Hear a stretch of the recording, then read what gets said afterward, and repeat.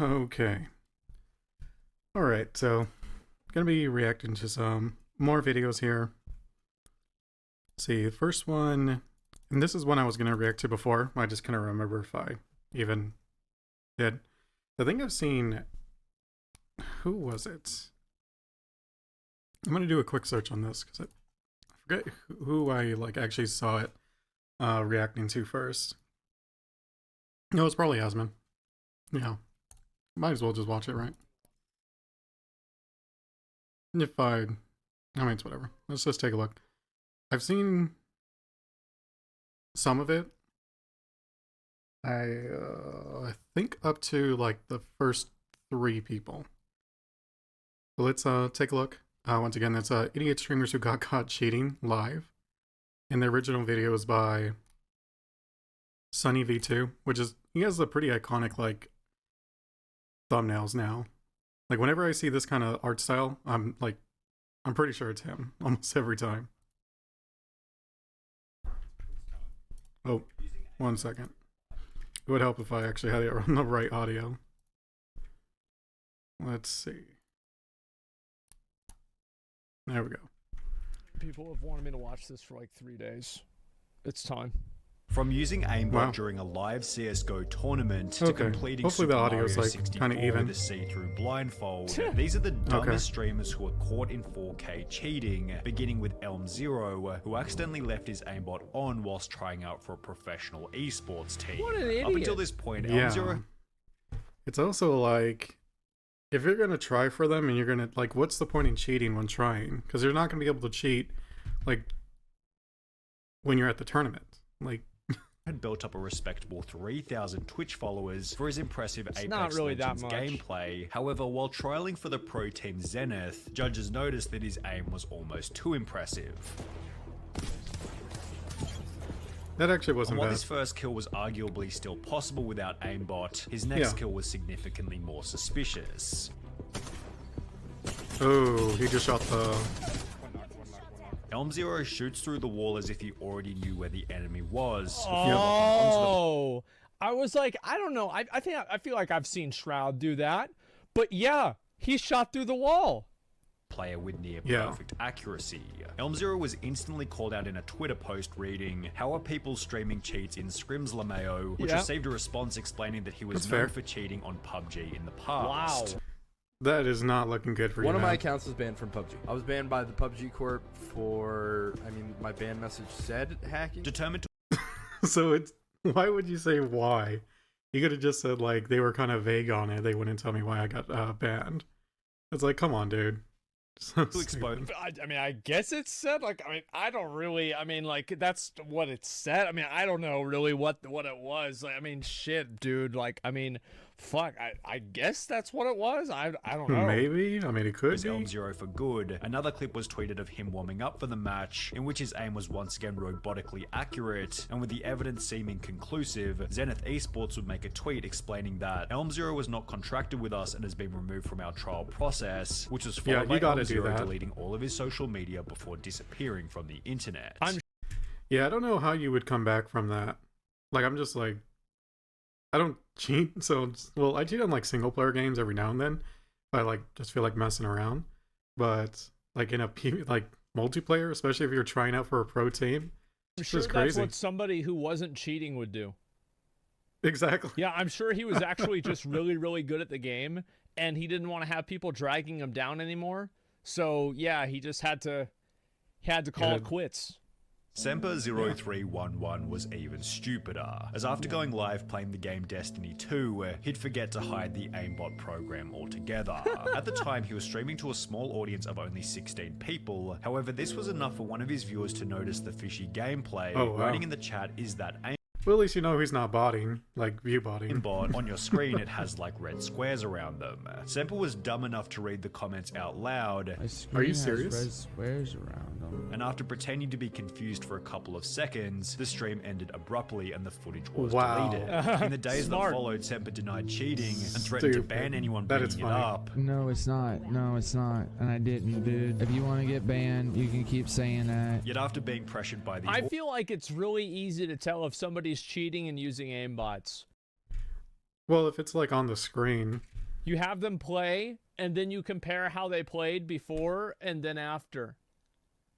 You know, on like some random ass game. Yeah, it's pretty fucking simple. Audience, Semper admitted to cheating in the weakest way possible.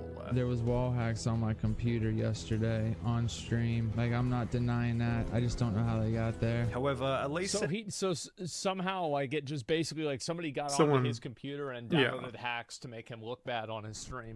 That makes sense because like it's the somebody's trying to get Matrix, him man. canceled. It's the Matrix. He had too many viewers. They this had to dude's stop on the him. come up. He's got 15 viewers. Bro, Exactly. he's balling out. Like somebody saw that and said like, I can't stand to see people eat. I gotta bring him down. I gotta Yeah, I mean that's his lunch take money, this guy man. down a peg. 100%. Like he was gonna get like a freaking Slim Jim, like at the freaking convenience store. Semper eventually admitted to some kind of wrongdoing, as the Jesus. next person blamed her cheating on a non-existent Oh, I've person. seen this I know one. this The person. streamer Yeah. in question Yeah. went by the name of Miss Q Gemini, and just prior to being exposed, she'd state that people often Isn't like wait a second, like I hate this stuff, but aren't Geminis in astrology known to be like liars and manipulative? I have no idea. I don't pay Like attention that's to kind of like one of the the stuff like established that. things. Yeah, bro, that's crazy. That is just fucking crazy, isn't it?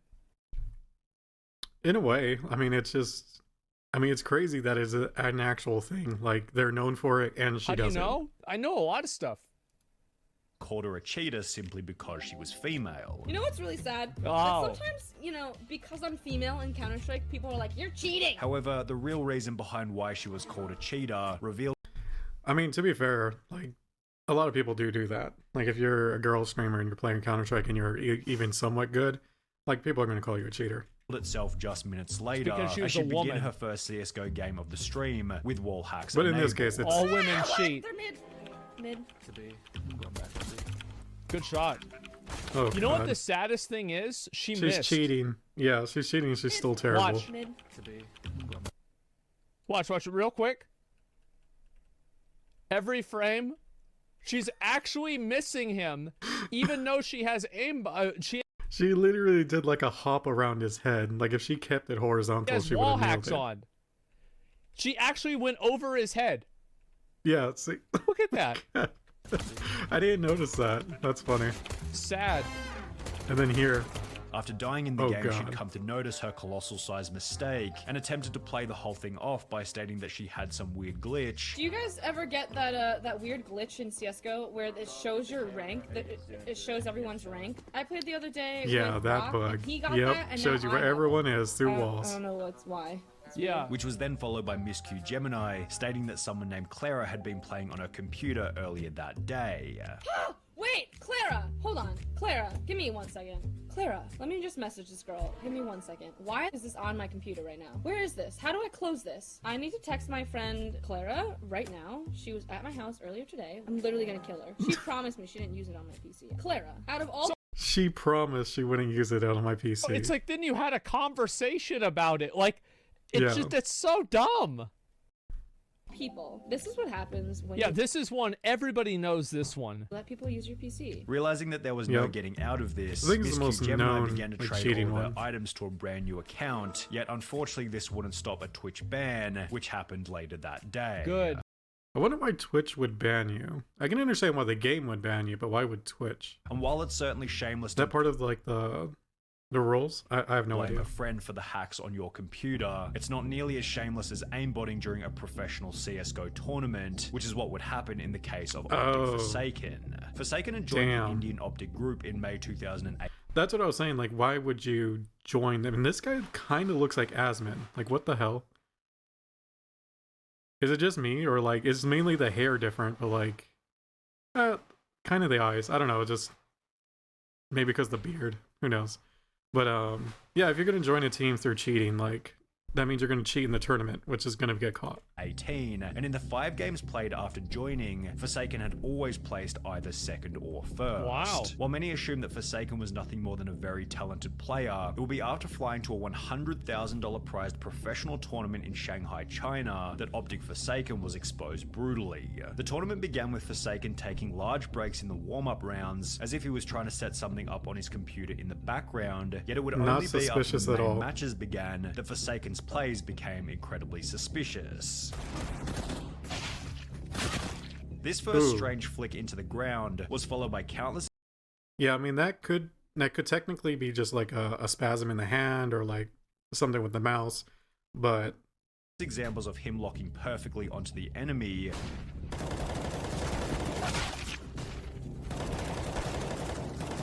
ooh, that one right there, like that last kill, like it was just too accurate with him shooting to the left and then immediately up, like at the exact angle to get a headshot. Like I can imagine the first two, you know, like you could probably do the first two. You know, you go through like 100 games. I mean like 100 games, 1,000 games. And Yeah. eventually that will happen if you're very, very good. But the third guy, a fucking 90-degree turn to the third guy, no shot. Yep. Thought I was gonna like rewind and show it. Let me go ahead and do that just so like you can kind of see what we're talking about. Into the ground was followed by countless examples of him locking perfectly onto the enemy. Okay, no, it's not this part. It was after this. Yeah, it was here. Is there a way to make this go slower? Playback? Yeah, let's say this. Okay, so see, he immediately locks in over here, and then like it bounces up to his head. Like instant. Like all, and I slowed this down to like half. Like I can imagine. Like that's, I mean, maybe you could do that once, but coupled with everything The else, it's first just two, you know, crazy. like usually that will happen if you're very. Let me go back to where we were. I think it was here. And while there was a chance that some of these kills could still be made by a high-level Yeah, player, yeah. it would be with one final Yeah. matchup that Forsaken's aimbot became obvious. Through the smoke. Oh, you see how his thing followed the guy's head?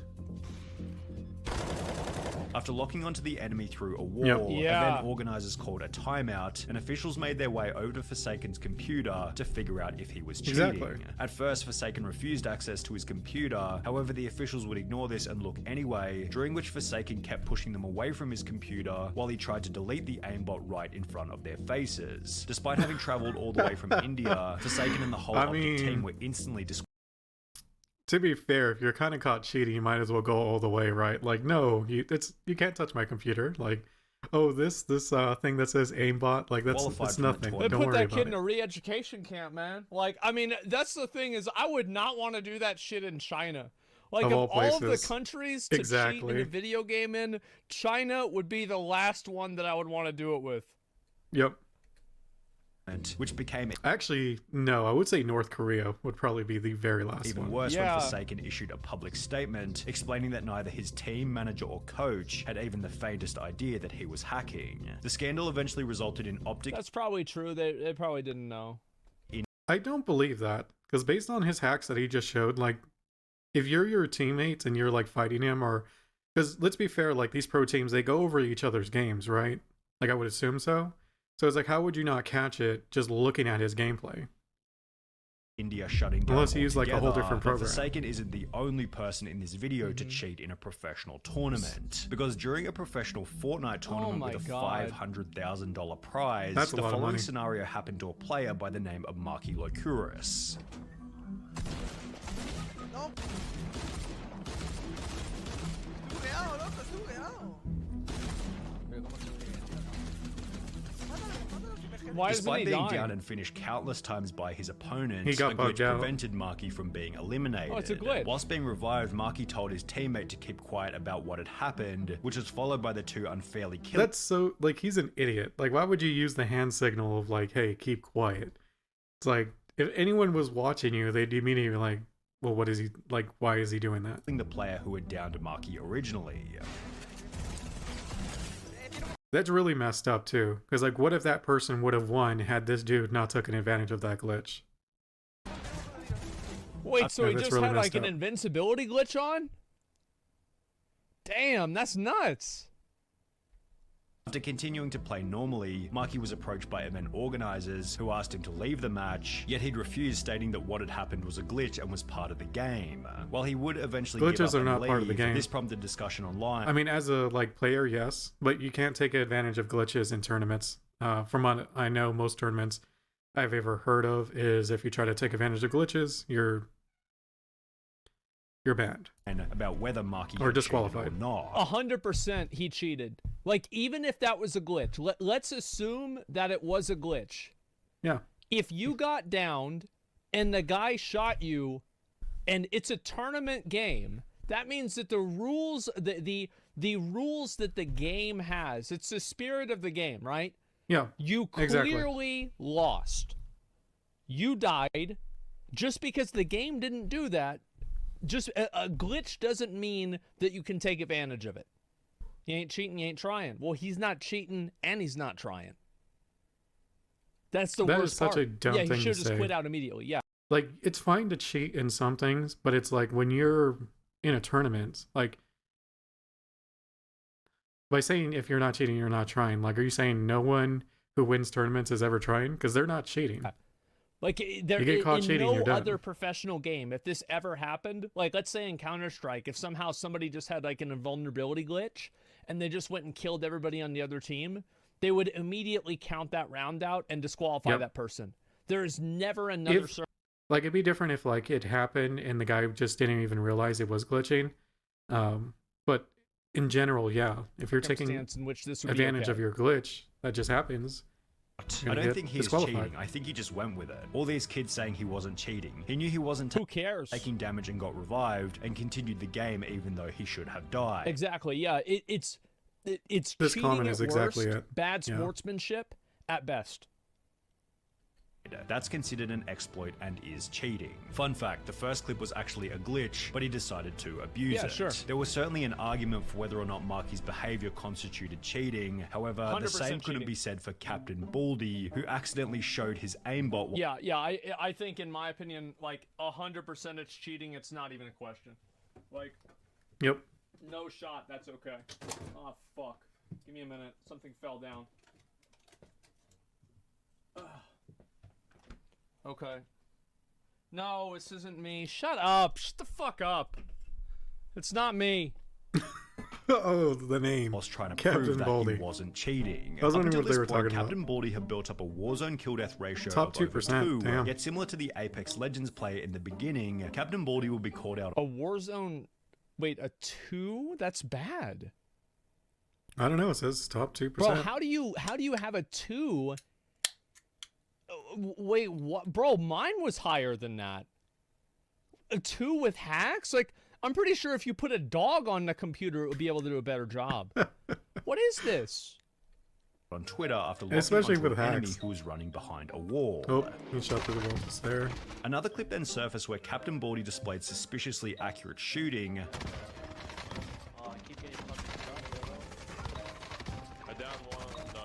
And as a result, his chat began to fill with people calling him a cheater. Determined to prove his innocence, Damn, you got Captain Baldy exposed. agreed to show his task manager, yet hilariously seemed to instead tap the key which brought up his cheat menu. Task manager? Yo, they want my task manager? Hold up. Control Alt Delete. Oh my god.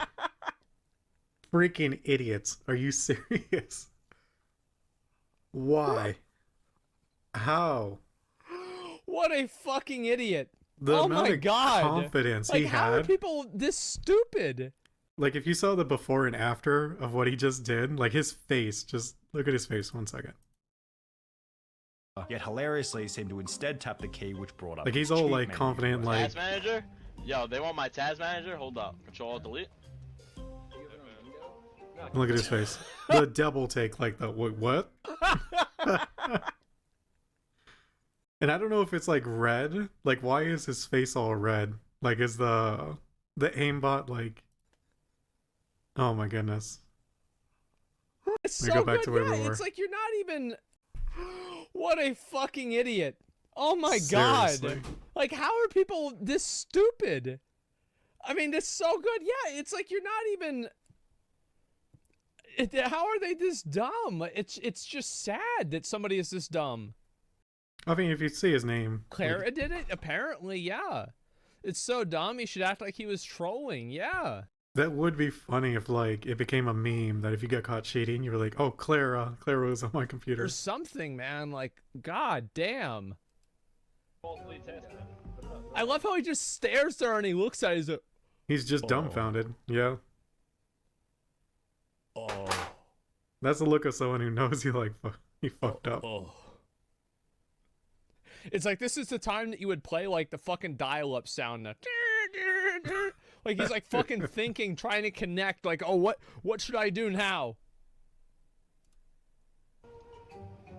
Oh my god. The chat then Oh mocked my Captain God. Baldy relentlessly, There it is. which was followed by a live Oops. Warzone ban later in the stream. Disconnected from COD. No way.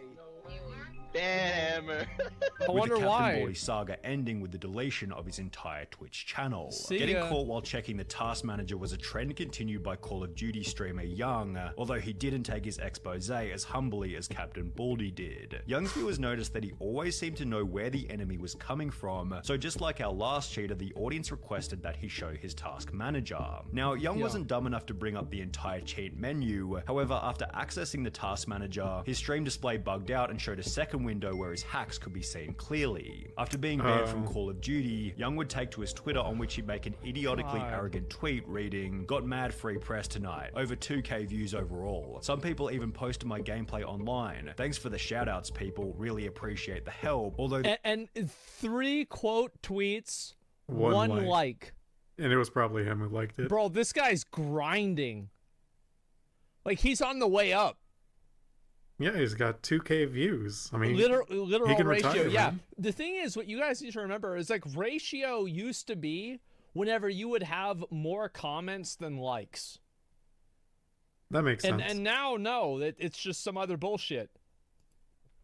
these 2,000 Yeah, he views probably worth of liked his own free tweet, good press point. didn't contribute to the long-term growth of his career, as Young hasn't gone live on Twitch What a ever stupid since. name. However, Young still looks like a genius in comparison to I don't want to be rude here, but like this dude doesn't even look that Twisted like. Bear, whose Twitch description boldly claimed that he was the top Modern Warfare player. The reason for this Damn. claim would become apparent in July of 2020 when he'd go live displaying his skills, only he completely forgot that that, his he wall had hacks? his wall hacks on. The end to Twisted Bear's career Yeah. was then unbelievably quick. He was banned from Call of Duty, then Twitch, and was never heard from ever again. What a But this is surprise. what separates Twisted Bear from the next cheater, Mr. Golds, who made a much larger spectacle over his cheating ban. Of course. Mr. Golds was a much more significant figure in the Call of Duty I mean, this dude's got 50K followers. Like, to me, it's like whenever you have, like, a fucking, you know, some random guy with 2K followers that gets caught with cheats, he's like, ah, shucks, guys. Okay, I guess I'm gonna work at Starbucks again. I'll see you later. You know, but like this guy, he's got 50,000 followers. Like, this is a job. Like, he's really working at it and making it happen. And like, that's what Why would you I'm gamble ready it? to see that happen. There's I such don't dorks, understand. sporting yeah. a Twitch follow account of over 50,000. Maybe because you feel like you During have a to? live stream to I don't an know. audience of approximately It's a lot of 1,700 people, Mr. Golds brought up his task manager before beginning to brag about how he was so good at Call of Duty that he didn't need to cheat. Is it the first time you see someone good at the game? Have you ever seen anyone playing like me? Like seriously? Although he didn't seem to notice that he'd I was gonna say it's the engine owning, so it's the exact same cheat. also accidentally brought up his cheat It's Captain menu, Baldy. on which he had aim at enemies turned on. Holy fuck, bro. Like, how is it? Like, this stuff, like, these people are so stupid. And then they that, like, brag. you think to yourself, like, is it a meme? You know, are they doing this just to, like, fucking take the piss? Is it some kind of, Sadly, like, a I joke don't just think to that's get the people case. going along with it or what? I don't know. But god damn, that is just sad. It's like, I think what's really Yeah. sad about it is, like, people, they need to brag that they're good at a video game that they're Yeah. cheating in. It's like, it's just a video game. I was gonna say Who that's ca- like- no, it doesn't matter either way. It's a Yeah, fucking you're not game. you're not at a tournament. It so. doesn't matter if you're good at it. Who cares? But they're cheating and their ego. Yeah, it's just like, but like, I just think it's so sad. like, I get it whenever you're young and there's like nothing else you like really old enough to be good at, and like, yeah, maybe like video games are a thing, but like these are like fucking 30-year-old men, you know, 28-year-old men. Like, you need to stop getting a fucking ego from being good at a video game. Holy shit, man, how sad. Despite having 1,800 viewers at I mean, the it just time, kind of shows they don't almost really nobody have was much else talking in going the on. chat or calling him out for it, showing that he was probably also viewbotting. However, while the chat remained pretty quiet, the incident was shared to Twitter, where it received over 2,000 likes and 700 retweets. After being temporarily banned from received over 2,000 likes and 700 retweets. Yeah, after being temporarily banned from Call of Duty and Twitch, Mr. Golds would upload an apology video in which he'd state that he didn't mean to download the cheats. I truly am sorry about. I didn't mean to. What does he mean, I didn't mean to? You don't. Like, what are you talking about? Like, I don't. It's so sad that all these people, they can't, like, why can't they just say, like, yeah, I was cheating. Yep. I cheated. Why did I do it? Because I like winning, and I thought it was funny because I would win. I thought it was funny. I think people would tear that apart too, but I don't think there's anything you could say, honestly. And since he was viewbotting anyways, like, I would just ignore it. Like, just not even address it. I don't know. It's just, maybe just me, just like, there's nothing you could say to make it better, so why say anything? All the time, like, that's pretty much why it happened. Yep. And just hope it goes away. Don't download and use cheats without meaning to. I mean, come on, buddy. Before going on to try and convince his audience that this wasn't who he was. This is not who I am. This is really not who I am. Despite having cheated for months in the lead up to his expose. Yeah. These days, Mr. Gold's Twitch channel is an advertisement for big cryptocurrency giveaways from Tesla, which sounds... So is it just like basically he probably got his account hacked. So this is what happened, right? He either got his account hacked or he sold his account. So people go on websites and they buy accounts with certain amounts of followers. And this was like really popular back whenever Twitter verification was like a cool kids club rather than an $8 club. Is that you would be able to buy Twitter accounts with verified names and then change them into what you wanted them to be. Yeah, and so he probably sold it to somebody else who's using it for a crypto giveaway.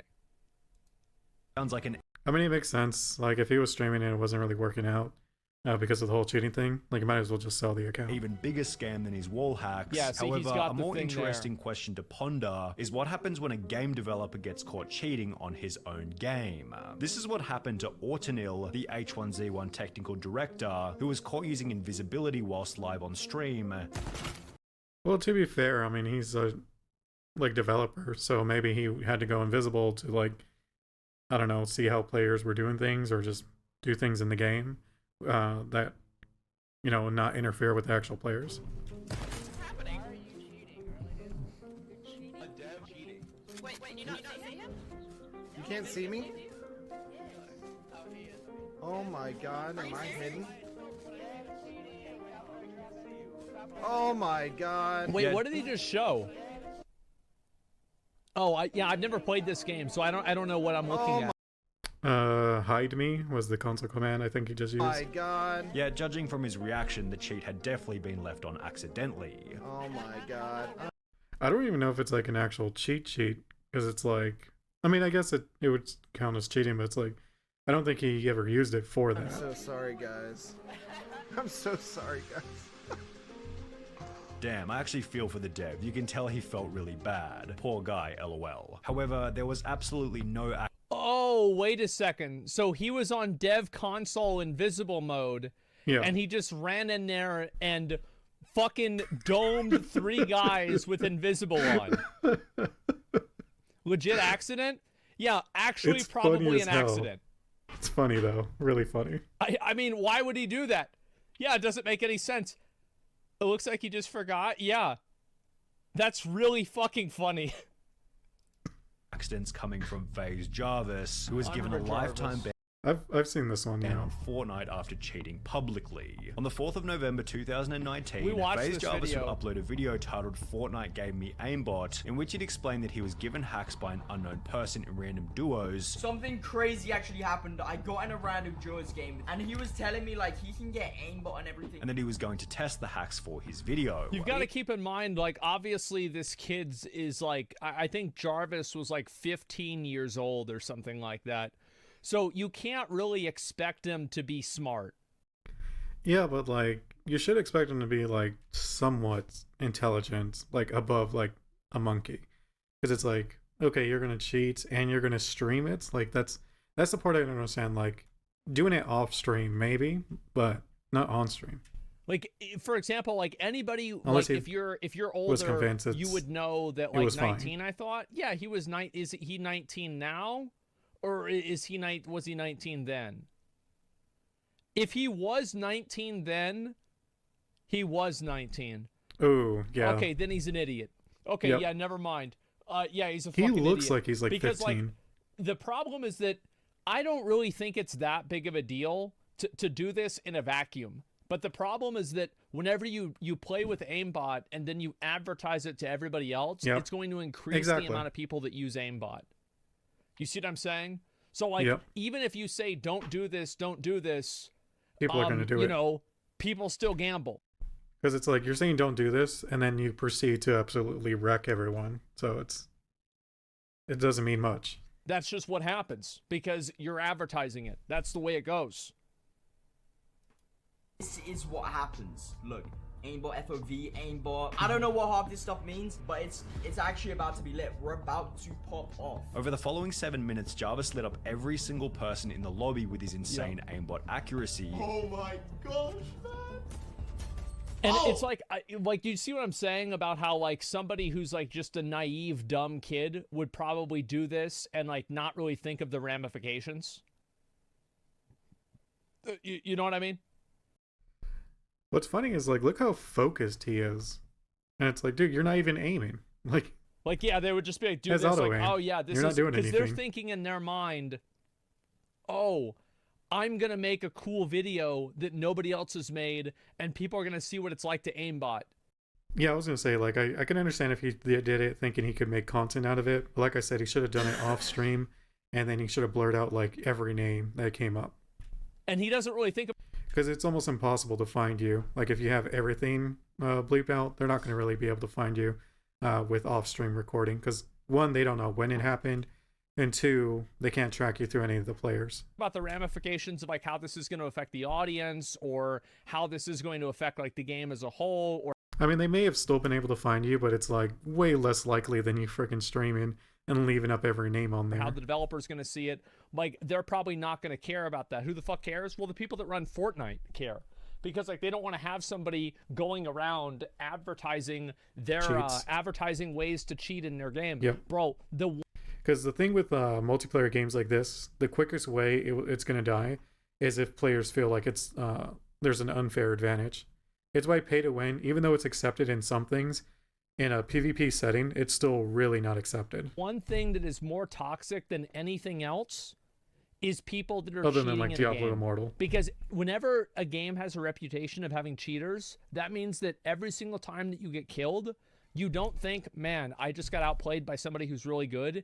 Every time you lose to someone, it's sus. Every time you lose Yep. to somebody, you're wondering, is this guy cheating or is he good? It's so corrosive for a game. It's awful.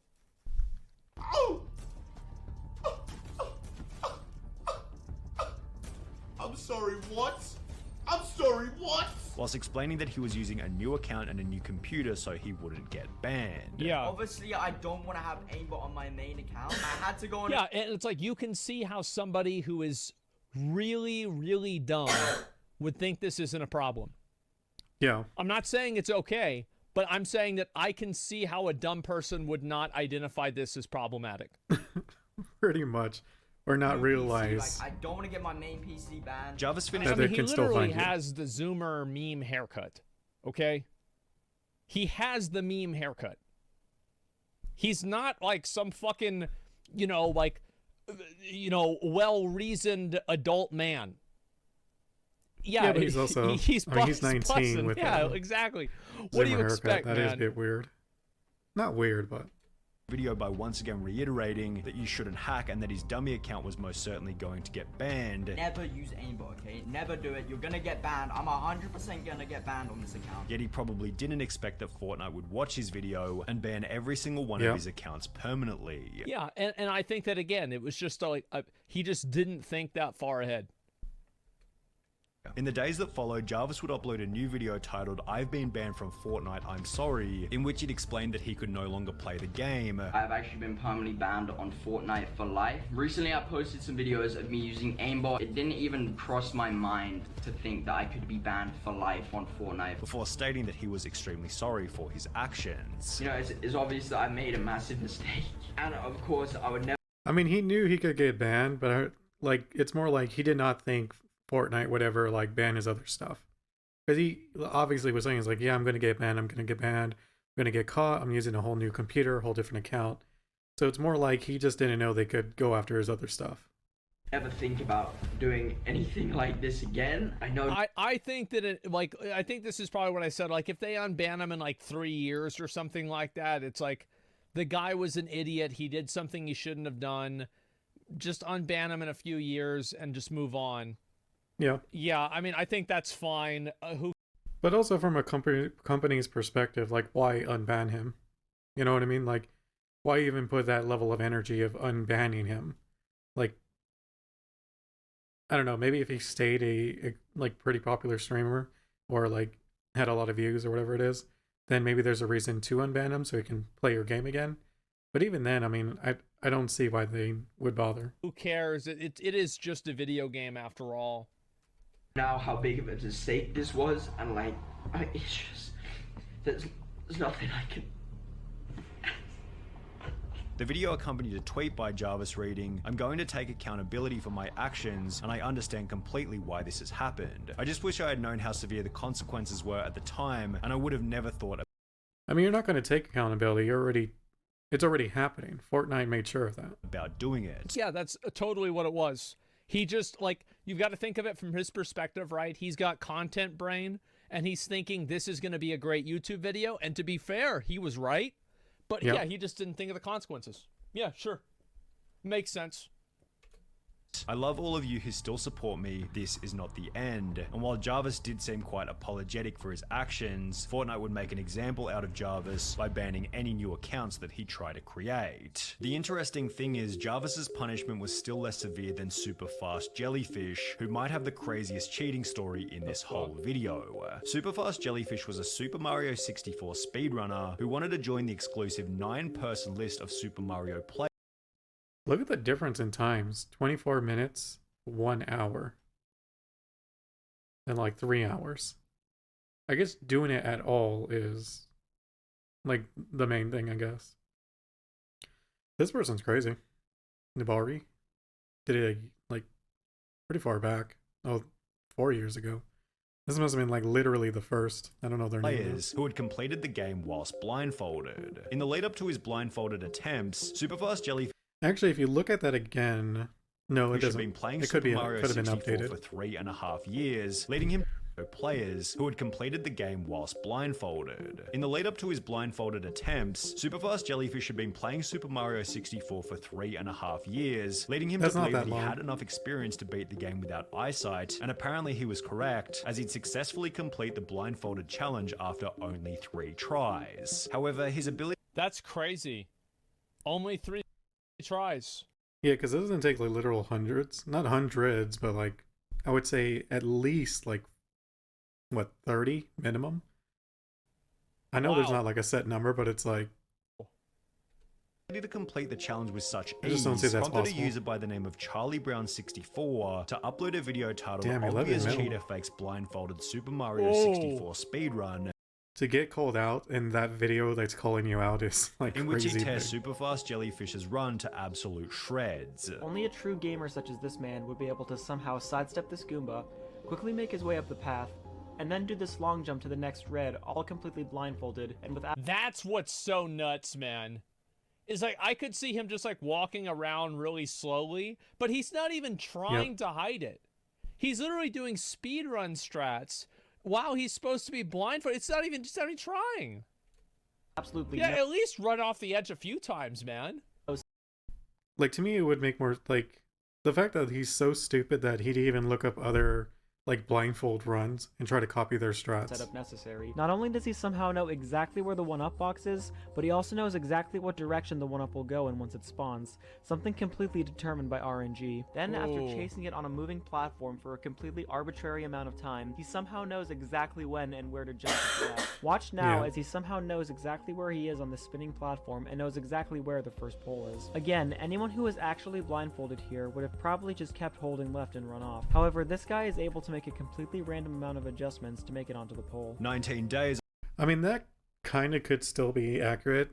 I'd have to see, like, actual blind speed runs and see how they handle these kind of platforms. I mean, if they can't, like, at all, then okay, makes sense. But obviously people have done it. After Charlie Brown would upload his expose, Superfast Jellyfish uploaded a bizarre apology video in which he tried to claim that the run had minus 27k.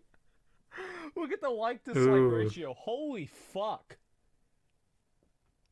Negative 27,000 people. Oh my god. That is a lot.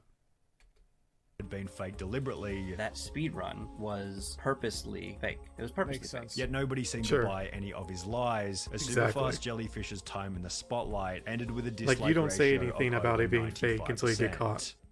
I wonder why.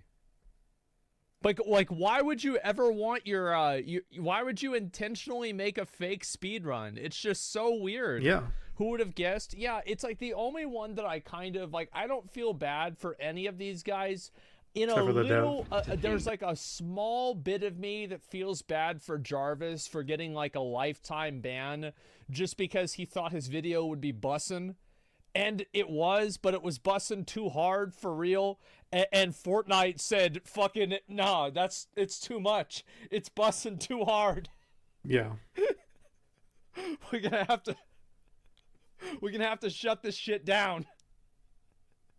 Yeah, and so like, yeah, that's it's what happens. I wouldn't care if this kid ever got unbanned in I wouldn't. It's like, it's after 3 years, it's 4 years, something like that. But they had to make an example out of him, right? I mean, like, put yourself in their position.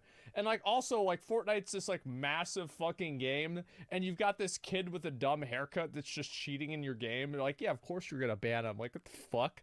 Like, what do you have to do? Like, you have to compromise with this stupid guy, like, that is like some 19-year-old that's posting hacks to your game. Like, no, get him the fuck out of here. So yeah, send him to gamer jail. Exactly. And so, yeah, FaZe is full of ego cons. Get rid of them. I don't know about that. I think there's some pretty cool people in FaZe, but this was definitely an L. But, I mean, you could see why he's this upset, right? I mean, you're 19. Your whole career up to this point has been Fortnite. You've been doing this for years. Your lifestyle is great. You're 19. You're probably making hundreds of thousands of dollars. I mean, fuck. Of course he's going to be sad and upset about it. But again, you know, it's the same as Logan Paul filming dead people in the forest. Think about it. Because, like, I can even see somebody doing this on stream. Like, I am more willing to forgive a mistake that happens if it's not on stream. Or sorry, if it's on stream, because it's extemporaneous. You're just making a decision in the moment. You're like, oh, I'm going to do this, and then you go do it, and then that makes sense. You know, it's really stupid and bad, and you shouldn't have done it. But like, this guy fucking recorded the video, edited the video, or paid somebody else to edit the video, and then he uploaded it with like a thumbnail, taglines, a title, and everything. So, yeah. Dude got banned from Japan for that? Oh, I think so. I don't really know. Internet's so brainwashed, they forgot Logan Paul did that and support him. Not anymore. Yeah, not anymore. The guy behind the video was cheering him on. He had people saying yes. Well, the thing is, the guy behind the video, like, they probably didn't think about this shit. Like, bro. It's not. They're like, just there to hang out. Like, you've got to keep in mind, like, these people play Fortnite for a living. What do you think they're gonna have a fucking a broader social understanding of the ripple effect of a YouTube video and how it could affect the broader player base of a game? No, like, They have no fucking. They're professional video game players. They just did something stupid. Like, it's not like this isn't. I don't know if I would see that as like an excuse. Like, if it's your job, like, why would you not think of like the consequences? I'd be like, if like at your own job, like you're gonna do stuff that like is wrong, but you're gonna try to do it in a way to not get caught. Like, that tells you it's like really wrong. So some kind of fucking like some plot to destroy the world. They're just being stupid. That's all. There's nothing else to it. That professional. Well, yeah, they're professional. They make money playing the game. They play the game. They get paid to play the game. They make money through playing the game. They're professional Fortnite players. That's the way it would work. And so that's really all I have to say about it. But it is kind of funny to see him crying and upset about it, because obviously aimbot is bad and people that are cheating are fucking morons. But it's not something that you want to hold a grudge on forever. I get. At least he did it blatantly and honestly on stream. Yeah, that's true too. You're aware of that stuff? You make money playing video games? I don't really think if I didn't play video games, I think I would still make money. Whereas this guy, I mean, I don't really know. And again, like anybody who looks to a streamer, like this is the truth, like the same with me or anybody else, right? Like, don't look to any one person and be like, okay, I want this person, like this live streamer, to be the person that like dictates how I think to me. That it's a bad idea no matter what game they're playing. Yeah, but people are going to do that. Even if they're not playing a game, it's still problematic. Yeah, they just want someone else to do their thinking. Issues running the program against others rather than a sandbox mode. I think that it would be just as bad as in a sandbox mode, because you're showing how good aimbot is. I can guarantee you. Like, is there anybody who thinks that somebody didn't download an aimbot after watching this video? I guarantee you at least 2 people did. Like, it fucking at least. Like, I bet probably like hundreds of people did, to be honest with you. But like at least a number of people did. Yeah, at least 2. So yeah, of course it's going to cause that effect. Yeah, it's 23. Had 23 million. Oh, wait, did that one have 23 million? Yeah, and then most likely the ban caused them to uninstall it if they did. Apologizing of 23 million. Like, after seeing what happened to them. I was like, oh, dang, that he could no longer play the game. I've actually been permanently banned. Yeah. The apology had 23 million, not the video itself.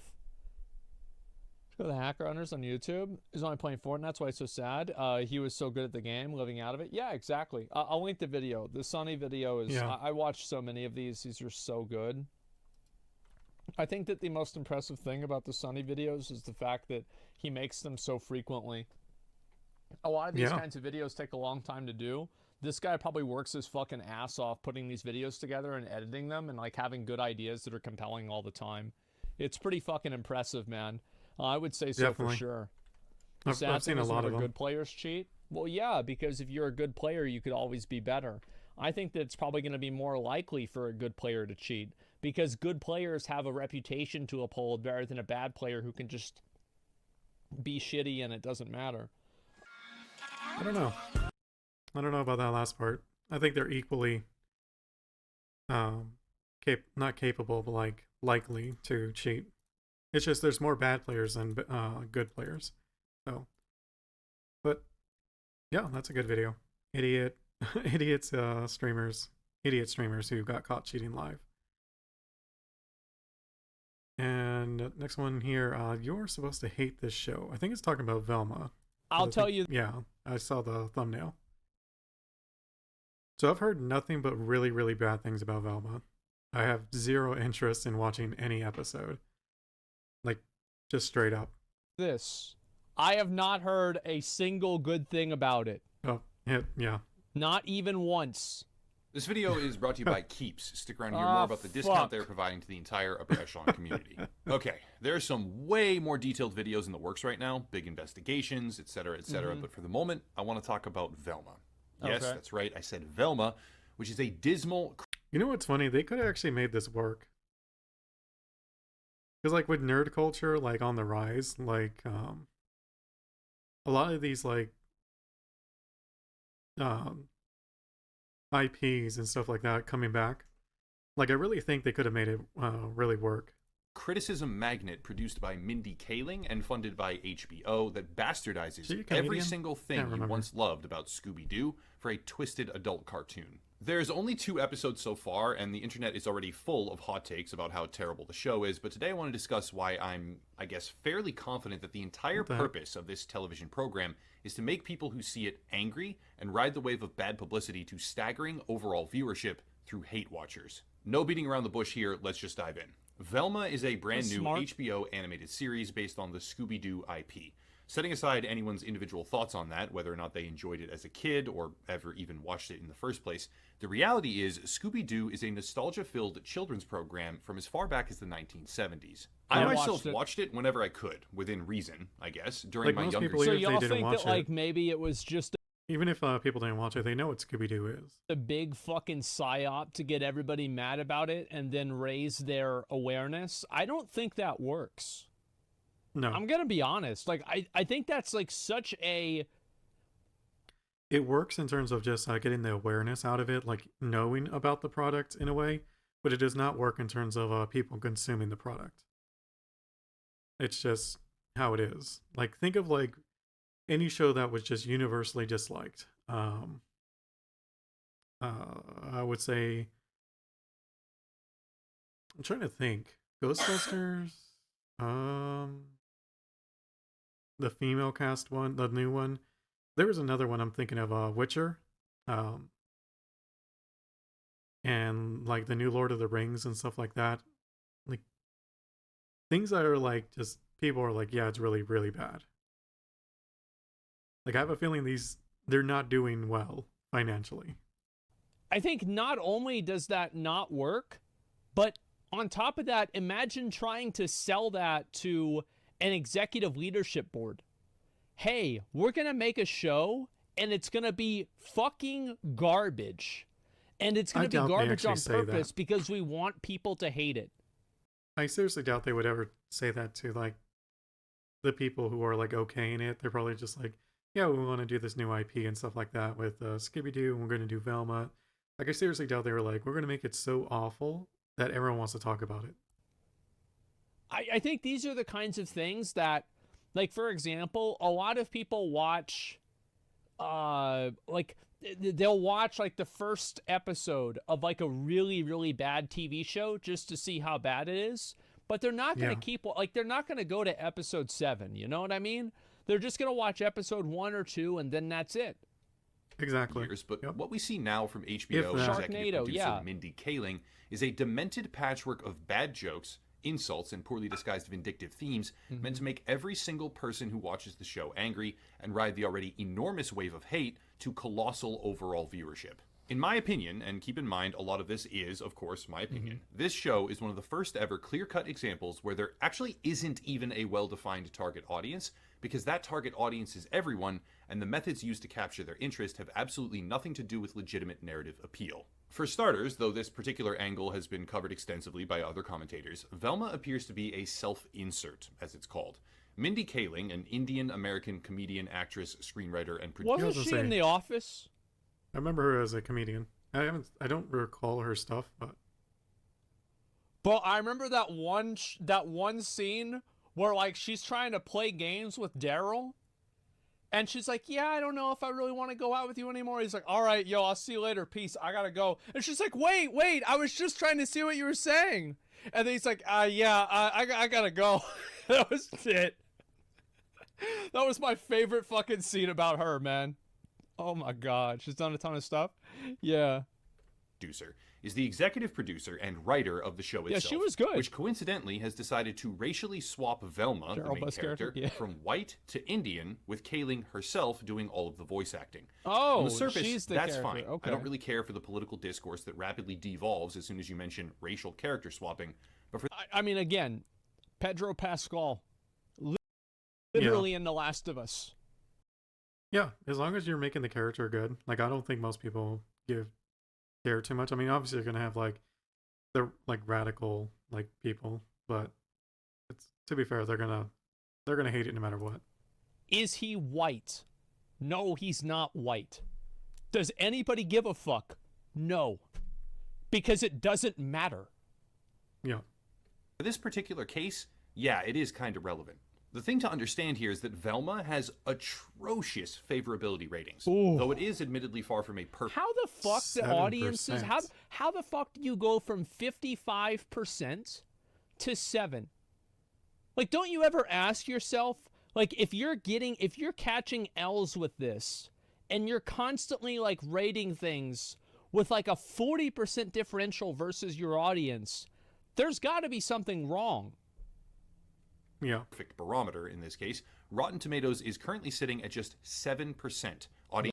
I wonder if any of the critic ratings were above 6, like in the higher range, like 90s. Favorability, making it basically one of the worst rated shows in. Like, I think it would have been interesting if you actually like went into it, and if there was to like look at it. And you've got to think the half of that 7% probably just hit the other button on accident. Probably. Distance. However, approval has absolutely nothing to do with numerical success. It's not exactly an uncommon trend, but Velma is now joining a long list of predating programs such as Dave Chappelle's Sticks and Stones or Amy Schumer. Well, you just saw that, like, it had a 99%. Joining a long list of predating programs such as... Look, 99%. So it's like literally the opposite. Dave Chappelle's Sticks and Stones or Amy Schumer's... This is fine if you want to do it here, but like 8%. And to be fair, I don't think she made much money off of it. I could be wrong. Yeah, look at this. Such as... Bro, like, how the fuck... But because it's like, if she made a ton of money, like, you know there would be more and more specials coming out. How the fuck does Dave Chappelle get 35% critical reviews but 99% audience score? I can tell you how. It's because the people that rate these things are completely out of touch. Yeah.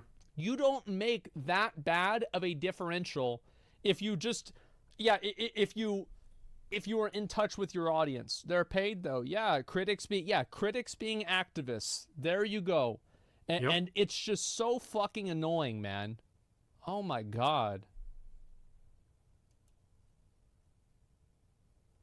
People are complaining about the Pedro Pascal example. Here's another one. Nick Fury plays Samuel L. Jackson. Does anybody give a fuck? No, they don't. Because he's a good actor. Exactly. Nobody gives a fuck about a race swap if the character is good. Okay? That's the only thing that matters. If the character is good, nothing else matters. The actor is good. Yes, because he's a good actor. That's what matters. Everything else is bullshit. Exactly. No one really cares. Sticks and Stones or Amy Schumer's Growing, which demonstrate a widening gap between critical acclaim and actual enjoyment of the audience. For Dave Chappelle, the actual audience loved the comedy show, while critics hated it. For Amy Schumer, critics loved the special, while the general audience despised her. Yeah, of course. What a fucking surprise. Nobody likes her. Like, I haven't heard about her in like 2 years. Yep. And like, also, I think there's another example that you can use for why I don't think this was a, like, I'll wait for his argument for it. But here's another example of why I don't think this was like intentional, the show to be bad. Is because, remember the Ghostbusters with all the women in it? Oh, yeah. You didn't see another one of those, did you? No. Because nobody watched it. Everybody talked about it. Everybody talked about how bad it was, but nobody watched it. But for Velma, it seems that while critics are still trying to pretend it's... You're looking at it right there, Amy Schumer. Like, she's pretty much done. It's a good program, at least some of them. The barriers are coming down, and reality has begun to set in, at least on a very basic level, that this is a terrible piece of writing that should not exist and deserves absolutely no respect. Alright, before going further, it's time for today's video sponsor, who is particularly well suited for existing channel demographics. Most of you watching this are men ages 18 to 45. It's actually always been that way since the very early days of the channel, and as a result, some sponsor products are better suited for channel integration than others. If I advertised makeup, for example, it would be a complete dead end. Makeup brands pay well, of course, but what's the point if no one watching even has a passive desire, need, or use for the product? Instead, I'm here advertising Keeps, which is a hair loss prevention treatment with more 5-star reviews than any current competitor. You can order and get treated directly from your own home for a fraction of the cost when compared to other products, and they offer generic versions of the only 2 FDA-approved hair loss treatments on the entire market. Is that right? 2 out of 3 men by age 35 will experience hair loss, making this basically an ideal sponsorship for the channel. If you click the link down below, you can get 50% off your first order. Again, that's a 50% discount on your first order if you click the link down below in the description today. Wow. Keeps can help prevent, in some cases, actually even reverse the process of hair loss. And yes, I do absolutely get paid for this. I try to mention that every single time. I am sponsored, but that sponsorship has been one of the longest running partnerships for Upper Echelon, allowing me to continue what I do, and it's very much appreciated. Again, link down below in the description for a massive discount. Big thank you to Keeps for sponsoring the channel. All right, time for examples.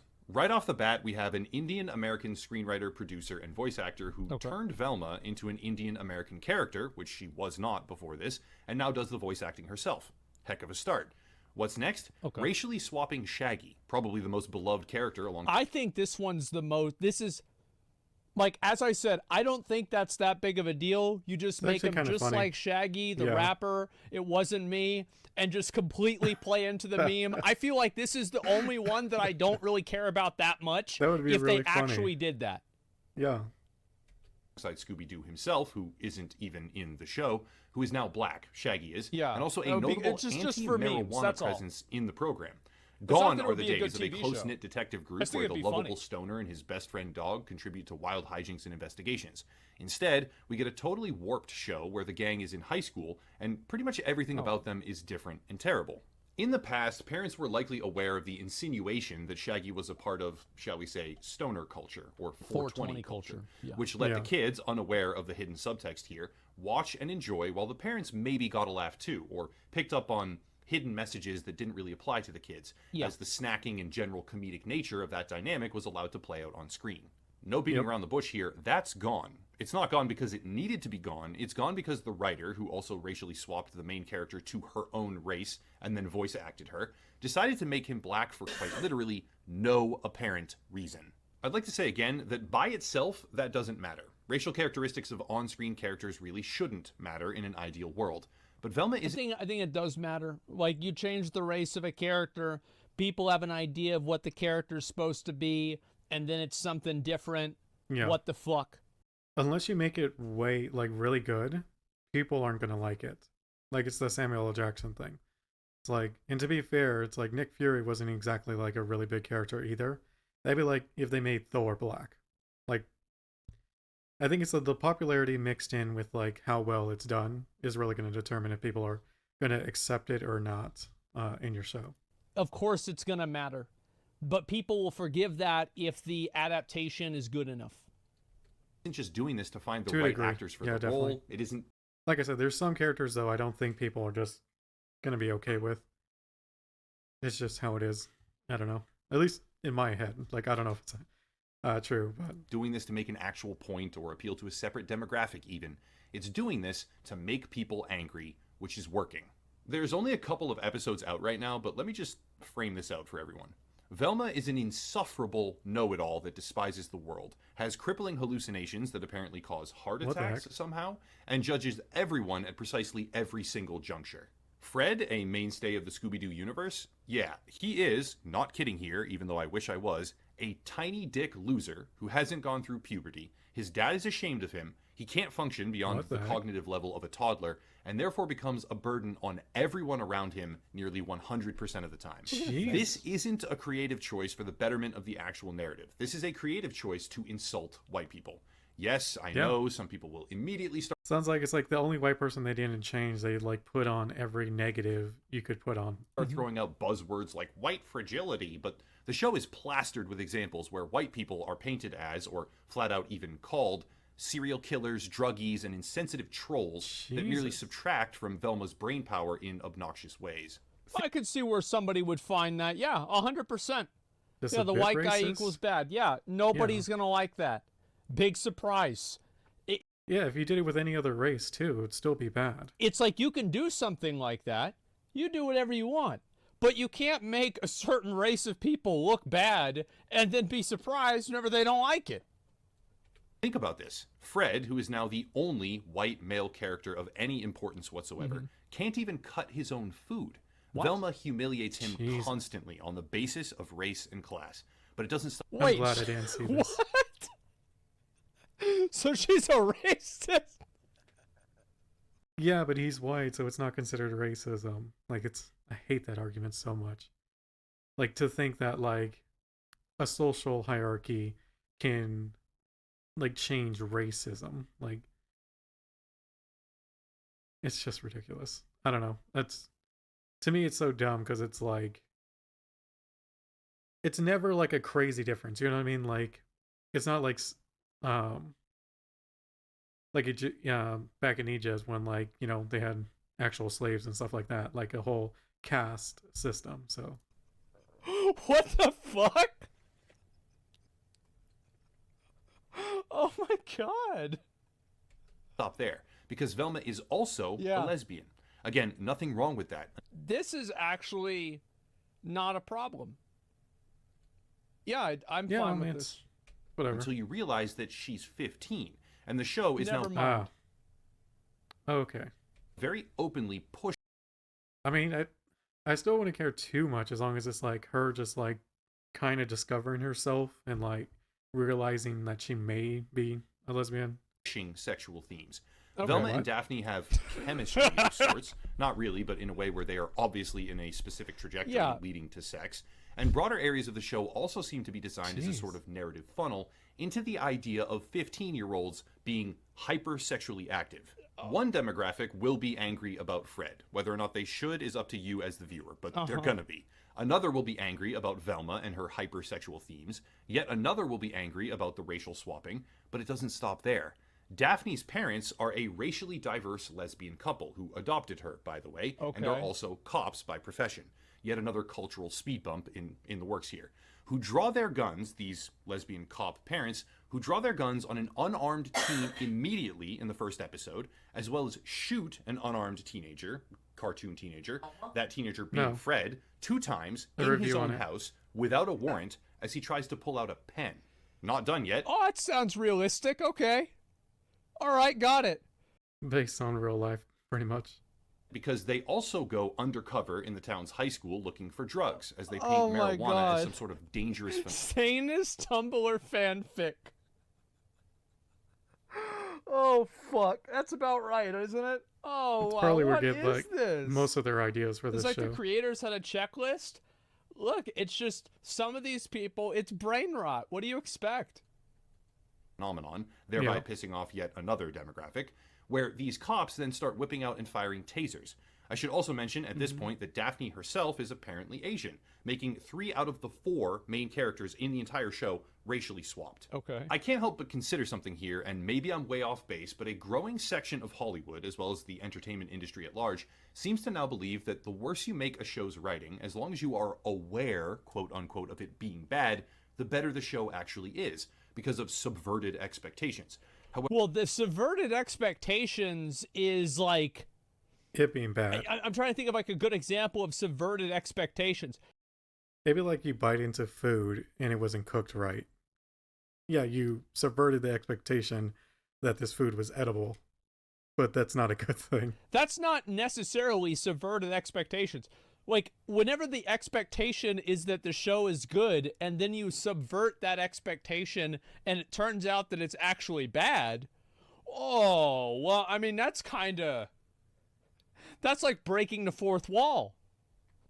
However, Velma has gone so far beyond that flimsy initial premise, it is now just flat out offensive to pretty much everyone who watches it. Velma herself as a character is a disgustingly misanthropic person. She is self-centered. She is horrible. I don't know. I think it's kind of weird to like have like underage characters and then have them in like romantic scenes like this. I mean, it's a TV show. It's not a big deal, but it's like if this is one of the main focuses of the story, it's also, it depends on like how you do it.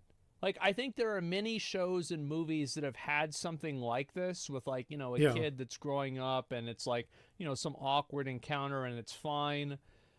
But this seems weird. From what I've been told, there's actual scenes that are like Bro, I watched that uncomfortable show. when you realize how old they are. Oh my god. What is he talking about? It was the trashiest, worst show I've ever seen in my life. It was so bad.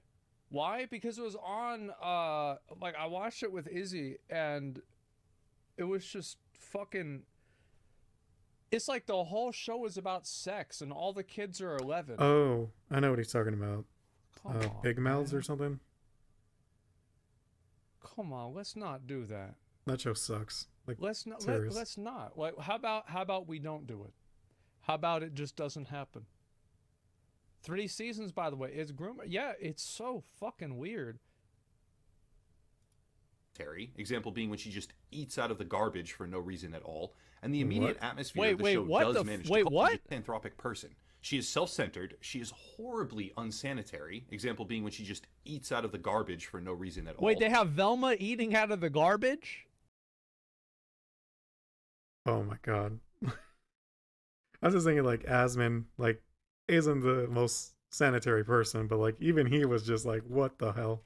Why the fuck would she do that? Yeah. And the immediate atmosphere the show does manage to cultivate is intentional destruction of every established premise that Scooby-Doo fans initially loved. Like, eat out of the garbage while you're showing them kissing. Like, damn, dude. For those keeping track, let's go over the list so far. The show targets and alienates white people a lot, specifically men, but also a wider group as well, through relentless and repeated racial insults. It certainly can't be for children, or even slightly traditional viewers, because it also pushes, within seconds, I might add, an uncomfortable amount of cartoon high school nudity, with a very clear push towards sexual awakening being a theme in the show. The main character, racially swapped by an executive producer of the same race, who then voice acts the character in question as well, is wildly unhygienic, deeply... Only 2 episodes have been out, right? Like, there's like 10 more episodes to go? That's crazy. Like, where they're going to take this is just... Oh my god. I'm not going to watch it, but I'll probably wait and until oddly see what sexualized, while the people parents say of her about it. potential love interest are themselves interracial lesbian cops who violate the Constitution routinely, and due process as well, to just mercilessly shoot or attack unarmed cartoon teenagers at school or in their own homes. When we really think about it, none of the... That's probably the only part that I think is like, it's like, I feel like it's like Sharknado, for example. You have the horseshoe theory. When something becomes so bad and so awful and so disgusting that it's good. And it's like, yeah, them going around as cops, just like randomly shooting people and stuff, that's kind of funny. But all of the rest of this stuff, it's like, it's not perverse and disgusting enough for it to even be funny for how perverse and disgusting it is. It's just bad. Yeah. Like, if you want to be just like absolutely completely fucking like iconoclastic, like you're just gonna break every fucking standard, we're gonna do everything different, this show is gonna subvert all the expectations, then you have to go all the way. That, or like make it kind of obvious that's what you're doing. Like, in a sense they're doing that here, but at the same time they're not. Like, it was deliberate that they made the white guy and then they poured all the bad stuff on him versus spreading it out. I mean, she, like, eats garbage and is just a terrible person, but she's still hooking up with Daphne. So... None of these characters are even remotely close to the originals. Have Fred cut his dick off. Unspoken, ambiguous Why character not? templates, like Shaggy being a part of stoner culture Episode in 3. some way, are being deliberately attacked, undermined, and torn down. I mean, what even is this shot right here? Are we supposed to be happy that's weird. about It's a this? joke in the show? Laughing? Right. Is this brave? Is this obscene? Is it a hilarious meta-commentary on society? Why does it or look is it like just they're bad, crying? low-quality Like they were forced. production that harnesses the infinite power of hate-watching to drive up viewership? Now, some of you might be saying to yourselves, no shit, obviously the show antagonizes previous fans and men and white people and stoner culture, etc., because it's supposed to. It's a woke show, and that's just what woke things do. Oh, I think, in my opinion, if they want to make a woke show, totally fucking fine. You want to do that, you want to have, like, whatever, you want to use your bingo chart and have a full blackout where you check every single box. Sounds great to me. Go for it. It's your show. But just don't expect a lot of people to like it. That's all. Yeah, go woke, go broke. Exactly. All their Do what you want to do, but don't, like, think everyone's gonna like what, like, you butchered the main Some people that like that stuff, IP. I'm just not one of them. Before we go down that route, I want to specify that this bottom-scraping piece of shit also decides to insult the Me Too movement at large in what feels kinda like unironic commentary. Let's see it. One joke is about how the misanthropic, horribly disgusting, garbage-eating main character speaks the truth like comedians did or used to before the Me Too movement, which, when you think about this in context, is not really going to infuriate the same demographic as half the other badly written one-liners, and instead, similar to the law enforcement themes, is more likely to infuriate the overly emotional and hypersensitive woke audience. Well, I thought the law enforcement was also for the woke people. Just as like saying, like, look, like, we're actually showing you what's like the truth of what cops do, and old cops do. Maybe the lesbian part, like them being lesbians and bad cops. I'm not sure. That many people are assuming it's meant to cater to. Seriously, it doesn't get much clearer than this right here. Emblematic words from the original show, Zoinks, Jeepers, Mystery Machine, etc., are names of drugs in the new Velma series that Shaggy hates. But for all of its insults to existing fans, its deliberate destruction of established lore, and its effort to piss off practically every single demographic that views it. Wait, basically what I'm saying is, like, is Daphne like a druggie? The show probably isn't going to flop. Think about it. And I myself fall into this category, by the way, so just keep that. Velma was #1 top trending animated series on HBO Max today.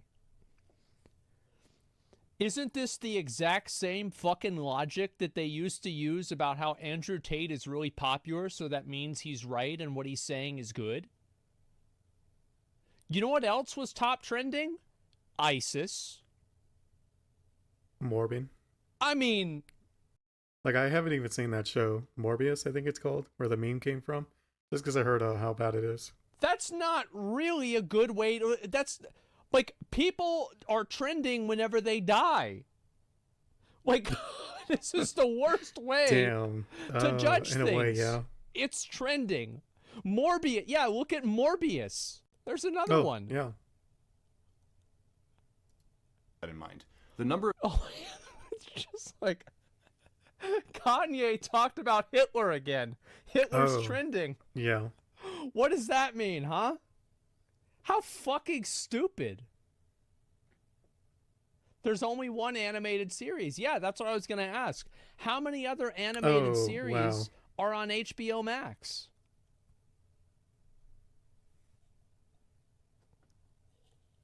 They canceled them like all? 5. Okay, yeah, maybe one. Yeah, a lot. What a surprise this one's going to be there. They canceled them all. Well, they should have.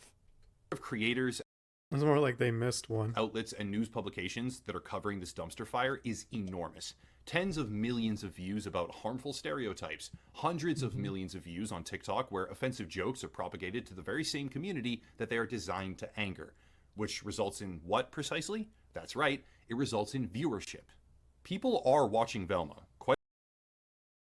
Do you have numbers? Like, do you have access to those numbers, or are you just assuming? A lot of them, in fact. Not because they like it, though maybe a very, very small number of people fall into that category, but if they do, they just have objectively awful taste. But because they want to see it firsthand, that's the real reason. How bad is this piece of it's like shit? watching a car Result, crash. higher viewership, positive feedback on all signals that... How is it positive feedback? Indicate the speculative... Other than it being high in viewership. value of a series, despite the almost universally negative... I don't know, man. Like, I really am not sure because we don't have any real numbers. Yeah. It's like whenever you're running a one-horse race and there are no other animated shows that are that great and everybody's talking about how bad the show is, I bet 90% of the people that are talking about how bad this show is have never and will never watch it. Yep. They just see they see things on social media and they never actually watch it. It's the same like a lot of like the whole bandwagon thing. Like even like video game stuff, like a lot of people don't even play the video game, but they'll hate on it.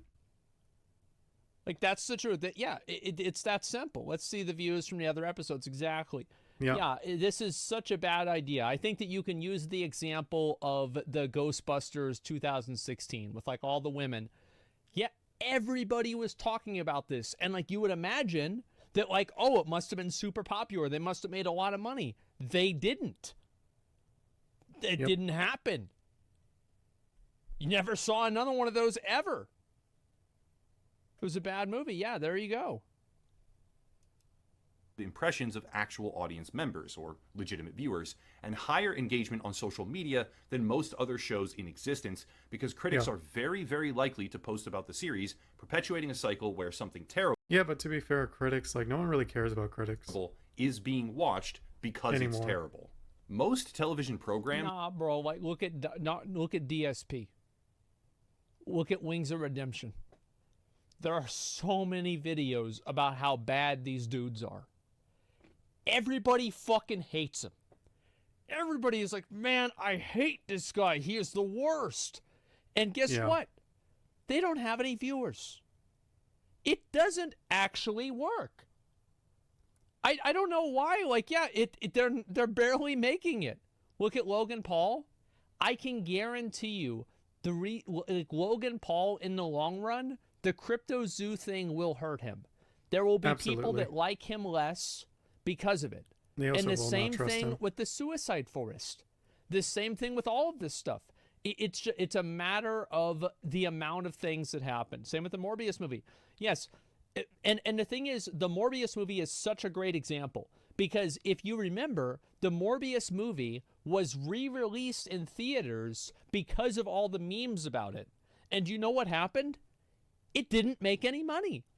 You know why? That's funny. Because everybody liked memeing It's Morbin time, but I would say 99% of those people typing It's Morbin time never watched Morbius, have no intention of watching Morbius, probably couldn't even recognize any of the scenes except for the ones with Jared Leto in them as being Morbius, and they never will. If you gave it to them for free, they wouldn't watch it. Exactly. It's just like there's no success case of a TV show or like a movie being universally hated and then they make more of them. It doesn't happen. Nearly all of them, in fact, appeal to some.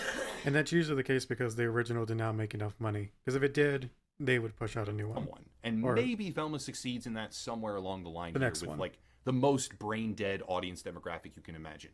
Yeah. But the overwhelming majority of people despise it, as many of them watch it anyway, making this a strong contender for the first ever example of something designed by hate, carefully crafted to alienate everyone, and deliberately structured as a sponge of negative commentary, which will probably accomplish the same ultimate payoff as a traditional cartoon.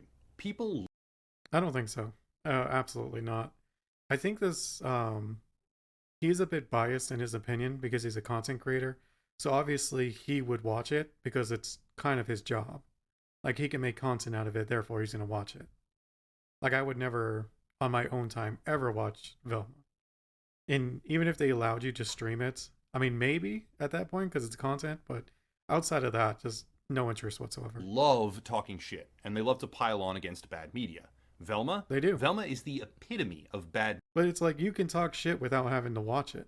People do it all the time. Media, with what seems like a never-ending torrent of terrible decision-making, writing, and character choices, but when looking at all of it together in context, it almost becomes impossible to believe that this was not done intentionally. As the saying goes... Well, they could have tried to make it ironic, wokeism and stuff like that.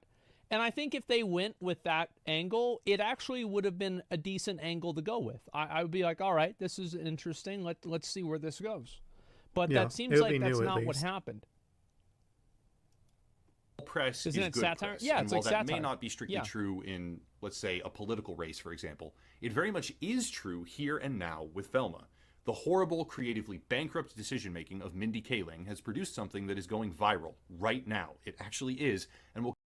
I think determining on how well the rest of the series goes, like for example, like if it does 12 episodes or however many episodes, if overall they do not make that much money, I don't see anyone else ever offering her that role to be to make decisions on a TV show. Will continue to do so as long as it continues to... Because this is so derisive that it could quite literally end her career in movies and TV shows.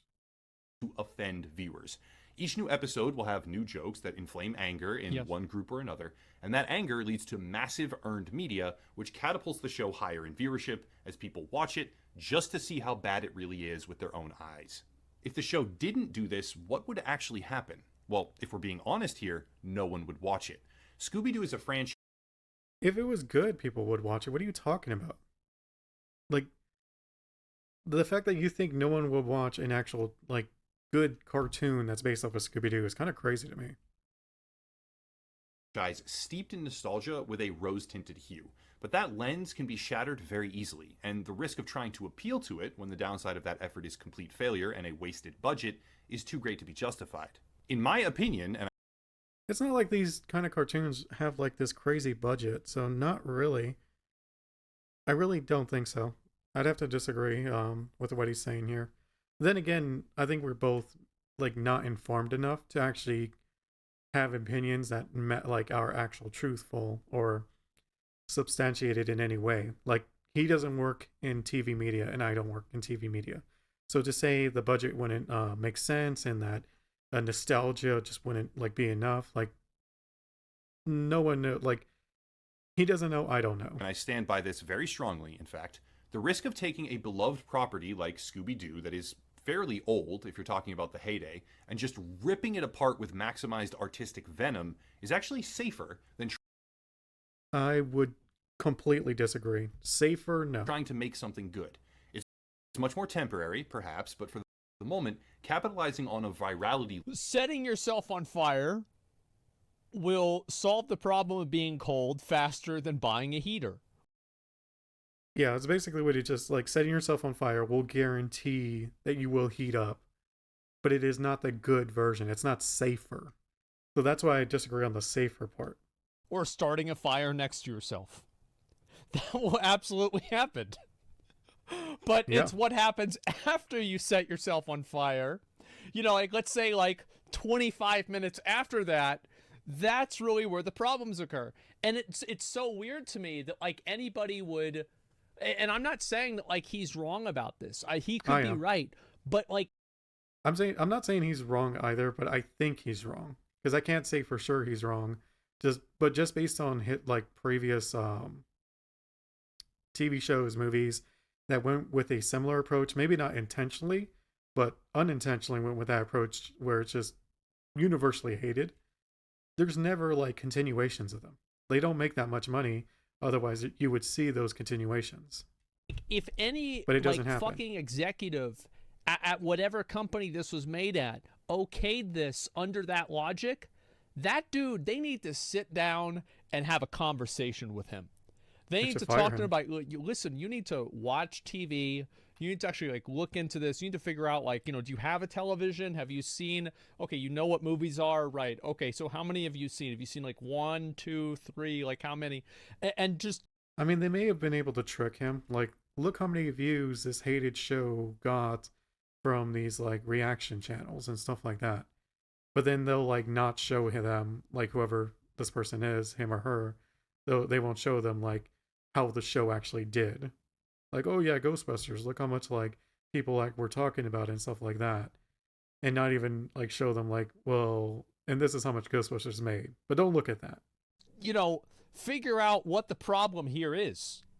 It's nuts. Yeah. Yeah, fix the glitch. Yeah, there you go. Loop of sorts, where negative feedback is the engine behind it, is an easier thing to predictably accomplish when compared to the uncertainty of actually trying to make something people will love. I hope I'm wrong. I really, really do. But this feels like a pilot program. I think that, like, you know, future plot devices inside of Velma. You could have somebody get pregnant by Scooby-Doo. Dude, what the hell? You could. That is disgusting. Like, seriously, I mean, maybe he meant Shaggy. I have no idea. Have Fred talk about his favorite artist, who's Kanye West, and he just recently started getting into his content. Oh god. Let's see. What's some other ones? Maybe he becomes like a white supremacist. You could have. Oh man, I don't know if I should. You could have Bring Your Gun to School Day, and Daphne could bring one of her parents' guns. Oh man, this could get even better.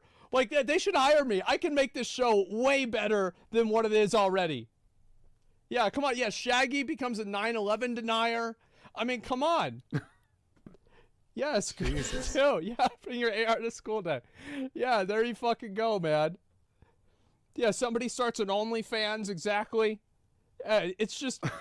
And they're 15. Jeez. I think if they want to make it just absolutely offensive to everyone, good. Then do it. Don't hold anything back. Don't take any risk. Don't be like, sorry, don't withhold any risks. Like, if you're going to make a joke that's absolutely fucking horrible, make a joke about the Queen of England dying, do it. Fucking do it. It doesn't matter. Like, would the government, like, step in if it gets to that point? I mean, not the Queen of England dying, but, like, if you literally had no holds bars. Go all the way. Yeah, never, yeah, Daphne falls in love with Andrew Tate. That's so great.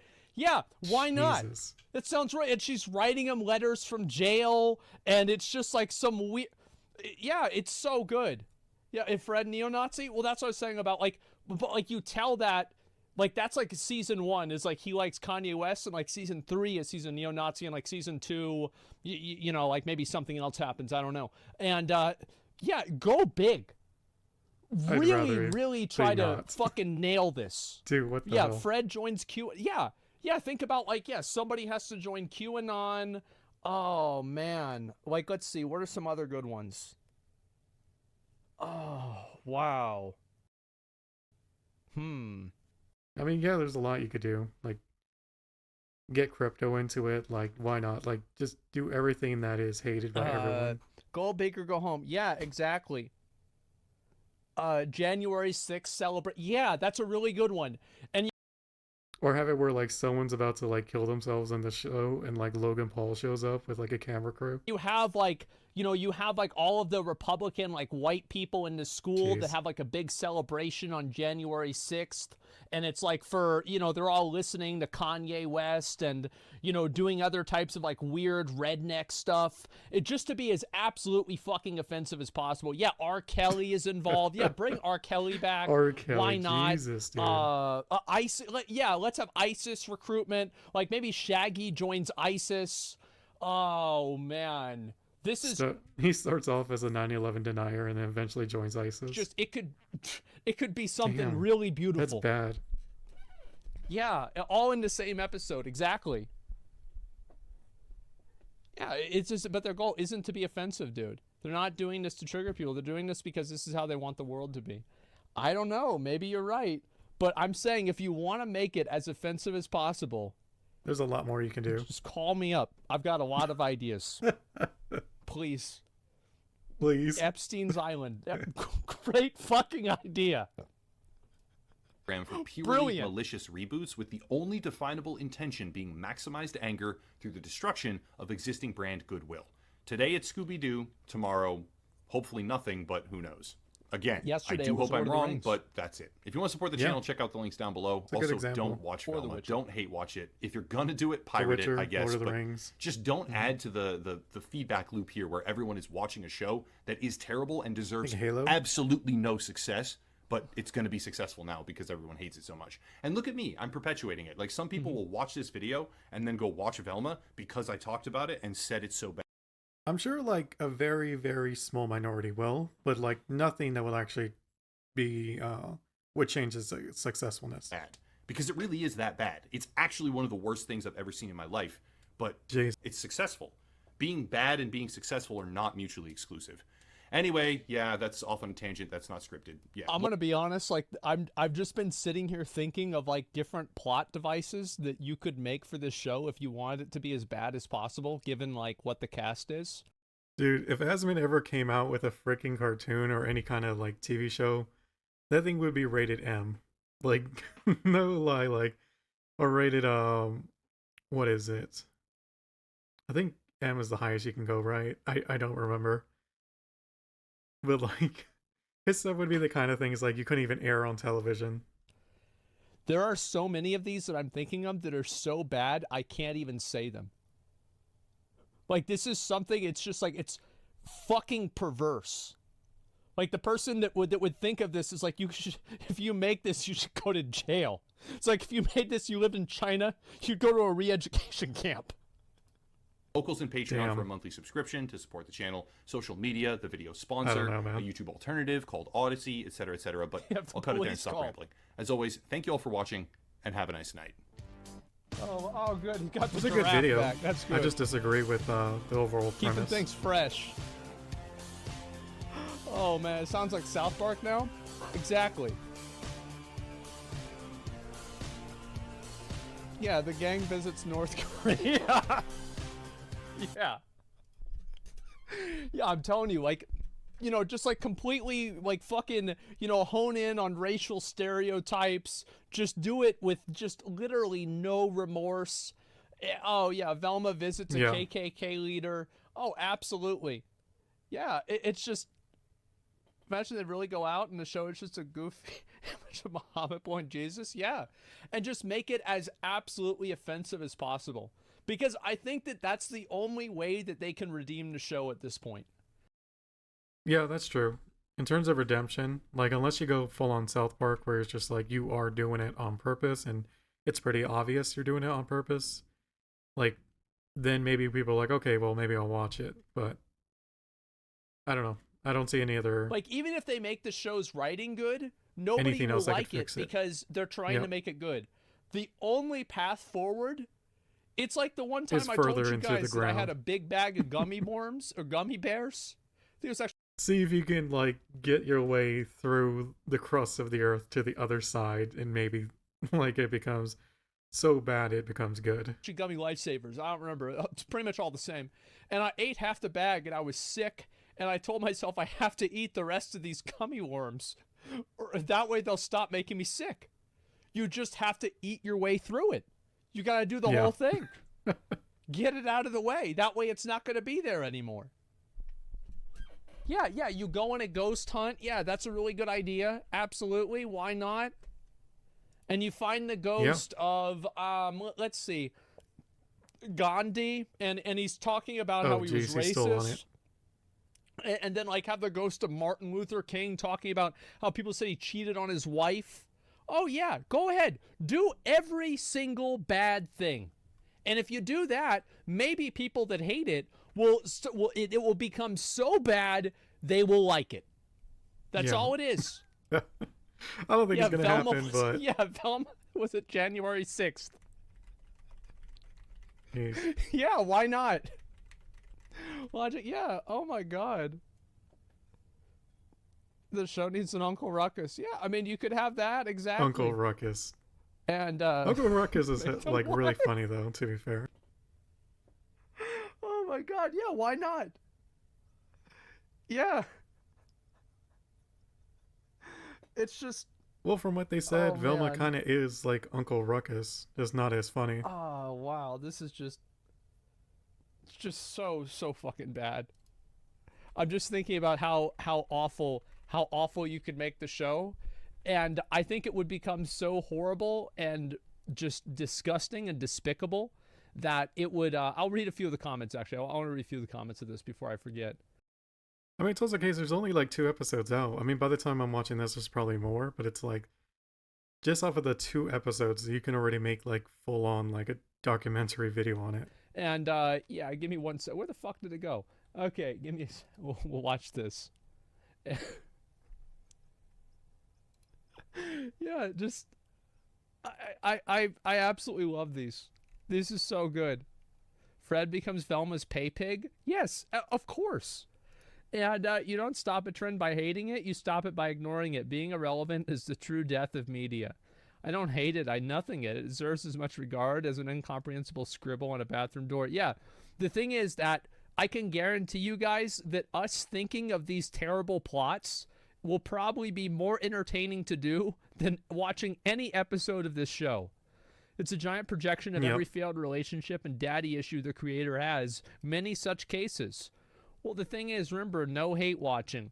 I don't understand people that hate watch. I really don't. It makes no sense to me. I will never understand it. It's so fucking weird. Anyway, it really I think is this weird. is very interesting. isn't it crazy how the only explanation people can have for how bad this show is that it was bad on purpose, because nobody can possibly believe that it was just as bad on accident? Yeah, imagine like you're the writer or that comedian girl, and you're seeing all of this, and people are just like, "You're doing this on purpose, right? Like this is so bad, you had to have done this on purpose." But imagine if it wasn't, like how she would be feeling right now. Like she actually tried her best to make a good show that she thought was good, but the world hates it. Like, Jesus. It had to have been. This is like some fucking conspiracy shit. It's like, there's no way that we could have gone to the moon. Do you know how far away that is? How many things would have had to work at the same time? There's no way, bro.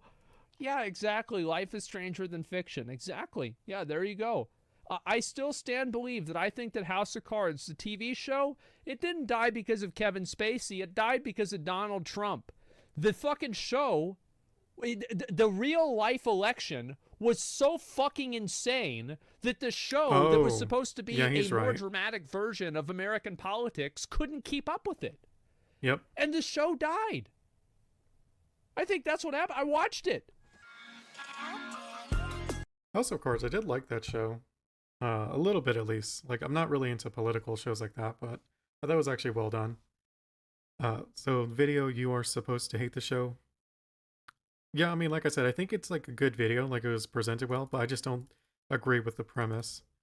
But still an interesting video. I'm actually gonna step away for a moment because I'm just gonna get something to drink, basically. I'm just gonna put on, I don't know, something to listen to. Listen to some... What should we listen to? This is Persona.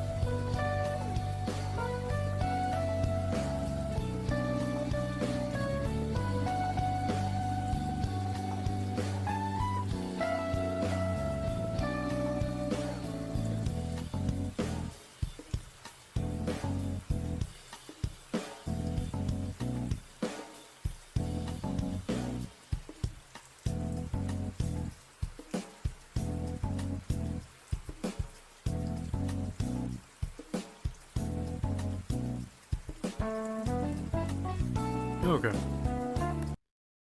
I really like Persona 5. At least with like their music. I mean, I like the game too, but I'm a really big fan of the music. What were we on? Oh yeah. So the next video, I thought this was kind of interesting. The most evil TV show ever created. I wonder if it's the content that viewers may find shocking or upsetting and condemn all actions of the Jeremy Kyle show. I've never heard of that ever. I thought it was going to be that Japanese thing, you know, where they basically kidnap the guy. I mean, he consents, but it's like crazy kidnapping show where he has to like do sweepstakes to get his common like amenities like food. The Jeremy Kyle show. Oh, and of course this is by Kira TV. So, let's take a look. The Jeremy Kyle Show. I guess this show's called The Jeremy Kyle Show. You know what? I may skip this for now.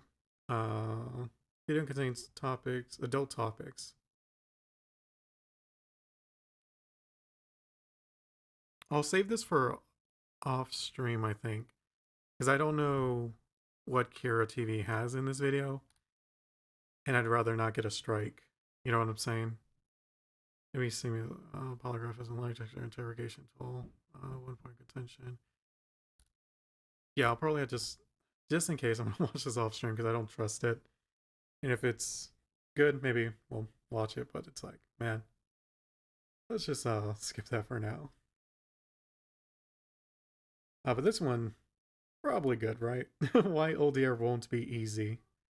Well, it wasn't easy back then, so why it's not going to be easy now. Let's take a look. Talk about Ulduar #1. Now, wait, who's this by? Now that I think about it. Oh, Willie. Okay. He had a good that was a good video last one. You guys might not know looking this. Forward to this. Ulduar comes out in 2 days. Yeah. Man. It's a lot harder than Nax. Can't wait. It's not even just a little bit harder. This it's video like is sponsored way by harder. Raid Shadow Legends. Thank God. With Phase 2 of Wrath Classic and Ulduar now. I still think that I should do that unironic Raid Shadow Legends stream that's not sponsored and actually try out the game to see if it's as good as people say it is. That would be interesting. Yeah. I mean, I would definitely watch it if Asmin did it. I should actually do it. Now confirmed to be dropping on January 19th. We don't have long to wait until we go back and see It's one of the World of 18th for Warcraft's most America. legendary raids ever it for early, a just same second as like the time, moon, you know? or perhaps a first time for many. And whether you're totally new to the content or you did it back in the day, things will be different this time around. They With will final be. patch class balance, I'm assuming it would be easier. pre-nerf content and buffed item levels throughout the raid, Ulduar in Classic stands to be an experience that should offer something new for everyone, which makes me personally look forward to it even more. So today I wanted to go over a few things you may not have thought about yet for Ulduar, because whilst there's a lot to look forward to, I think it's going to be quite the... I actually expect that Ulduar is going to be a dark time.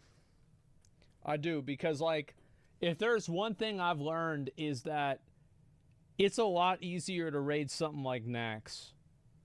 Like Nax at level 80, it's gonna be fine. But like, y'all remember whenever we did tier 5 and McConnell and me, we sat there wiping on Alar for 4 hours and we pulled it like 8 times? That was brutal, man. I'm worried about Ulduar. reality check in terms of a step up in difficulty. I know it's been a massive meme since Classic has existed, hasn't it? Okay guys, Blackwing Low was easy, just wait for AQ40. Okay, never mind, that was easy too. Nah. The thing is though, like Nax was like, I would say Nax was like decidedly more difficult than AQ40. Like MC, BWL, AQ40, all of these raids were pretty easy. But like Nax was a lot harder. From what I understood, like it was mainly damage checks. Like as long as you had like you were gearing up, you would eventually almost guarantee to beat it. And it's the same thing that happened like in tier 4 content like Magtheridon, Gruul. This shit was a joke. And then tier 5 comes out And guess what? There are plenty of guilds. Tier 6 came out. They still didn't kill they didn't kill Lady Vash. They couldn't kill Kale. And then they thought that.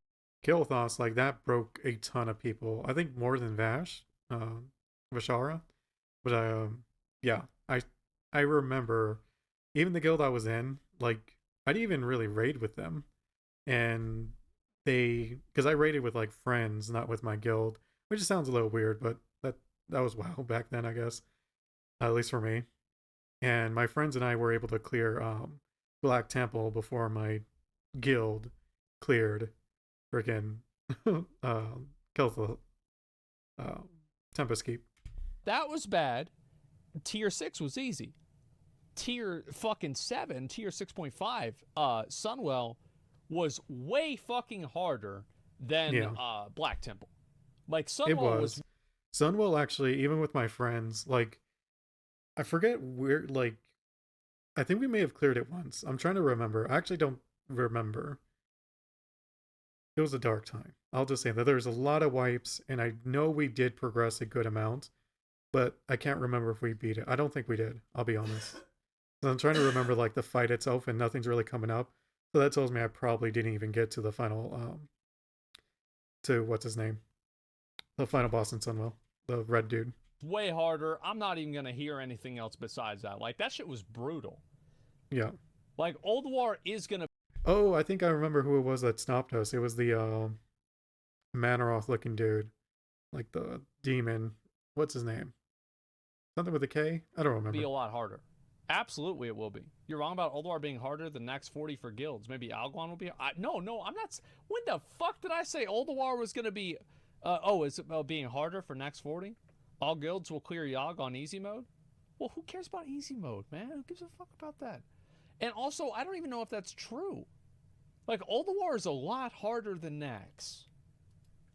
But Nax, barely anyone cleared Nax 40 back in the day. Oh wait, it turns out that playing on 7 FPS and dial-up internet without any guides kinda makes things harder than they should have been. This was also the case in TBC, which saw some of its own progression points, such as pre-nerf Lady Vash and Kael'thas in tier 5, as well as plenty of bosses in the Sunwell, especially Muru. And let me tell you, if you progressed on those, you will be progressing in Ulduar, and for a lot longer. And whilst it's no mythic difficulty from retail, many of the hard modes will be very challenging in early levels of gear. So let's set... Also, another cock in the ass with Ulduar is that whenever you kill a boss in Ulduar on hard mode, you get like 2 or 3 pieces of gear, and all you get is 1 extra hard mode piece.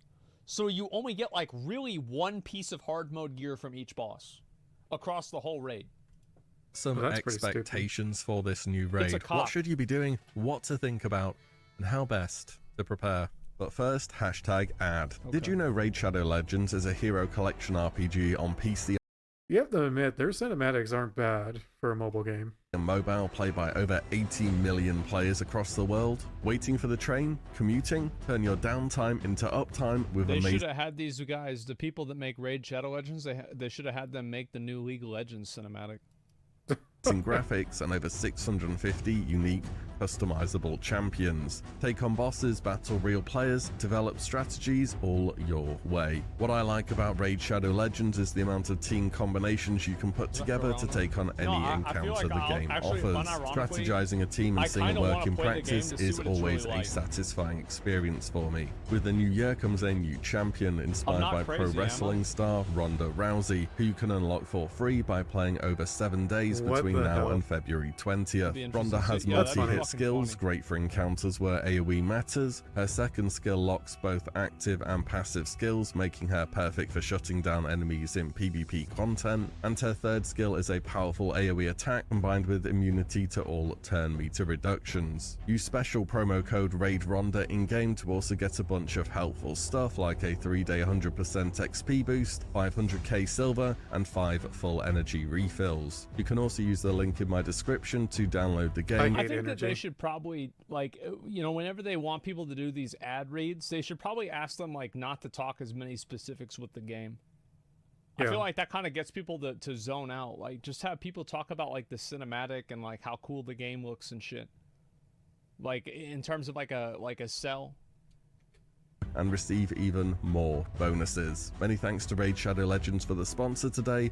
Let's get back to WoW. I want to start off with some things you can think about before the patch has dropped. Like Top what? of that list has to be consumables and getting the most out of them. Whilst Wrath of the Lich King doesn't need you to bring a dozen different potions and elixirs like Classic did, there's going to be a lot more wiping and a lot more going through consumables at a rapid rate. Bring more than you need, because chances are there's somebody else in your raid that's brought less than they need. You know what your class will need by this point in time, or you can go and check it out on a guide, but not having a mana potion... Y'all gotta keep that in mind. Like, the Algalon has 40 million health. Jesus. 40 fucking million. In context, Kel'Thuzad has like 25, or not 25, like 18, and Lotheb has 26. It's fucking brutal.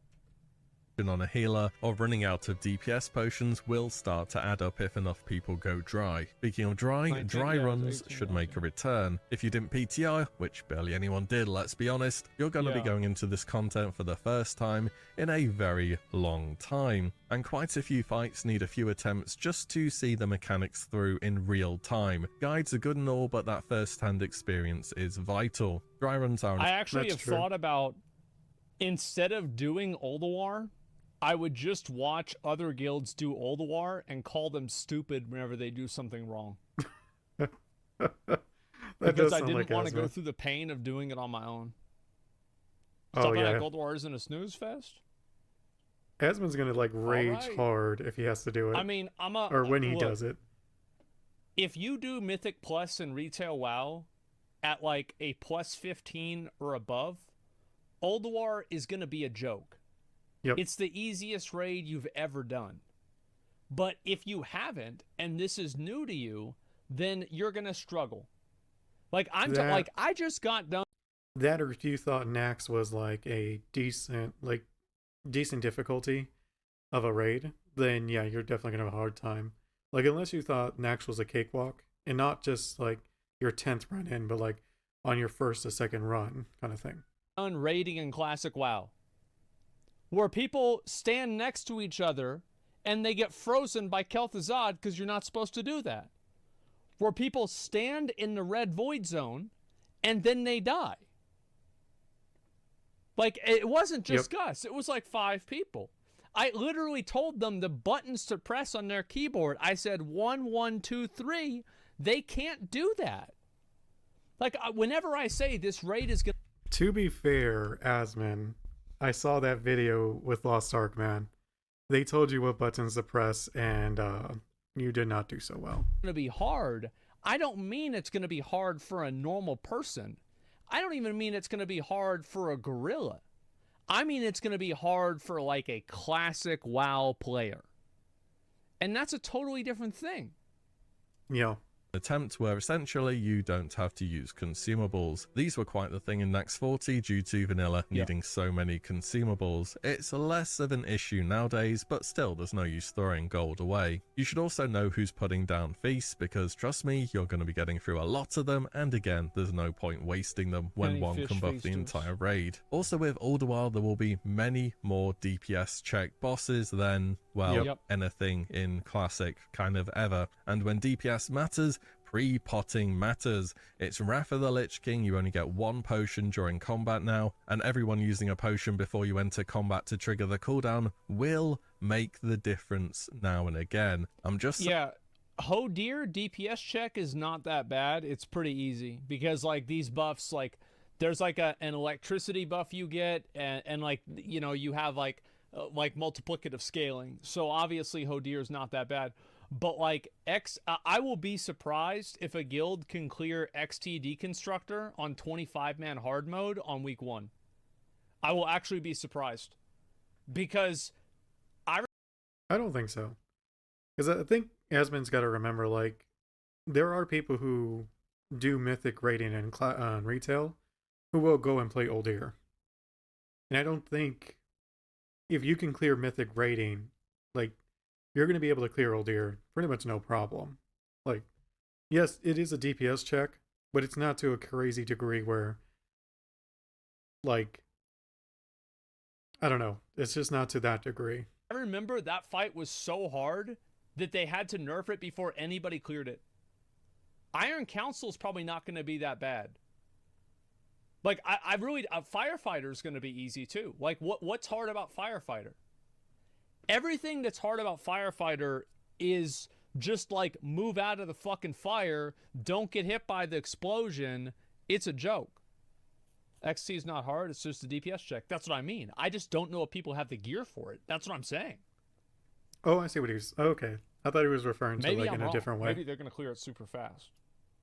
And if you're progressing Hodia hard mode and a bunch of you forget to pre-pot, you will start to be called out about it. Do yourself a favor, find somewhere to keybind your potion and make a habit of popping it before a fight begins. Of course, not every fight needs a pre-pot or is a strict DPS check. Freya is an example where the start of a fight there's literally no point pre-potting to hit the boss. You're just waiting for the first ad wave. You might actually prefer to have a health potion handy in some fights instead if you struggle with certain mechanical overlaps. Also, keybind your health stone. It's on a separate cooldown from See how these trash cans here aren't standing over there? So the way you have to do it is that this like little machine, it will shoot in certain directions. That's why you don't want to have the raid grouped up, and you want to have people all around the room so it minimizes the amount of people that get hit by the machine gun. And yeah, I don't remember these fights, it's honestly. just common sense to do. I barely remember Uldir, like, at all. Like, some fights, like, I can kind of remember, but, like, it's been too long. Do that, but people don't fucking know. Potions, it's gonna save you now and again on sketchy fights such as Mimiron. If you die without popping your health stone, not a good look. Next, I want to talk about upgrades, the best new bit of raids for many players, and Ulduar is full of them. But before you get into the raid, don't forget that you will want to Look at those numbers. Defense 78, dodge 55, parry 72. This is insane. I'm gonna doing take your that. daily heroic dungeon again. With the new patches, a new emblem of conquest, which will begin dropping, and similar to emblems of valor, these can be turned in for tier pieces or 25-man normal quality items. The heroic daily is going to give you 2 of these emblems. There's also the new dungeon difficulty, Titan Rune Dungeons. The daily heroic on Titan Rune difficulty will also drop a bag at the end, which will contain a further 3 emblems of conquest, or it should do if they haven't changed it from how it worked on the beta at least. I'd consider running this with guildies, to be honest, because everyone wants to do the daily now, and with the guild you can at least rotate who gets the bag or give it to the person who's going to benefit the most from getting upgrades earlier. And when you are in Ulduar and you get an upgrade, there's no reason not to have the ability to equip it right away. You can pre-prepare enchanting vellum or just carry the materials to get items enchanted by a guildie, carry whichever gems, meta gems and so on your class uses, as well as the various shoulder and head enchants and engineering tinker materials. The upgrades are a big deal, just make sure you can make the most of them straight away. Finally, for upgrades, the dreaded BIS list. So a lot of guilds these days run a loot council who will decide the fate of those purple items your raid gets. That's how we do our raid, is we do loot council. Believe me, when you see a loot in Ulduar, even on 10-man normal mode, I was gonna say, it's not really a council. kind of just everything is an upgrade. If you go for Abyssal, which is your literal best in slot, it's going to contain nearly entirely loot from hard modes and Algalon. Now, honestly, do you think your guild will be clearing that content anytime soon? I'll be getting onto bosses and recommendations in a moment, mind you, but for many players, it might take a long time to fully clear, which is like fine. a month and a But half, if you have your eyes set on the Gig Abyss item and it's from Algalon 25, you might just be waiting a very long... Man, I love watching people do this fight because nobody knows how the fuck to play. This shit is so funny to watch. Just seeing like half the group it's or one of raid my get favorite deleted. things to do. Time for that. I mean, it might be months if they don't nerf anything. What I'm saying here is have a good idea what your options are, not just your mega bis item, which by the way about half a dozen other people will also want because that's how loot is in Classic. Know your top 3 or so items. When something drops and you can say I will wear this until X drops, That's gonna look better than Jimmy, who's just been rolling main spec upgrade on absolutely everything. Who If you rolls? like getting purples and items, it's kind of a in your roll? interest to learn the loot. I know this is all pretty keen, but it Yeah. works. Also, expect your raid, if they're doing a loot council focused on progression and hard modes, to just by default favor certain specializations and classes. It's going to be a rich get richer environment where the top performers see the best loot earliest. This is what happens when progression is part of the content. Speaking of progression, we have the progression within the instance. So without a doubt, and I really can't overemphasize this, one of the most important things about progression raiding is good wipe recovery practices and raid pacing. Know when you're raid. That's true. Very, very true. The fact is that, you know, the same shit that I complained about in retail, how, like, you have to run back and, you know, it's like you got to rebuff, everything like that. 10 times worse. It's even worse in Classic. Yeah. And, like, it's Classic WoW. So, like, I mean, you can't really change that because it's not Classic, right? And so, making sure you have soul stones and like you don't have half the group that releases, half the group that runs back, somebody goes AFK, after they get back from AFK somebody else goes AFK, like that just kills a raid. Raids breaks are going to be in advance, so people aren't trying to AFK after a wipe because they need to do get something. repair bots. If people know when you're going to take a break, they'll wait to the break, unless they can't. No, they if won't. you wipe, get back in as soon as possible and be ready to go again. If you're the guy who's sitting on the floor after every wipe and you're not even AFKing, you just don't want to run back, you're That's not... McConnell. McConnell does that every time. He's gonna do this in All the War too. He doesn't give a fuck. He will literally fucking sit there and die and not run back while our Algalon will tick down. Guarantee it. Guarantee we're gonna have Algalon ticking down. He's gonna be sitting there dead. Going to be very popular, and above all, recognize when you are going to wipe. At some point you're going to know the mechanics of a boss. It's just a question of getting in a good pull.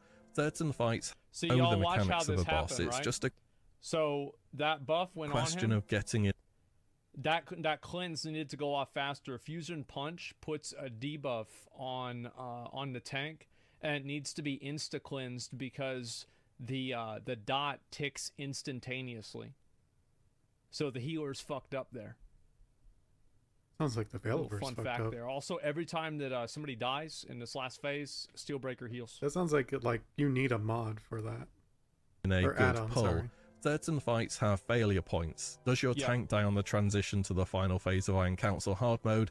That's a wipe. There's no point continuing. it is. Stormclouds somehow end up on a bunch of healers on Hodir hard mode. If it's your first kill, that's probably a wipe. And when a wipe is called, it's like a real life boss mechanic. Get it done fast, get back in the raid, go again, do better. What? Also have Real a life? soulstone rotation on people for fights too. It helps a lot. You'll want to build these practices because when you This shit was eventually... so cool whenever they did this in All the War, like back in the day. Like I couldn't believe whenever they made this raid.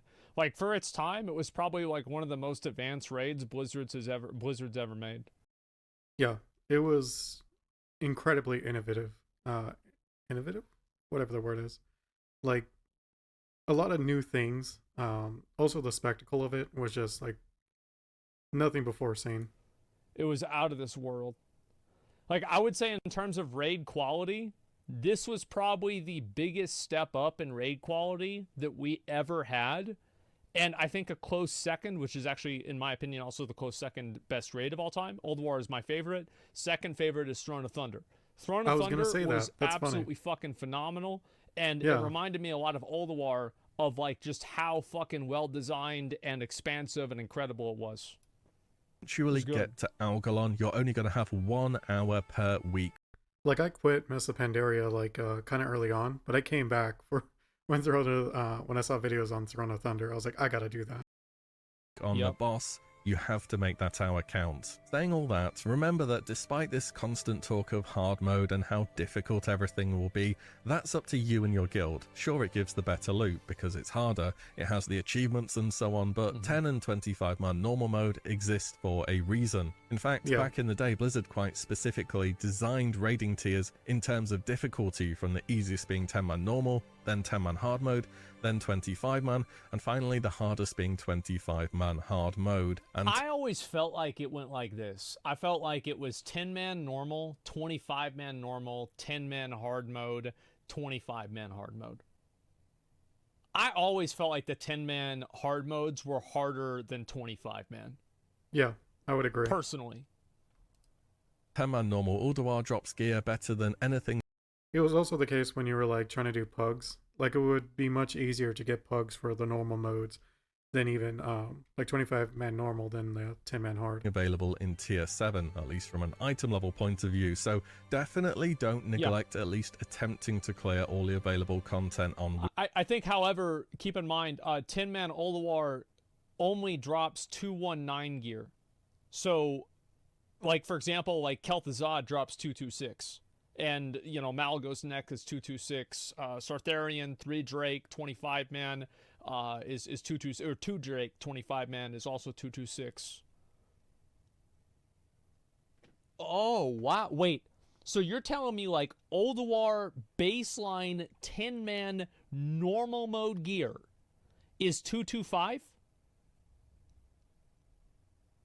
It's not bad, if that's true. I thought it was only the hard mode stuff. Holy shit. Wow.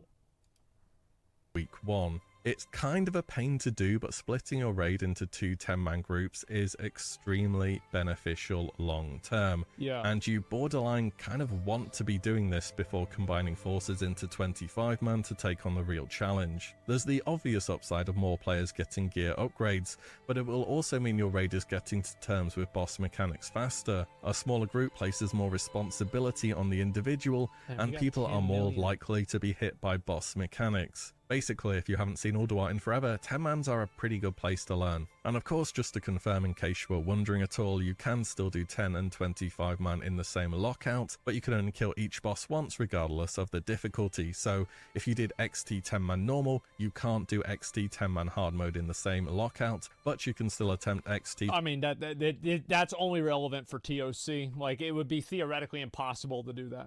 25-man on either normal or hard mode, as it's on a separate lockout. Once you have seen 10-man and want to you see like what he did. See, that's usually the either case. normal or hard mode, as it's on a separate lockout. Once you have seen 10-man and want to move on and up to 25, I would prioritize certain bosses over others. In terms of hard modes to attempt week 1, I would put them in several different tiers. The easier hard modes include Flame Leviathan, Thorim, and Freya. Honestly, I thought Hodir would be. Or maybe I'm thinking different. A lot of guild. I would say that Hodir is easier than Freya. Oh, personally, I think Hodir is easier because Freya is extremely mechanically intensive. So, like, for example, the Lashers, you have to, like, they blow up whenever you kill them, and that makes it pretty hard to deal with. There's, like, these fucking mushrooms you have to stand under in order to, in order to do damage. And then also, she heals the whole time. The fight's really long. Let's see, you have to deal with all the different keepers, obviously, during the fight. Let's see. That's because I'm a tank. Freya's a bitch from what I remember. I remember, like, I remember Hodir was fucking easy. And I played DPS. Like, you just get all the buffs and kill the fucking boss. I think Hodir was, like, the first hard mode boss my guild cleared. I can't really remember, but I had, like, vague memories of him being the first. Yeah, like, yeah. Hodir was the hardest any 2-1. From PTR, 2-minute kill timer instead of 3 minutes. Maybe I didn't do it with 2 minutes. You know what? That's probably what it was. Yeah, if it's a 2-minute, yeah, maybe you're right. Maybe you guys are right. Because I remember, like, we did Hodir hard mode pretty early, but I don't think I was in for any of that shit because I couldn't see the clouds on Yogg, and so they kicked me out of the raid. So, I think I just did Flame Leviathan hard mode. That was it. It's week 1. Despite it being one of the easier hard modes, I wouldn't spend time on Flame Leviathan hard mode. Chain wiping and learning the first boss just doesn't make sense to me unless you have many raid dates planned. I think you want to get some good momentum. Nobody in my raid and nobody that watches my stream has a job. So we are going to be doing Flame Leviathan hard mode on week 1. There is no reason not to. And I swear to fucking God, if I see somebody like in this video that only has 2 stacks of pyrite, whenever they should be having kicked. 7,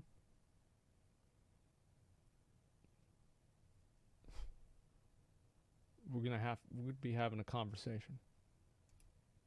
Moving into the raid by taking on some of the easier fights or fights without hard modes and guaranteeing yourself some nice upgrades. Thorim and Freya are both good progression points week 1, Thorm's since pretty by easy. the time you can access either of them, you can also access every boss in the instance bar 3, meaning you can go elsewhere if you want to break from these bosses. Both are required for Algalon There's later a on last whenever you issue you get gotta to deal with that. them. On top of that, these fights are a mix of mechanical and DPS checks rather than just the Yeah. latter. The harder week 1 hard modes are Iron Council, Hodir, and Mimiron. Iron Council simply has a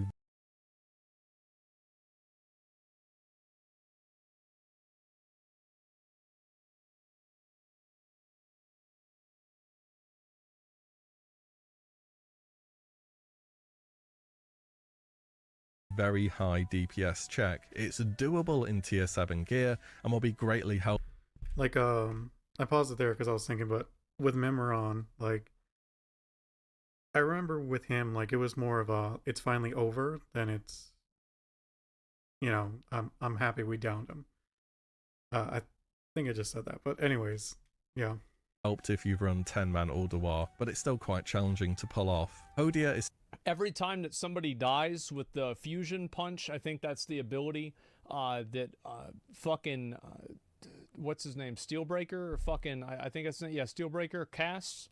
Every time somebody dies, like this dude, as soon as they die, they do a massive AoE explosion and they kill everybody around them, and also they heal the boss 20% health.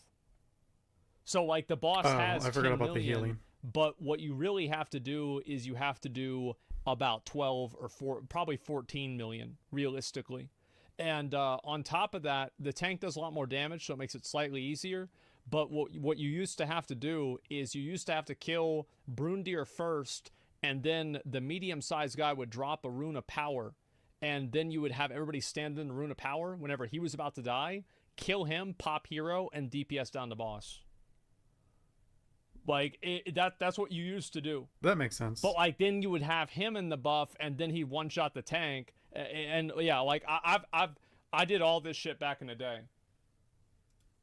be greatly helped if you've run After those 10-man 40%, Ulduar, you but got it's still 20% quite aim shot challenging to almost. pull Oh, that off. makes sense, Hodir yeah. is similar. A pure DPS check boss needs to be defeated within 2 minutes, though there are quite a few mechanics that go into boosting the raid's DPS to making this possible. Finally, Mimiron. True to his nature, he's a highly mechanical fight that punishes mistakes really hard. You need a good amount of pulls and for everyone to be on the same page for this boss to I be hate going him so down. much. The avoid hard modes for week 1 are XT. It's just not worth the effort, basically. We're talking about 25-man here, of course. He was the only boss to actively get nerfed during the PTR, and he's still really difficult. I'm He surprised they nerfed him. literally gatekeeps Ulduar and the rest of the bosses, and you don't need him for Algalon. Just come back to this one later. The second avoid I'd say is Vezax. It's kind of a bit more optional, this one. Similar kind of story to XT. Really? I thought Vezik's hard mode was one of the earliest ones people did.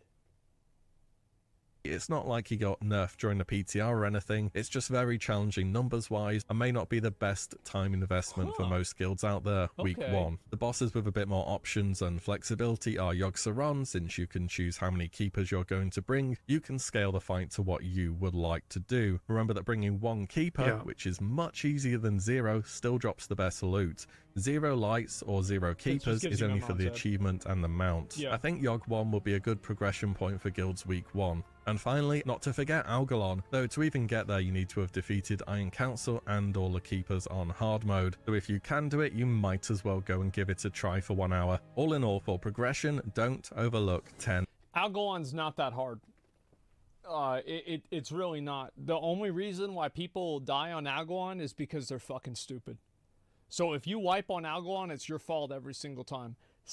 Sometimes you can have like a weird situation with Perry hasting it's the not always, boss, but and it's difficult, etc. But it's really not. yeah, 9 times out of 10, it is your fault. Like someone messed up. It's very, very, very scripted.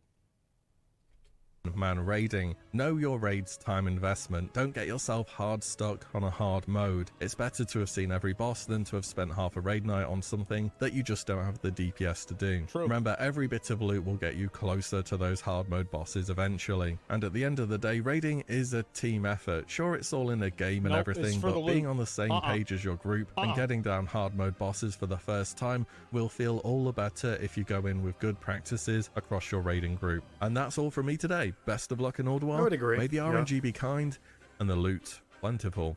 As always, thank you all so much for watching and listening in, and I'll see you all in the next one. Very soon. Very soon. I'm excited for all the war.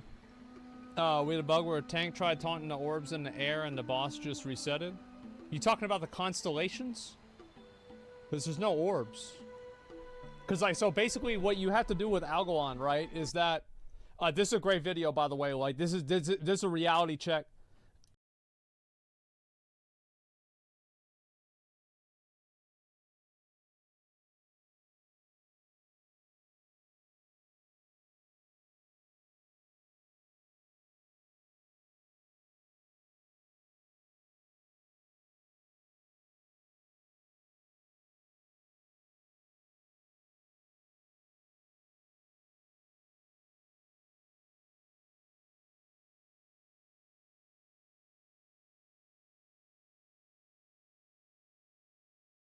Yeah, let's go. I'm gonna link you guys this video. Willie, we watch all his videos about Classic. We love Classic. We love Willie. Make sure to give him a sub, give him a like, and support him because he's actually making content about this fucking game nobody else is. Thank God for that.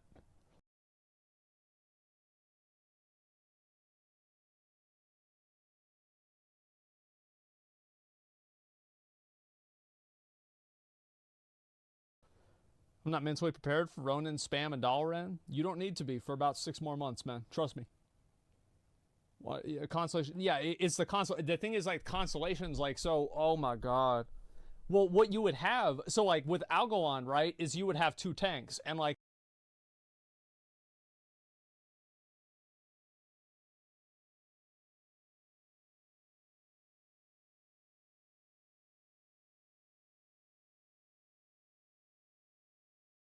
the first tank deals with Algalon. Then the second tank, after they taunt for, you know, 3 or 4 slashes, depending on like if it's the more or less geared tank, then the other tank taunts the constellations into the black holes to remove them.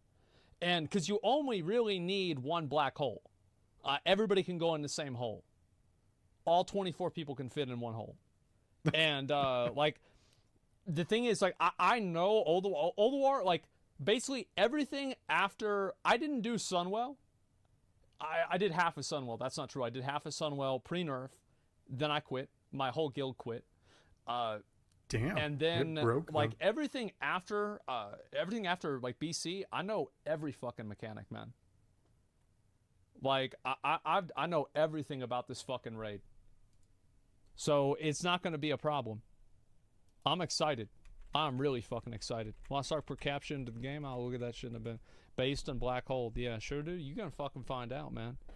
You're gonna fucking find out. You're gonna watch. Maybe I should do that. Like, I should do like a stream, like a watch party.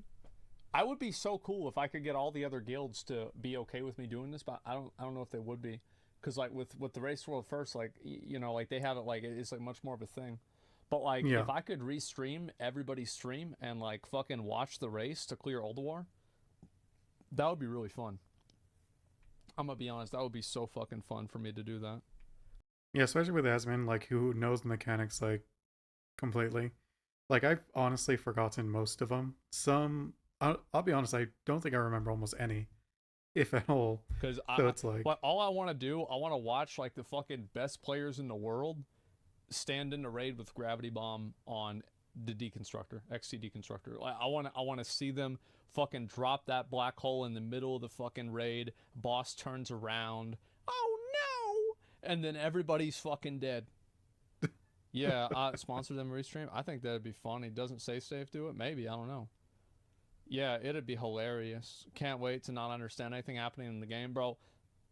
Like, this raid is so easy. Like, it is really not. Let me, you know what happens in this raid? Like, let me tell you. You have to go in this whenever he does this thing around him. Yep. And then there's red swirlies on the ground you can't stand in. And the closer you are to them, the more damage they do. That's it. That's the whole fight. Yeah. I don't know why it was like a lot of people had trouble with this. From what I remember, like, there were some people who just had trouble even finding it. Because it was like, with this kind of background with this, like it wasn't like just super obvious, I guess. There's no fucking like there's not you know, some brilliant like mastermind that's behind this. Like no, it's easy. You just don't stand in these two things, and you have to alternate the black holes with the cosmic smashes, which are the red swirly boys.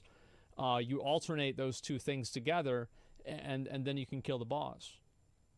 Yeah, too hard for classic players. Oh, it's gonna be brutal, man. Should be fun though. It's bad. Remember, it's classic players. It's not. I remember the day that Ulduar came out, I went into the raid blind, and I raided Ulduar day 1, 14 hours. And we went through the whole raid.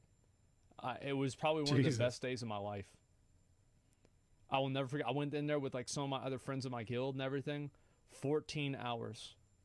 It was so fun because we didn't know anything. Like we took like a lunch break, a dinner break. And like we got up to Yogg, and that's whenever they found out I couldn't see the clouds. They were like, "Why do you keep hitting these, Asmon?" I'm like, "What do you mean hitting what? Like, shut up, bitch! Like I'm doing DPS." And they're like, "Oh my god!" And then so I got kicked out of the raid. Killing it for a title and achievement. Were you trying to parse, or you just couldn't actually see them? That's why. It's an easy fight. Very easy. Gaming isn't fun anymore. Uh-oh. Let me link y'all this video again, real quick. But more than 50% of guilds won't kill Algalon. Yeah, I honestly, I wish they would take away this this hour. Like, if they took the hour timer away from Algalon in like after a month, I would be really happy about it. Like, I hated this hour timer. Yeah. Like, I actually I thought it was like such a dumb shit mechanic. Yep, I agree. Getting Herald of the Titans back in the day was fun. I got it. I remember I got Herald of the Titans, and then like a week later, I got Heroic Lich King, and I didn't know what title to use. It was like it was a really upsetting moment in my life because I'm like, I have 2 titles. Like, I need to flex on people, but like I can only wear 1 title at a time. So like, oh fuck, what do I do, right? Because I didn't have Invincible. Because like if I had Invincible, I could ride Invincible and then wear Herald of the Titans, right? Because then they would know I'm twice as good as them. But I didn't have Invincible at that time, so I could have to decide. And like then I was like, okay, we're gonna do Bane of the Fallen King. That was because we did it on 10 man. We didn't do it on 25. We fucking couldn't get a whole guild together to do it. But anyway, we did the Heroic Lich King, and then whenever Cataclysm came out, then I changed it over to Herald of the Titans. Yeah, like that's all I would think about, man. I don't remember what achievements I got in Ulduar. I'll be honest. Like I just didn't really care too much about achievements. To me, it was like it dropping a cool mount would have been the reason why I did any like the really hard stuff. So. But yeah, why Ulduar won't be easy. I mean, he didn't really cover too much on why it won't be, other than, yes, it's a harder raid. But, I mean, I think most people know that already. It's not like Ulduar is a new raid. Like, it's just, you know, it's coming back. So, but a good video. Alright, so next one, Beyond Good and Evil 2. 15-year development hell. Yeah, I was gonna say I heard about this a long time ago, and just because there's like so little like information on it, I just forgot about it. But this is by Force Gaming. I almost don't believe it that these words are coming out of my mouth, and I wouldn't blame you if you don't believe it either, but reportedly, Beyond Good and Evil 2 is still in active development. This according to a Ubisoft representative who spoke with Eurogamer yesterday, and only because they have no problems announcing cancellations of the games. That's the only reason why I believe it. Now, if you told me the game was close to release, I wouldn't believe you. Said, development is underway and the team is hard at work to deliver on its ambitious promise. And ambitious it is. This game has had quite a lot of anticipation over the years. It's waxed and waned a bit, but overall, there's been excitement about it because it's a third-person open-world action RPG with entire, fully explorable and fully realized planets and the ability to seamlessly travel from surface to space and then fly in space and land on another planet, all with no loading screens. Each planet, they've said, would be fully realized, consisting of a combination of the wilderness, you know, like various biomes and terrains, with fully handcrafted points of interest. If you really think about it, like if this is actually true, you're talking about like a 200 gig download.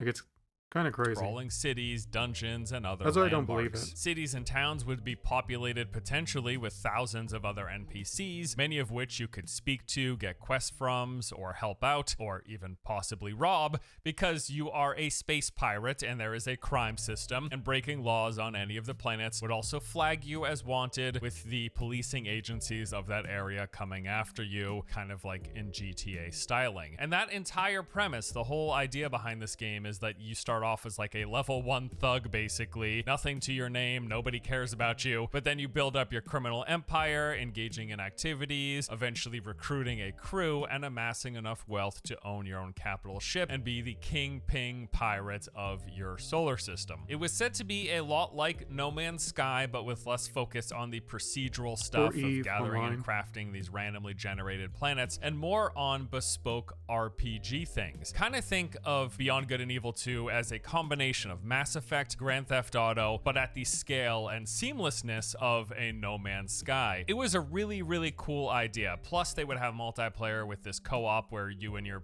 friends could play together, but go off. I don't know if cool's the right idea, because that's like, you're basically promising everything. Like, is that a really... It's not exact. I mean, it's cool in the sense that it's like insane promises that I don't think anyone really believed at the time. And do your own things in this huge playable space. It's actually incredible what they were talking about, and what they've shown of the game so far, although it looked to be in much need of polish, was fairly impressive in terms of the technical side of things and the scale. And it's for those reasons that this game has been so highly sought after ever since the original reveal over 15 years ago.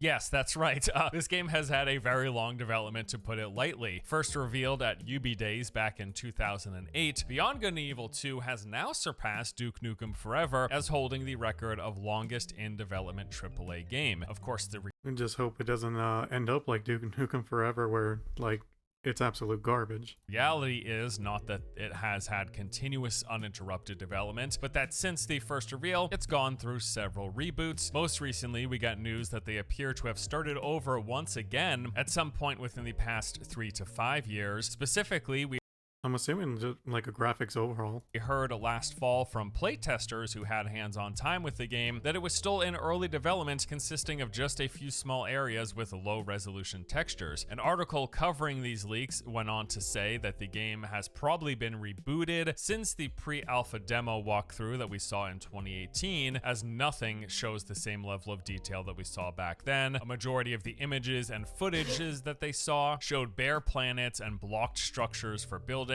Any structures that had some form of detail were very low quality, almost like the game was being played in ultra low resolution. And all of the footage provided, unfortunately, looked nothing like the quality of gameplay shown back in 2018. So yes, it does appear like even just recently, within these past 3 to 5 years, the game has seen once more another reboot. Now, 2018 was the last time we got any significant update for Beyond Good and Evil 2. They had released several videos over the course of 2017 and 2018, many of these coming from various events they hosted where they did, yes, they had an actual playable demo. In those 2 years, we saw cinematic trailers, several gameplay walkthroughs with hands-on, like live gameplay with the developers talking through the experience, several developer interviews and other showcase videos. What they were showing and talking about looked pretty cool. I went back for making this video to rewatch some of that stuff, and really awesome looking, really, especially in terms of the tech. Definitely looked like it needed a bit of polish, and there was kind of a lack of excitement and enthusiasm behind the overall design and visual presentation that they were showing of the game, at least from those live gameplay demos. It felt very much almost like a tech demo. In fact, in a lot of ways, when they were showcasing some of this, they were saying it was a tech demo, because yes, we talked about in a recent video for Ubisoft's upcoming Star Wars open world game, Ubisoft Montpellier, who are the ones working on this, created their very own engine for this project, the Voyager engine. And when you make your own engine, it can be great because it can kind of push beyond the boundaries and limitations of some of the existing engines that are out there on the market. But the problem is you tend to run into all sorts of issues. There can be pipeline issues. There can just be a lot of problems and issues that come up whenever a studio tries to go with making their own engine from scratch rather than working on the back of a pre-existing engine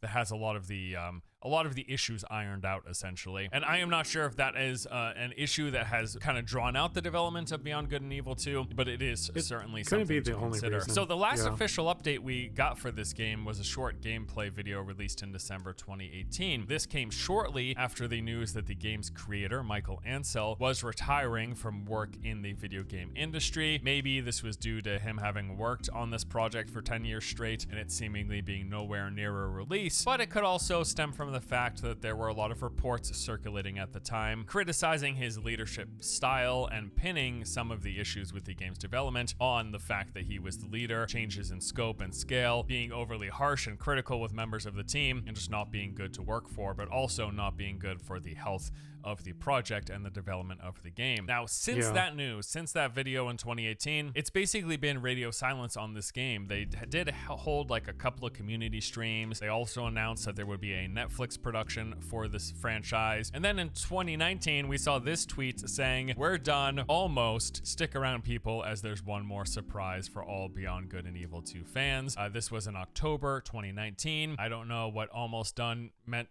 at the time when they tweeted this, but clearly they were not almost done, because since then there have really been no updates or news for the past 4 years straight. So I am happy to hear that the game is still in active development. What I find so interesting about Ubisoft coming out on the record to say Beyond Good and Evil 2 is still in development is the fact that this comes amidst recent reports as of last week that the company is going through a really rough time right now, having failed to meet their financial expectations for 2022. I am kind of surprised they had any expectations to begin with, considering the only games they launched were Just Dance, Roller Champions, and the Switch exclusive Mario and Rabbids. But regardless, they had expectations for the year. They failed to meet them, and as a result, they said that they will be reining things in, focusing on their big franchises, the big budget stuff, and also simultaneously cutting budgets to the tune of roughly $200 million. Effective immediately. They also said they've canceled development of 3 unannounced games that they had in production.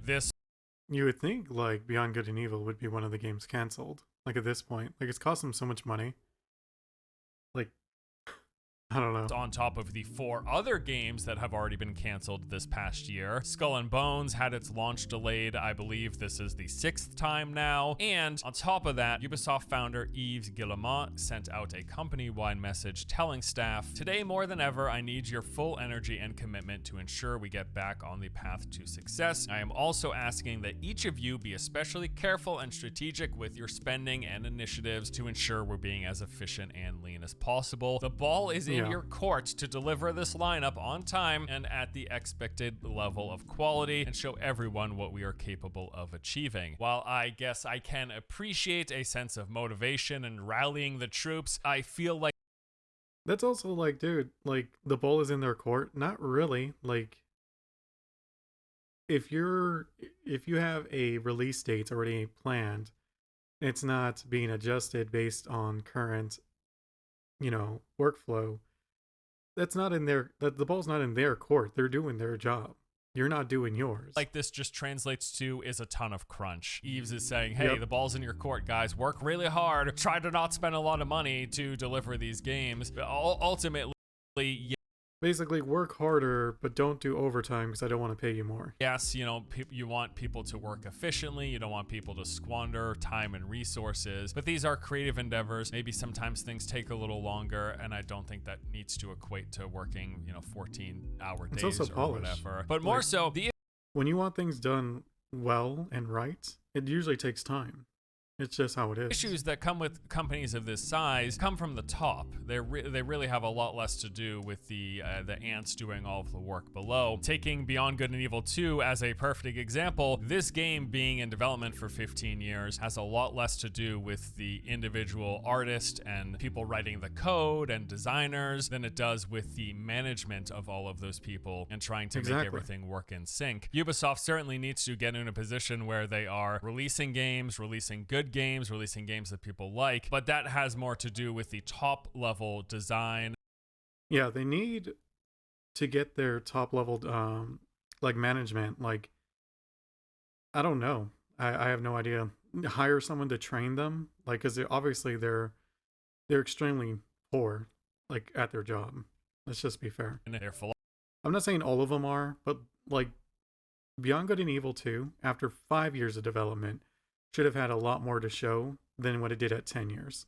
Philosophies, how they're making their games, who they're making them for, and how they're monetizing them, and how that ends up translating to sales and people sticking around and wanting to invest in these titles, the players themselves, us, the gamers, what the developer's doing, and how, if they're working 8 or 12 hours a day or crunching or not, it's not on them to make the ultimate end product that has so much to do, again, with the head, with the people at the top. So yeah, I found that statement a little odd, but in general, yes, Ubisoft not doing particularly great right now. The company's recent history plus this latest news has resulted in the continued fall of their stock value. I think the lifetime of which kind of paints a good picture of the rise and fall of the company's not only popularity but the success of their franchises and public reception. Their stock price peaked in 2018, which, to remind you, this was the year after the releases of For Honor, Wildlands, and AC Origins, before seeing a dramatic drop for 2 straight years through to 2020. And then really rising up anything. again to a peak in January 2021, from which point it's been steadily downhill, and it doesn't look like it's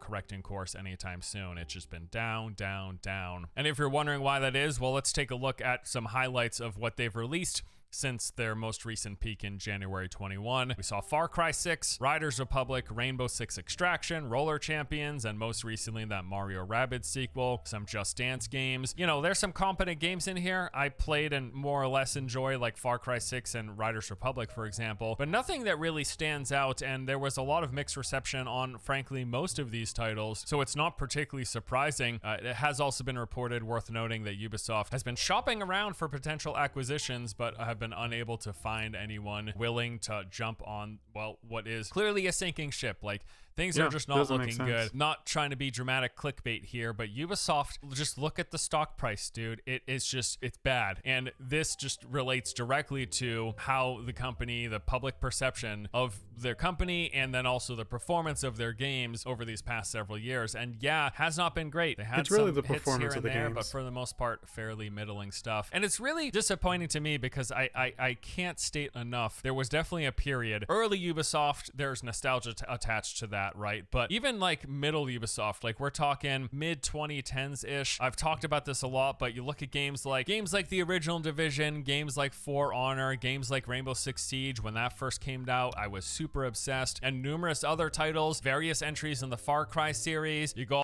like they were coming out with like really big W's at that time. all the way back to their Splinter Cell games. What the heck are they doing with Splinter Cell? You got the first Beyond Good and Evil, which was really great. Ubisoft's a huge company. In fact, when I was putting this video together, I went through database and just to see like, hey, what's Ubisoft been making? Kind of like a refresher. Click on all games. There's like 900 games. Ubisoft has made and published a lot of games over the years. It's just an absurd number of games. And amongst those 900, there are definitely a bunch that I really liked and really enjoyed. And Ubisoft for a while was a company that made stuff that I was, at least personally, I was always like, yeah, I'm pumped to check it out. But slowly over time, between the design of their games, the bloat of their games, the repetitiveness of the formula, and how so many Ubisoft games just feel like other Ubisoft games with a slightly different skin, them pushing in that direction, I think, played a large role into where they sit today. And it makes me sad because there are a lot that I have liked about their games,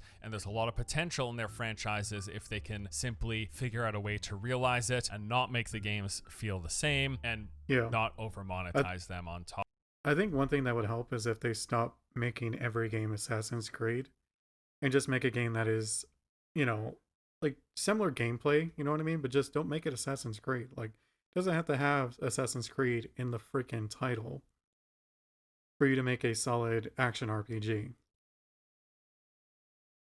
Top of that, like, to me, I'm no longer excited when I see it's an Assassin's Creed game. There's just too many that are just extremely similar. I'm not here to do a full business analysis of Ubisoft. I am also not qualified. I can just tell you from a personal, from a player perspective, from a gamer perspective, how I feel about the company. And some of what I think might have led to their downfall. But in terms of specifically Beyond Good and Evil 2, the point of this video here, I am pretty happy to hear that they are still working on it. I have no idea what it's going to be when we see it next, because when we got that showcase in 2017 and then also in 2018, that was a far cry from what the original game was. They made some drastic changes, and there's a good chance if and when we see it again in the next couple of years that it will be drastically different from what we saw in those 2017 and 2018 showcases. But the general premise, I think, is pretty good, and I think there's a lot of potential, and there was, at least for a time, a lot of excitement, and I would like to see that return. Not only for Beyond Good and Evil 2, but there's so much more on the horizon. We got those Assassin's Creed games. There's like 14 of them that they're making right now. That Avatar game, which people have been saying pretty good things about. I can't wait for Division Heartlands, because I loved the first Division, and I particularly loved the survival mode that they had in it. This kind of yeah, I'm also looking forward to it. Predated the hype of Battle Royale and had a lot of those elements, and I thought they did much of it right. There were some things that they needed to fine-tune, but overall, it was a great starting concept, and supposedly Heartlands is going to expand upon that. I'm excited. We also have that Star Wars open world game, and then we have their development hell titles, which is Skull and Bones, delayed again, and Beyond Good and Evil 2. I hope those see the light of day. There's a lot I like about Ubisoft. Jesus. I would like to see them turn their ship around. That's what I'd like to see. I'd like to see them kind of make a resurgence and make good games that don't all feel the same. That's what I would love. I would love. That's what I'm looking for. That's what I hope. And Beyond Good and Evil 2 is among them. And apparently, it's still being made. Wow. All right, there you go. That does it for today. Thank you guys for watching. Hope you enjoyed. Yeah, no, I mean, it's 100% correct. Like, it's on management on why this has been in development for so long. Like, someone wasn't paying attention. For it to go for this long, it doesn't, like, yes, they promised a lot. I can't even speak. Yes, they promised a lot, but that shouldn't be an excuse on why you're not, getting content out. You know what I mean? Even if it's internal, like, someone there should have been like, okay, well, what have you guys done in the last 6 months? Show me. Like, did you release a new planet? Like, what systems have been implemented? Like, something, you know what I mean? Just to make sure they're constantly making sure that things are being done. Because if that was the case, this game should, even with all of its promises, 15 years should have been enough to deliver. Maybe not graphically, because obviously it's been in development for so long, but yeah, no. I don't know if I'm even really looking forward to it at this point, because it's like, is it... Because most games that get stuck in development hell that actually do release, it's rare they come out good, so. Alright. Yeah, I don't know. Like the video. So this one, honestly, I think Asmin would probably react to this later, but since he doesn't have a video that I could see, I'm just gonna, actually, let's double check, right? Why not?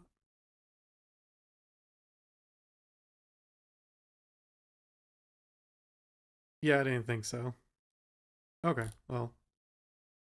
Yeah, this is by Bellular Warcraft. 400% Dragonflight's players number revealed. World of Warcraft has a long way to go. I mean, it makes sense though. They burned a lot of their player base, man. Like any other game company, if they did what WoW did, that would be a dead MMO. They wouldn't be coming back from it.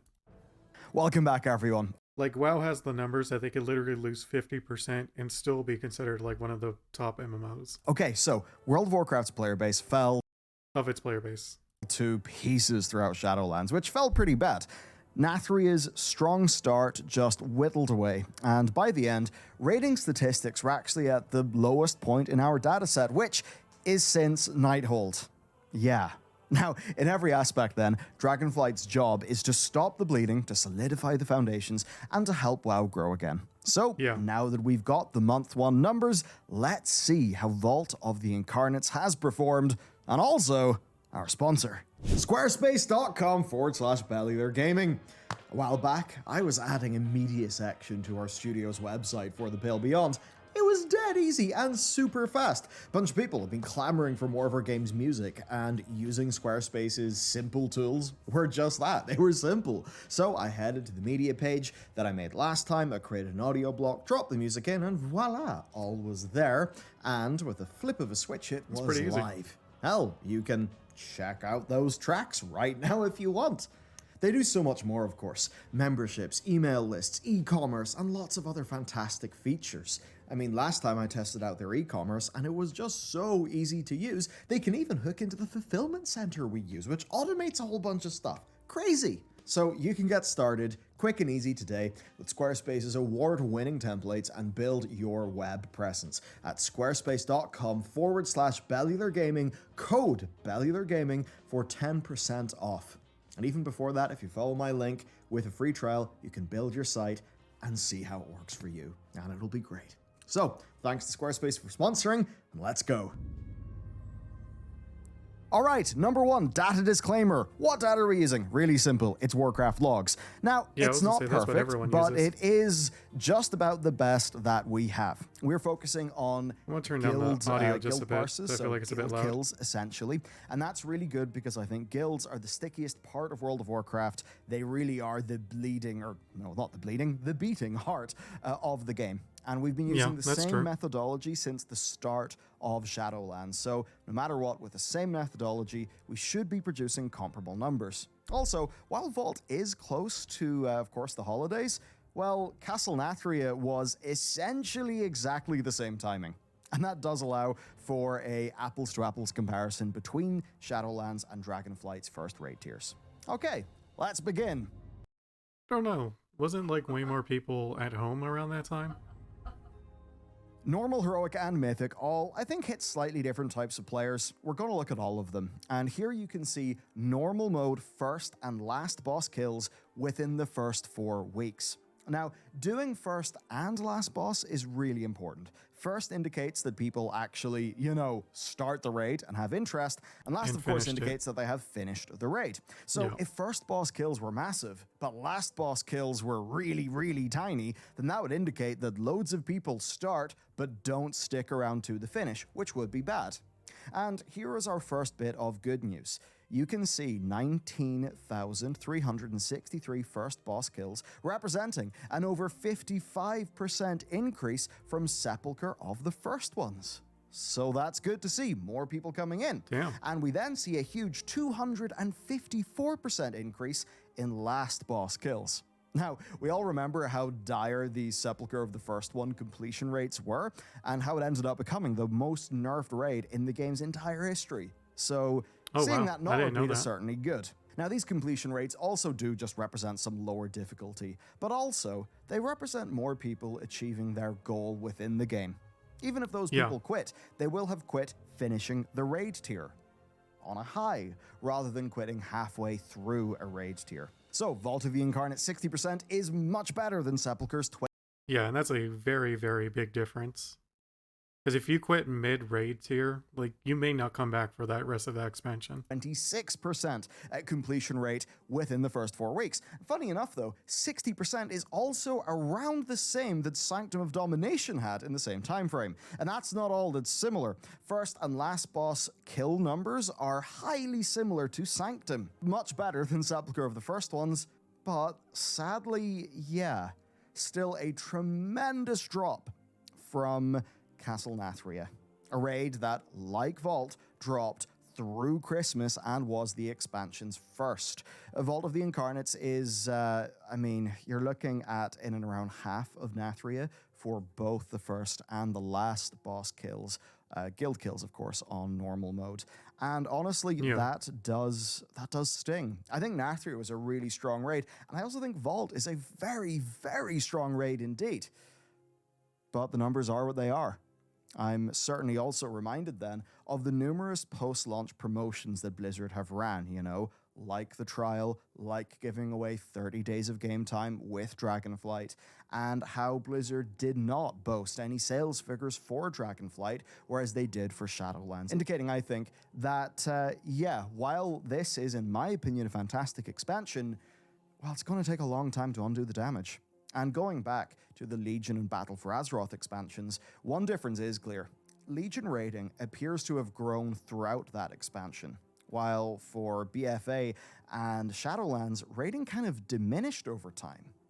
WoW has become massively reliant on very large spikes around launch that then get slashed to pieces as the patches roll on. So compared to Legion, the very controversial BFA and especially Shadowlands have had longer patch cycles with less overall content.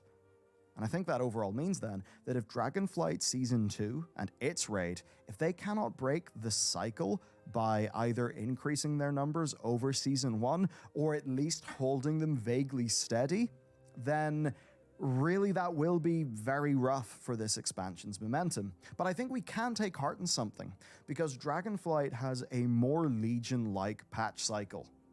Yeah. It really does. Like in terms of the number of but everything they release like indicates that it's going to be a much closer, and in fact I think they said like a little better than Legion's content releases. And based on what we're seeing, it could be like it's going to be more. Like overall, I think Dragonfly is going to be considered one of the best expansions in a long time. Patches within the first year, so I think that'll help us out. Okay, that's normal mode done. It's our most accessible form of organized raiding, and unlike with Shadowlands, of course, there are so many other game features like Torghast and all the borrowed power that we don't even have to talk about, because raiding is as simple as getting a character, getting it gear, and doing the raid. So, let's look at Heroic. Well, everyone, Heroic is actually very similar to... I actually haven't raided at all. I've been PvPing. Like, I don't know. I think I might have gone to raiding if they didn't release that solo queue for PvP for the arena. Like, I've been having a lot of fun with that. My only gripe is like the queue takes forever if you're DPS. Like, if you're a healer, it's like almost instant. If you're DPS, it can take 20 plus minutes. It's kind of crazy. To normal. It is an increase from Sepulchre to Vault. That takes us back to Sanctum of Domination-like numbers. Not that we should feel too happy about that, because even at the time, the numbers for Sanctum really did sting. Now, if we discount Sepulchre, the guild ahead of the curve rate for Vault is actually pretty on par with Shadowlands, coming in at in and around 12%. That's slap bang in the middle of the 11% to 13% range seen within this time frame for Castle Nathria and Sanctum of Domination. So that's good to see. Again, all first 4 weeks. However, if we journey back to BFA and Legion, this Vault figure is still... well, it's much lower, as you can see, than the guild clear rate that we saw back then, which was a combined average of 27%. So it's 12% versus 27%, indicating that within the first 4 weeks of a raid tier, significantly fewer heroic raiders are actually clearing the raid. Is that a bad thing? Well, based on these figures and the personal experience of myself, Matt, and Dakor, who is our resident cutting-edge mythic raider, we are finding that heroic end bosses over the past few expansions are quite tricky, and it seems like Blizzard wants to continue the trend of having them feel a bit like an early mythic boss within the first month of gearing. Now, Razagath, as with other recent end bosses within the first month, does require the type of organization and coordination from a team that is similar to early mythic. And it actually, this is where the data comes in, has the kill count to match, with 1,703 guilds getting a kill. Around 1,000 more guilds managed to kill Mythic Primal Council within the same time frame. That's not Aranog, the first boss, that's Primal Council. So, interesting. Is it good? Is it bad? Should we expect a good heroic guild to... I think it's bad, but it's also a case where it's better than I think expected, at least to me. Have to overcome a mythic level encounter? Fewer will succeed, but maybe Blizzard is counting on that feeling like a fairly smooth transition up to mythic difficulty for those groups. If that is their logic, though, I would caution them by saying that for many people... Oh, I see what he's saying. I thought I was just talking about like the numbers. In terms of like the philosophy, I would actually say it's not good. Because I think WoW has gotten too hard as overall with their rating. I know it sounds like casual talk, but it's the truth. Because it's like I want to get back into raiding, but I actually feel like intimidated. I'm just like, man, what if I'm crap at it You know what I mean? Like I'm gonna waste my time getting the skill, getting the gear to go to the raid, and then it turns out like the raid's maybe too hard for me, which is weird because it's like I've never felt that for most games. Like I'll play hard mode on games just for fun, and if it's too hard, like fine, like I'll go to normal, I guess. But it's rare that's the case that I need to do that. And yet WoW makes me feel that way because it's like, am I gonna have the right add-ons, like the right food? Like I don't know, it just feels like too much. Like with Final Fantasy, like I had no problem with like joining a guild to raid because I didn't feel like intimidated. I'm just like, well, it doesn't look that hard. You know what I mean? And people don't say it's like stupid hard. Like other than like the I forget what they call them, but they like the mythic versions of it in Final Fantasy. But with WoW, like even like their normal raids are considered above average. I don't know. That's just personal experience. I haven't done the raid, which I think I should as soon as possible, just so I can see if the expectations match the actual difficulty. People, if you have, say, a group of, like us, maybe 10, 11, 12, 13 people that just like to play together, and you're not really interested in expanding your team to the, full 20 plus spare change, well, for a lot of us, Mythic is just literally not an option because we're playing with our mates, and that's the way that we play the game. Whereas in the past, having what was called 10-man Heroic, which today we would call 10-man Mythic if it existed, that would be a good option for many. I don't know, what do you think? Do let me know down below. If Blizzard announced Mythic 10, I for one would be pretty hype, but I can understand the design problems there. I think it's a personal thing. Like if you have a group of 10 that can do Mythic, of course you're going to be hyped. I don't think most people do. So I don't see a point in investing that amount of like hours into it unless they made like, I'm trying to think on, yeah, I just don't see a reason why. I could be wrong, but it seems like the numbers indicate it's not even that like popular. Comparing to past expansions then, there is a continued downward trend. And by popular, I mean the amount of people actually doing it who do raid the normal, but don't raid the heroic. So to me, it's like, okay, well, how much time is actually being put into this feature that almost no one uses? Or like, what it was like less than 20%? In the end of expansion lows and the start of expansion highs for heroic guild participation within the first 28 days of the tier. But that being said, if we were to ignore the start of expansion outlier peaks seen for Uldir and Castle Nathria, then the 4-week figure for first boss kills in Vault of the Incarnates is looking, well, quite healthy when compared to all previous tiers since Legion. It may be ever so slightly lower than them, but it's still within a good range. The last boss kills figure, however, has continued to drop tier on tier since Antorus. Yeah, I was looking at that. It does not look good. Liar being, I mean, it's going up, but then look how low it was. Like it stayed steady for 9.1. Is often BFA.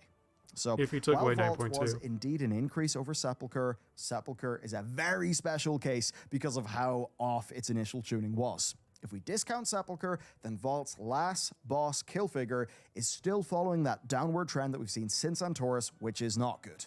It seems as if, though, Blizzard are content enough to really have the end heroic boss feel like an early mythic and have the, within the first 4 weeks, low kill count to match. Yeah, that's what when we were talking about the numbers before, when I said it was okay, I was more talking like the participation. But if we're talking about just the philosophy behind it on whether they should do it, absolutely not. I think they're stupid, just plain out. I don't know who over there was making these kind of decisions, but I think they should have someone else do it. I'm not talking about like the raid design, that's whatever. But I'm talking about like in terms of how difficult heroic is. Like the numbers have been proving it over and over and over. Like they'll kill the first boss and they won't make it to the last boss, which tells me people just aren't interested in that content even when they've experienced it. So they have a taste of it and they hate it. That's just bad. All right, let's go to Mythic then. Mythic does not follow the same trend. Oh, thank God, it was going to be such a Oh my God, look at that. Are you serious? Who is the idiots at Blizzard? Oh my God, this is incredible. If these kind of numbers were brought up in a meeting, are you kidding me? Any other company would have been like, what the hell are you guys doing with Mythic? Like, why is it that they have like, look at 8.0, like the high, that is crazy high, and yet it barely has a bump on like the last boss. Oh, like looking at this, man, it makes me not want to raid again. Like, I thought about raiding, like in this same video, I thought about raiding, and immediately I'm just like, yeah, I don't really want to raid. Maybe I'll do normal, and then I'm never even going to try for the others. boring video. Yes, so first boss kills. This is good news. That's They're crazy. back to Castle Nathria levels, increasing 126% over Sepulchre. And this is great news. Then last boss kills have increased by 400% back to Nathria levels.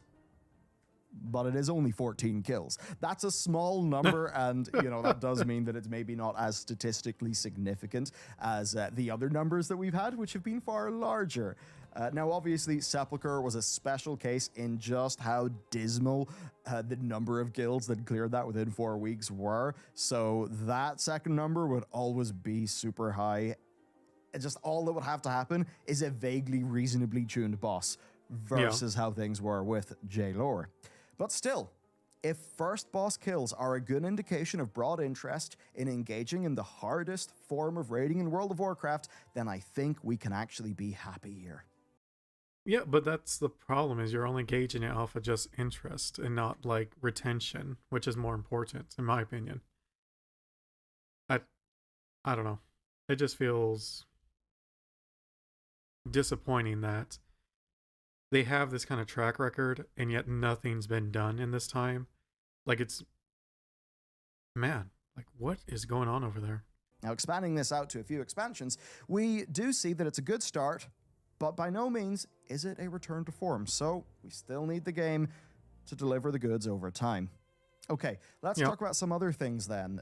We did love putting Mythic Plus numbers in for you, but honestly, all of our data sources are scuffed, right? And that does make it impossible to do a comparison that we would be content to present to you.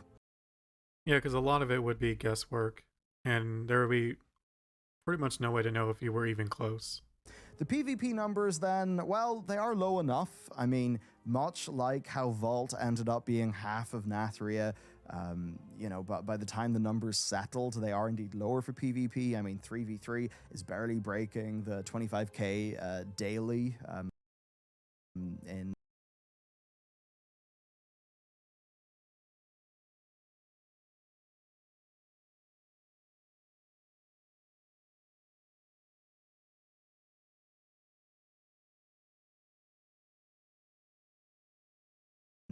EU, I think, either EU or US, daily games a month. I'm not sure if I was muted there, so I'm just going to repeat myself. So I've been PvPing a lot, and that's mainly what I've been doing with WoW. And almost every single BG I get into, or at least the ones that aren't like super obvious, like Warsong, like you know what to do, but like the epic BGs. And these are, oh, this is Arena. This is 2v2, 3v3, and RBGs. Okay, so I don't know about that. I don't know why they would track these kind of numbers, because I don't think the main player base is like interested in them that much, I'll be honest. But like in epic battlegrounds and normal battlegrounds, or random battlegrounds, whatever you want to call it, I've been seeing like people in the chat asking like, hey, what do I do? Like, I'm new, or stuff like that, like almost every single game. Into the season, while in Shadowlands, that same number was like 50%. I'm not too up to date in things. I know that Shadowlands at the start had an extremely high lethality meta that did lead to games being pretty darn quick in my own personal experience, which I mean, I wouldn't count for much, but it is what everyone was saying. So you do look at this and you think, all right, well, yeah, there are fewer games, but there was a higher level of lethality, or a very high anyway level of lethality in the meta back then. So look, if you're a PvP player, I would love to see what your subjective experience has been like as relates to those numbers. I think it's just overall been funner, at least to me. I don't know what it has been, But I remember I PvP'd on one of my characters just to see like how long it would take to get gear. I was mostly doing world quests, and I think I did like Mythic 0. But I was like, okay, well, let me try PvP. And I just had so much fun with it. It was on my hunter. And since then, I've literally PvP'd on every single class. And the classes I do like arena with, I only do it like with a few with the DPS classes. Like I do it on my warrior. Let me think here. My hunter, my warrior, and I think that's it for my DPS classes. I'm trying to remember. Yeah, I think it's just those two for DPS, just because the queue times take freaking forever. But like I do it on every single class that is a healer, that has a healer spec. So Druid, Preservation, Dragon, whatever they're called, and Holy Pally, Shaman. I think only Monk is the only one I haven't really done. And yeah, I just have so much fun with it. I really wish solo queue had a 2v2 that didn't need a healer, just so I could play my DPS in solo queue. Like it sucks. Like I want to play my DPS in solo queue, but then like it's like 20+ minute wait, so I'm literally watching Netflix and stuff like that. And if you miss the queue, man, it feels so bad. Like you want to like throw the keyboard against the wall. Like why is it this long? So I suppose our numbers are basically closer to season 3. But that being said, we have solo shuffle now rated. Yes, because I tried doing like, because the queues were taking so long in solo shuffle, I was trying like 2v2s and 3v3s the normal way, and dude, it sucks. Like people are either toxic, they're like under geared sometimes. Like with solo queue, you have to have a certain gear level before you can even queue in it, which is awesome. So you're not queuing up with people who can't even like do anything. So but like in the normal arena, you can, which sucks. Because it's not like you can see people's item level before joining their group, like in the, looking for 2v2 partner or something like that. And what's so funny to me is how many of them are looking for a healer when it's like, dude, I have 3 healers. I don't want to join any of you because I can just do solo queue and get my conquest that way. It's so much quicker. I don't know. It's that, and people will leave like immediately. Like you lose once and they leave, even if it was like a close fight. Like it's just so annoying. And it does seem to be quite a popular game mode, maybe even in spite of those rough DPS queues. Now, if you combine that with PvP gearing, just that I talking think about is it. significantly better, then maybe we do see things are actually going really in a good direction. Yeah, PvP gear I think has been the easiest to obtain in a long time. Maybe ever. I'm not sure. But it's not like so easy that you'll get it done like an hour or two. Like it takes a few hours, like a day, maybe 2 days of like a good amount of grinding. Unless you get lucky. Like if you're winning every game and you're queuing up with your faction, so you're getting the quests done as well, which usually gives you a good chunk of honor, like 1,000. So, I mean, or you get the weekly thing where it's like devil or 50% more honor. That one was really cool. I like geared out 2 characters in a day. But yeah, no, it just feels good. So with PvP, it's hard to say, and I'd love to hear from you. Next then, Google Trends. Now, while Google Trends is not the most precise science in the universe, look, it does do a pretty good job of showing what it reports to show, interest over time. So, this 12-month graph covers what would usually be the end of expansion drought. Instead, actually, I think when you look at that interest over time, you see that Season 4 did a pretty good job of actually keeping the game a bit more alive for longer. Now, Dragonflight launch does have a spike, it ain't massive, and that's why I think we should view it in context. And oh boy, yeah, Dragonflight looks pretty small compared to BFA and Classic, which are our first 2 peaks in that graph. But here's what's fascinating. Dragonflight and Shadowlands both peak at 63. Of course, Google will crunch that all into just like a sort of normalized number. So it's kind of interesting. You know, we're not half of Classic launch, but it is what it is. I would say, though, that if we are matching general interest to Shadowlands, I mean, honestly, in some ways that does confuse me because it seems that we're having lower numbers than Shadowlands right now.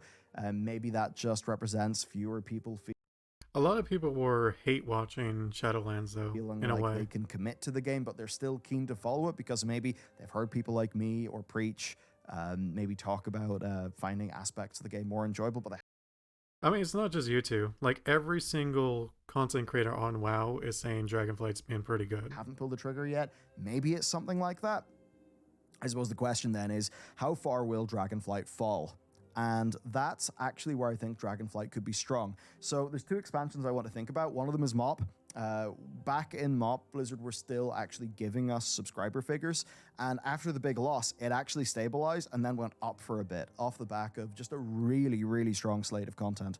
Now, then if you look at our rating data from Legion, of course, you see some of those numbers go up. Now, 10.0.5 launches like 57 days after 10.0. 9.0.5, a patch that has significantly less than 10.05, launched like over 100 days after 9.0, which was rough. So I do think the patch cadence will keep this expansion in the public consciousness more. Now, turns out you can actually look at YouTube interest using Google Trends. Of course, Google owns YouTube. Yeah, well, that explains why we've been getting lower than normal views, doesn't it? I mean, there are still some videos that can break out, go a bit viral, and get really good views, but definitely you have to be more careful if you want high average views on YouTube these days. That's my experience. I think that's going to be the case for a little bit. I think once Dragonflight has run its course and built up some of that goodwill back again, like, I think it's going to reflect it. Because I think, let's be fair, a lot of WoW players, like, they will come back to WoW if they keep releasing good expansions. And I think they messed up with Dragonflight by making the enemies, like, the Wyverns, like, they look stupid. Like, they should have come out with, like, an actual badass enemy. Like, maybe, like an old god expansion, you know what I mean? Or maybe, like, I guess it'd be fine with Dragonflight as is, but, like, I think the next expansion needs an actual badass enemy. Like Arthas, like Illidan, like Blackhand, like just someone that's freaking cool looking and you want to take them down. Like Denathrius in a way, but honestly, I don't think he was that cool. I think he was okay. But yeah, I've had like, I look at like the main evil guys in Dragonflight so far, and it's like a freaking, like a gummy bear cartoon. Not gummy bear, is it gummy bears? I think so. Like the cartoon version of it. You know what I mean? Like, it's just, it seems kind of childish. Of it. And this is really something I've known for ages. General interest in WoW is just down a bit. And you got to remember that line from Yoshi P about the kind of silent people are really the first people to leave and you won't know about it. Yep. And I think while maybe you and I have been breaking our brains against the game for like 4 years, a lot of people just left quietly, you know? But that being said, the recent trend on YouTube is up, and that is good. So really my broad takeaway is everything here is representative of World of Warcraft sucking in a bunch of ways for ages.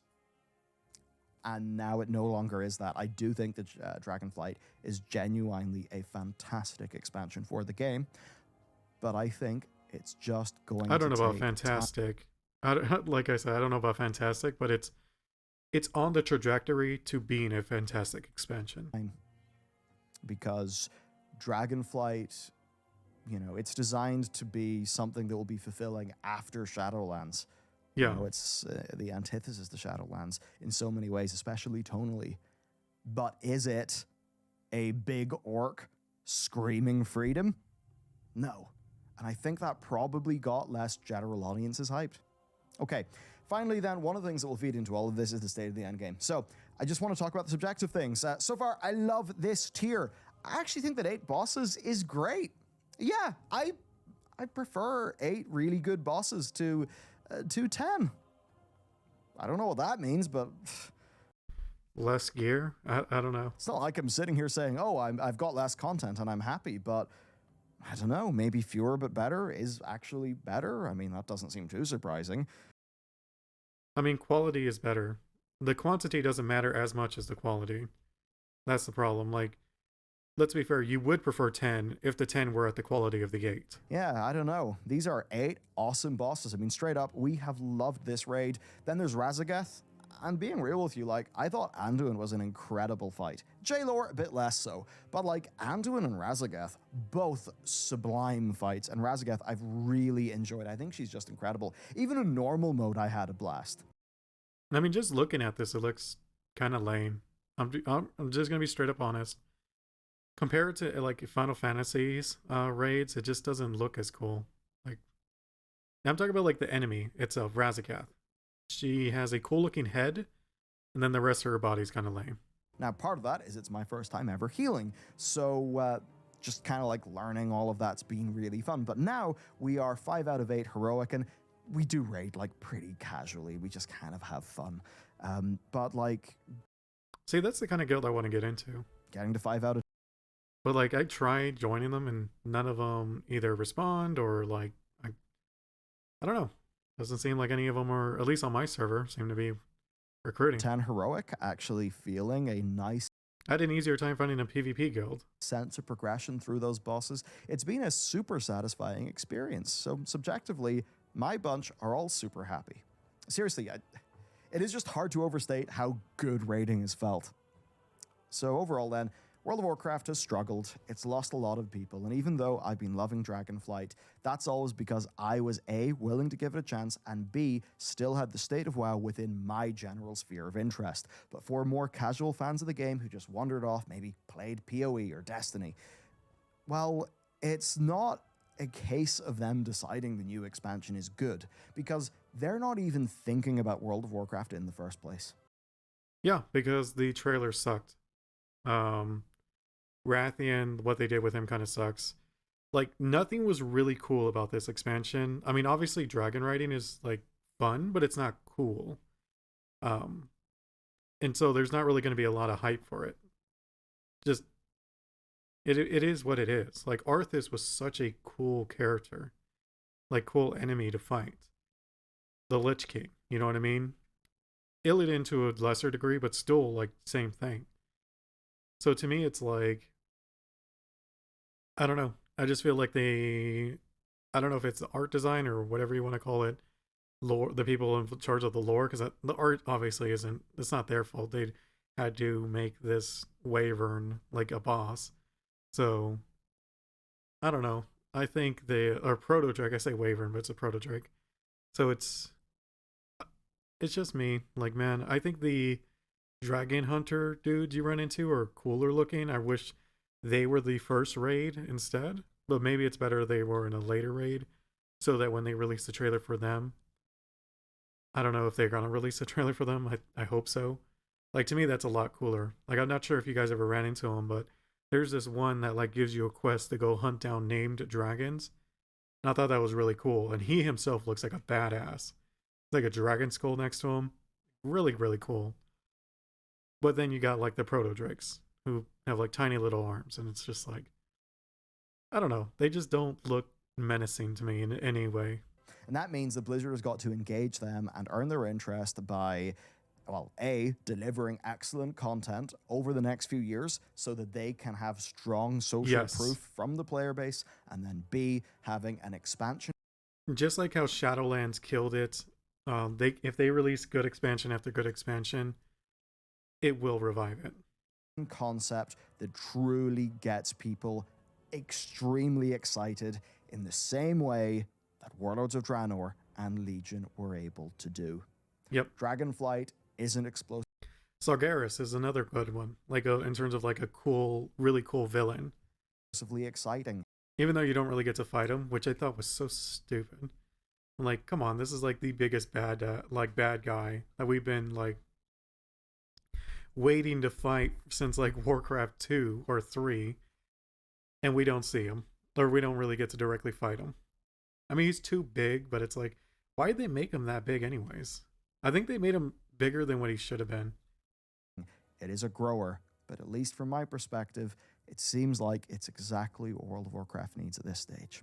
So, that's the numbers. That's my understanding. Let me know what you think about them. If you'd like to check out a truly awesome awesome lore video, then check this one out. And also be sure to support today's sponsor because it really does help us out. All right, have a good one.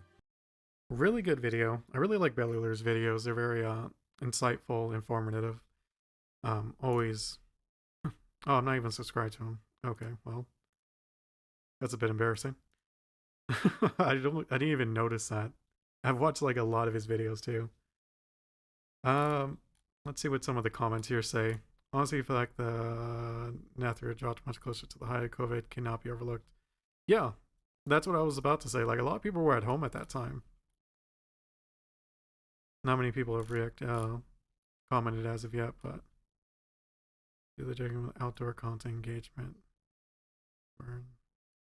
Yeah, but I don't think there is data for that. I think that's why they don't do it. Because in a way, you are right. Especially with world quests. Story quests, I don't know if I would agree with, but definitely world quests for casual engagement. But yeah, no. I do think Dragonflight is good. I do think the enemies are dumb looking. But as time goes on, as long as they're keeping the philosophy they went into Dragonflight with, like Dragonflight across the board, like nothing's gotten worse that I've seen, which to me is just a W. Like nothing's gotten worse, and a lot of things have gotten better. And based on the roadmap they released, like I'm really excited for how the expansion is going to play out. So, good video. All right, I'm gonna step away because I'm gonna grab something to drink. I'll be back.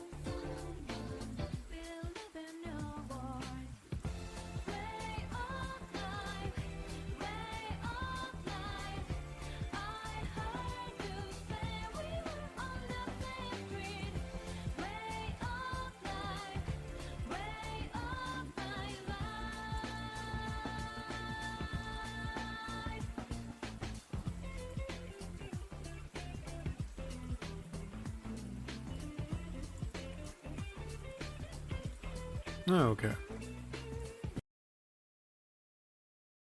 Who is this supposed to be? Obviously, this is the doctor, but I don't really. Anyways, who was we? Is gaming dying, or are we entering a new age? Actually, I think we'll save that one for another time. Yeah, we'll just save it. This one, Lost Ark Slayer first look in gameplay, new class in Lost Ark, of course. And this is by don't know if I'm pronouncing it right. CEO. Subscribe, like, doing that. He actually is like some of the best for news related stuff on Lost Ark. Like he's, I think, number one. I'm gonna be honest. See what he says. Alright, so Slayer. Very first impressions. She has her own category and her own throne. Oh, this is so good. She's like a barbarian clan leader. That is some cool anime fan service level. Power pass. I believe this is a different trailer than the male warriors have. Imagine having him as your dad. How are we looking? How does default armor look on her? I think she's pretty nice. I think the armor fits her. What about this one that we get? I'm surprised it's not as up? Okay. In terms of gameplay, pretty similar to the Berserker. Of course, I haven't yet discovered the full potential of the class. But if you've been playing Berserker before, most likely looks pretty you won't similar. have any troubles getting acquainted with the Slayer. There are a couple of skills like this one, which is one of those fiery ones that you've seen in the trailers. As for the Awakening skill, this is one of them. Ooh, that's really pretty nice, cool. Pretty unique also. And the second one would be Lost Ark. Like, I really hate that they have so much like systems that I just can't deal with, because the gameplay is just so freaking cool. This one. Oh, I think I need to turn up my volume because that Bellular video was just like really high. Oh my lord. If I messed it up, like I'm sorry for like when it comes out, but whatever, you know what I mean? I'm tempted to just start from the beginning. You know what? Let's just do that. Alright, so Slayer. Very first impressions. She has her own cat. I'm sorry, that's such a good first impression. You know, like they know their audience. Let's just say category that. And her own throne. Oh, this is so good. She's like a barbarian clan leader. Yeah, like a matriarch. Super cool idea. Slayerina. Yep. Power pass. I believe this is a different trailer than the male warriors have. Imagine having him as your dad. I actually don't remember it. How are we looking? How does default armor look on her? It's surprising how I think she's pretty modest nice. it is. I think the armor fits her. Doesn't What look about bad, this though. one that we get as we boost up? Of course. Of In course. terms of gameplay, pretty similar to the Berserker. Of course, I haven't yet discovered the full potential of the class. But if you've been playing Berserker before, most likely you won't have any troubles getting acquainted with the Slayer. There are a couple of skills like this one, which is one of those fiery ones that you've seen in the trailers. bad. As for the Awakening skill, this is one of them. Holy, look at the screen. Like, it actually like looks like you're cutting into the screen. That's, man, Lost Ark has like some of the best looking abilities in gaming. I think like across the board. Pretty nice, pretty unique also. And Yeah. the second one would be this one. Are you? Oh my god, you become a freaking raid boss. Look how happy he is. He is just so happy with what he's saying. I don't blame him. This looks insane. It makes me want to go back to Lost Ark, but then I just remember like honing and like the toxic like culture when it comes to like the raiding and stuff. I'm just like, why do you have such a bad game with such awesome gameplay and graphics? Well, not graphics exactly, but like animations. Oh my lord. That was this so one's crazy. so badass. We're gonna use it again. Yeah, look at this. The identity skill works in a cool. very similar way to the I wish Final Fantasy's limit breakers, like for DPS, looked that cool. Berserker as well. You activate it and it's a gauge that depletes itself over time, slower or faster based on which class engraving you're currently using. We're going to get to that in a moment. And you also have the skill with an additional press of the button that activates the identity skill that looks very similar to the Berserker as well. As I'm activating my identity skill, I get a buff which increases my movement speed and attack speed by 20% each, and also my crit chance by 30%, which is a super cool buff to have, right? Now, that's huge. Based on my class engraving, and we need to talk about these two as well.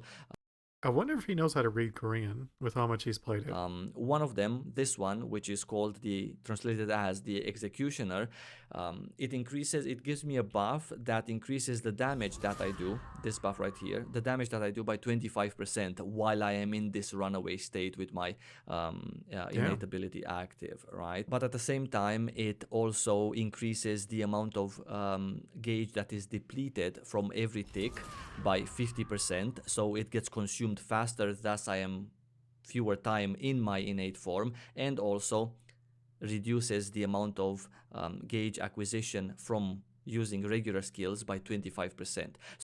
So it's basically really good for anything with burst windows versus a long engaged fight. So it's harder to fill it up, a little bit harder than compared to not having this class engraving, and it also consumes faster. However, when it does consume, there is no cooldown to gaining gauge again from using regular skills, right? The other class engraving is translated as Predator, and it's sort of the opposite of the Executioner, where if I press my innate, I am still getting the same basic buff, which is 20% more movement speed, 20% more attack speed, and 30% crit chance, but the class engraving buff is different. I'm getting a 40% increase in crit damage as opposed to a 25% increase I think I prefer the crit damage. In damage. There is still a gauge which every tick takes a smaller amount from the total gauge compared to the Executioner engraving, but at the same time, every 3 seconds, I'm getting a debuff on the right-hand side, which is a 10% increase in the amount of gauge consumed per natural tick. However, if I'm using the Predator engraving with the help of skills, I can actually get gauge back. As you can see, I'm getting a little bit every time I use my skills. Yeah, I definitely prefer that one. So the more uptime you have with this build, the better it is. To be noted that specialization, for example, this one increases the amount of gauge I gain by using normal skills by, for example, at 1850 by 105%. Also, it increases the skill damage by 26.46%, which is the second line there, during runaway state. Overall, first impressions, I think it feels pretty really good. nice to play.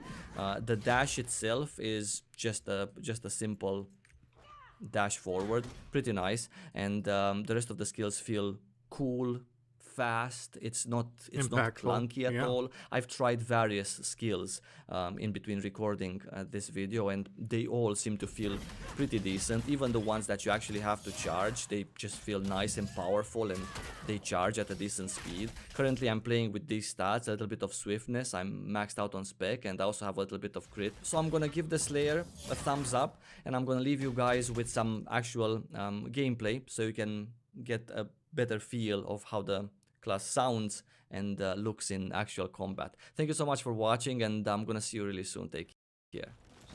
So I'm just gonna end it there because I'm not gonna really, like, he showed enough combat while he was talking to get a good overview, and yeah, looks really good. I really wish I could be like getting into the game, but I just don't like. I don't mind pay to win stuff, honestly. I just don't like. My main gripe was the honing system and the toxic community. And I'm not saying the whole community is like that, but like I just kept running into toxic player after toxic player, and it just got tiring. I didn't want to deal with it anymore. Even the botting thing, like I didn't care too much. So it's like, okay, fine. Like the gold I farmed on my own like is practically nothing, which was going to be the case anyways, because so many people were taking advantages of of their knowledge from the Korean server, that there were people like just insanely rich when I played. So But no, really solid video. Looks really cool, especially those awakening abilities. See if we can go back and see them. Slower or faster based on. As for the awakening skill, this Here is it one is. of them. That one's Pretty just nice, really, pretty really unique cool. also. But honestly, And the next one, this one, that is so crazy, man. Freaking awesome. Okay. Yeah, really good video though. Alright, so next one we're going to take a look at is going to be Zepla, accused of being only negative about who is accusing her of this. She's critical of the game because that's how much she loves it. Like, it's not even like negativity, it's more like things that she thinks may make the game better. Unless, who knows, I haven't watched her stream, so maybe she was being a bit negative on her streams. Let's take a look. You said you were never like this before the WoW Exodus. You turned sour. Wait, how am I sour right now? Don't time him out. Hey, don't time him out. It's okay for people to share their opinion. Why? Why do you think I'm being sour? Because I don't love what they did to the tights? Because every day you have nothing but bad stuff to say about the game. Trivial, unimportant things to get the players antsy. Wow, all over again. Well, what have we talked about so far today, right? We talked about how the tights are really shitty on a dark-skinned character, which I think that's fair. I think this is unacceptable. That is a complaint. What else did we talk about?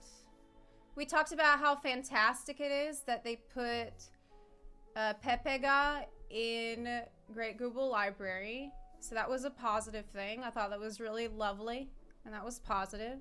Okay, what else did we talk about? We talked about Exoliquests, and I did say Exoliquests are really shitty. Yeah, that's true. Okay, okay, you got me there. I did say those are really shitty. I stand by it. Yeah. What else? But still valid what criticism. else did I say that was negative? I talked about the Eden raids. How great the glamour is from the Eden raids. That was positive. So you can go do the Eden raids. It's pretty good. Looks like we've had. I mean, I kind of like the jacket on this, but everything else is It's strange. not really my it type. says some positive. I guess if you're like into like this kind of fashion, then that's pretty cool. But Some negative things, back and forth. Yeah, I should make sure that I only talk about positive things though. Gaslighting. Sure. Call out people and they dick on you more. You're making collective opinion of the game worse. what are they talking about? I don't have any control over other people's opinions. Yeah. I don't have the power to make the collective opinion worse or better because everyone is entitled to their own opinion. Like, others are free to agree or disagree, right? As for gaslighting, I'm literally looking back at every single thing we talked about in the past 45 minutes and assessing it based on what you've told me. Yeah. Was it positive?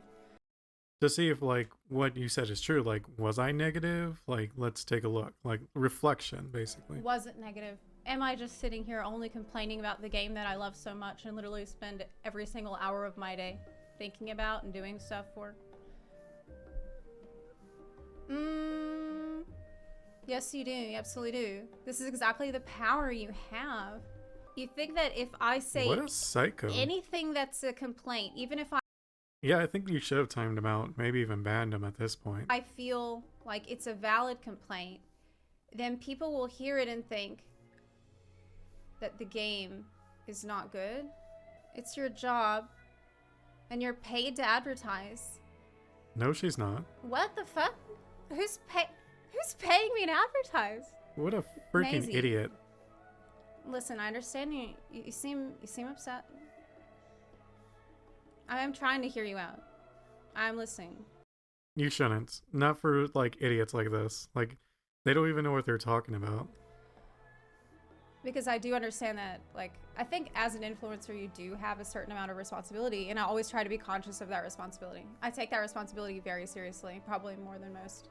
But that doesn't mean I'm going to censor the way I feel about things, positive or negative.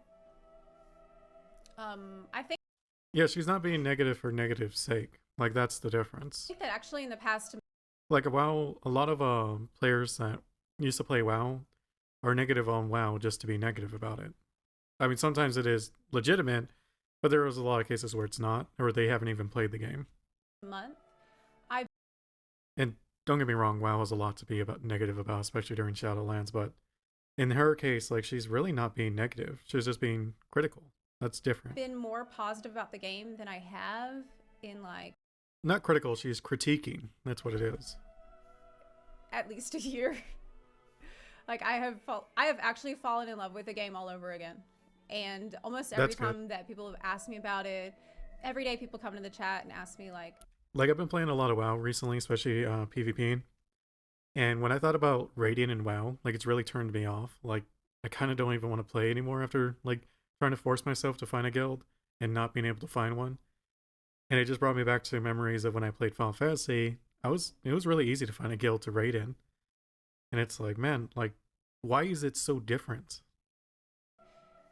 Like, it made me want to go back to Final Fantasy, which I may do. Like, I'm going to try out the trading post once it comes out in WoW.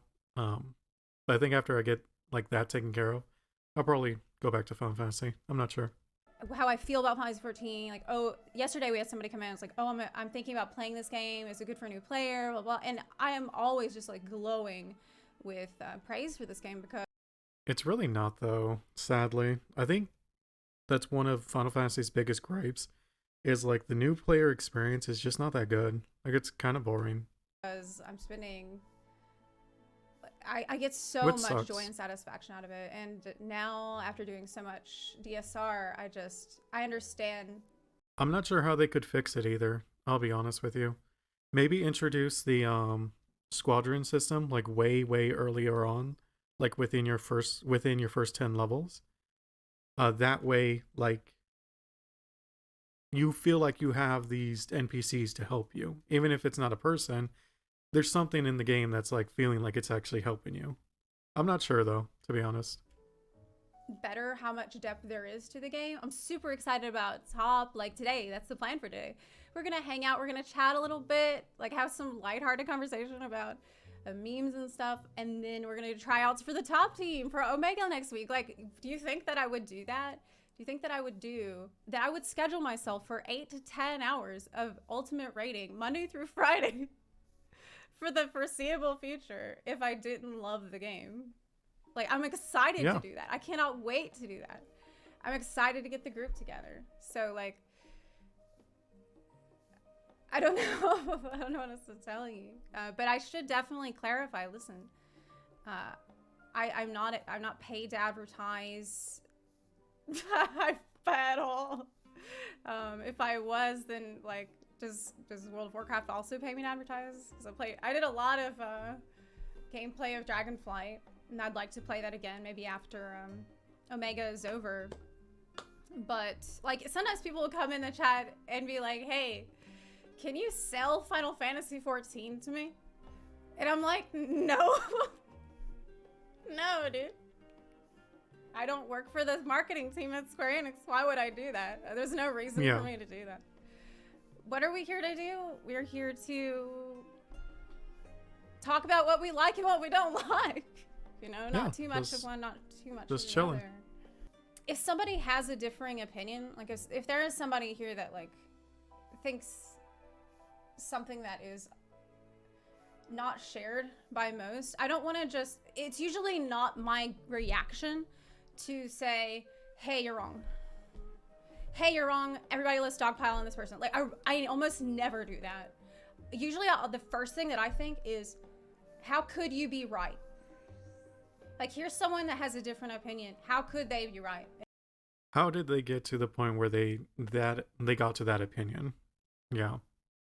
Or why they think they're right. And this is why I've tried to actually listen to what you had to say, and I thought about, well, what did we talk about today? Was it too positive? Was it too negative? Is there, like, am I like going too far towards the negative? am I giving an impression to people that like I don't love the game as much as I actually do? And I really thought about what you said. It is healthy to be critical of things you love. Yeah, absolutely. Yeah. Absolutely. Exactly. Imagine any criticism that's discussed in the stream is nothing compared to the criticism that's discussed daily at Square Enix. Criticism of this type is not out of negativity, but out of care. Yeah, like I wouldn't want things to get too far in a direction of where it's like, well, if all you do is complain, then why are you still playing the game? You know, like I've seen that happen with World of Warcraft creators in the past when WoW was in a really bad state. I think we've all seen we've seen what that's like, and it's obvious. Unfortunately, yeah. When like literally, like I've actually seen people who sit there and only complain. I've seen what that actually looks like. And it's not good. Like you'll just sit there and be like, damn, this isn't healthy for you. Like you're clearly not having a good time. It's so funny that you say that today too, because this is my first time actually sitting down and having like a chat about the game in a month. It's been 1 month. It has been 1 whole month since we have had a sit down like chatting with you session. Do you know why? Because I've been playing the game for like all day, every day. Damn. When I haven't been playing the game during this Just getting time, that grind I've been in. fucking Damn. like reading about the game, That's a lot. organizing shit for the game. I barely have enough time to like walk my dog and go to the grocery store and make dinner. Because everything has been about Ultimate this whole month. Jamis said, I've got a bit more control over myself to not be influenced. If you're mesmerized by a streamer's opinion / take on something, you're a sheep. Though that person's outcry is a big product of the fact that there are admittedly so many sheep. Well, I don't think it's like you're a sheep. It's more like you, usually if you're watching a streamer and you're like a big fan of them, in a certain sense, you do look up to them and you respect them. So when they give their opinion, it's like hearing the opinion of someone who's like a senior in a field. Like it's coming from a source that is respected, at least in your eyes. So I think that's why people can get influenced by streamers or celebrities in general. That is why I said that like I have more respect for my audience than to assume that it is within my power to just shape everybody's collective opinion. I have more respect. I would hope so. I mean, that's not really respecting your audience. That's like a reality check. You guys than that. I assume that you'll listen to me and you'll think about what I said and you'll think, well, I agree with that and I disagree with that other thing. Like you're not a. Well, if you culture that kind of chat, then maybe. Like if you just ban everyone who disagrees with you, eventually you would get to that point where everyone is agreeing with you. Like you're a person. I am aware that there are people that do come to Twitch, or they go to turn on the TV, or they go to YouTube or whatever, or the radio, and they're there looking to be told what to think. Like there are, I understand that there are people like this. Like there are people that is what they want from you. That is what they want from the streamer. That's what they want from the broadcaster. To be fair, there's games that have autoplay. Literally games that will play the game for you. It's just say, like, put things into the most simple terms so they can just accept that and then repeat that.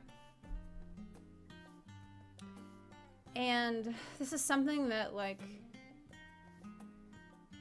always really bothered me and concerned me. You know? Like the idea that some people could be just taking whatever I say as gospel. Why? I would never. I mean, they're probably the same type of people who would do it for anyone. So I don't know why it would bother you. Ever want that to happen. Even though I feel like sometimes it is inevitable. So I usually try to be aware of what kind of an example I'm setting at the very least. Even though that's respectful. Streamers are not. That's the best you can do. Streamers are not authority figures on any subject. or even I don't even think I'm that good of a role model. I'm gonna stop it there just so it doesn't like auto go to the next video. But yeah, but the thing is like streaming and stuff like that, like a lot of people like that is like the dream job now, right? It was what? I guess being an influencer of sorts, or but like being a YouTuber is like YouTuber and streamer is considered like the dream jobs for like a lot of kids or like the next generation. So of course you're gonna have people who look up to you, like you made a job out of what they see as like the dream job. So yeah, I mean, Zeplo accused me being only negative. I thought it was like an actual like article or something like that written about her, but it's just some dude in her chat. Yeah, I don't know. I think it was just someone who was looking for it, and therefore they were only focused on the negative aspects of her stream. So, why so bloated? So with this, I didn't subscribe or like them again. Like I don't know why I don't subscribe to people. I'm noticing that, but Eisen, I think that's how you pronounce it. I actually watched some of his videos because he's really into like the meta of the game. So if you really want to know like what's happening with the meta, like I think his channel is like one of the best ones. And what he's talking about here is why so bloated. It's talking about like the Mythic Plus and I believe the like mechanics in it. I've only watched a little bit, and then I realized, oh, this is actually a different kind of video. It's not just about the meta. So I wanted to watch it on stream. Let's take a look. And he always like has these weird facts in the beginning. Welcome, gentlemen and gentlewomen. Also, please carry along your gentle children as well. Today is January the 19th. We don't really have anything too interesting to point out that happened in history right now. So let's get on with the topic of the day. Oh, that's funny. You know how he said that? Because most of his videos is just kind of weird. Like he brings up like historical facts that happened on that day. I don't know why, but I don't know. It was different. So topic of the day is what's been going on in Mythic Plus. No, it's not our usual weekly update on the meta of Mythic Plus. That's gonna come in a couple of days. For today, we have a question instead. The question of what's been going on in Mythic Plus dungeons. Yeah, I've only done 0 on like I think 2 of them, and even then like I didn't really have a lot of fun. Why do they feel so overly complicated? Why do the mobs all feel like they have 3 to 4 different abilities that you have to keep track of nowadays? Why have the dungeons been made so much more brimming with things, essentially, with stuff to keep track of? Basically. Yeah, this that's is what I've been something hearing. you very easily realize when you go and look at the dungeon's success chance as well as the amount of runs per dungeon. You're gonna be seeing things like these, or things like these, telling you more or less the same thing. Shadow Moon, Burial Grounds, Court of Stars, and Temple of the Jade Serpent are amongst the easier ones where That's a pretty big drop off though. Like you got 88.8%. Practically 90% for first place, and then third place is 62%. That's like a almost 30% difference, like 25%-ish range. That's pretty bad. Whereas dungeons like Ruby Life Pools, like Azure Vault, and like Nokud Offensive are amongst the harder ones. The only 2 dungeons overlapping and changing the course of this trend are Halls of Valor, which is one of the older dungeons being a little bit harder, and Algetar Academy, which is one of the newer dungeons being a little bit easier. But beyond these, it's 3 out of 4. 3 out of 4 of the older dungeons seem to be all quite easy, and 3 out of 4 of the newer dungeons all seem to be quite hard. So I'm spotting a trend here, okay? I'm spotting some kind of direction that these dungeons are taking. And, you know, it's kind of understandable, because when you enter, okay, when you step foot into Nokud Offensive, you know you have to keep track of Shatter Soul, which is going to not only chunk your damage by 30%, but you also have to waste some time going to pick up back your soul,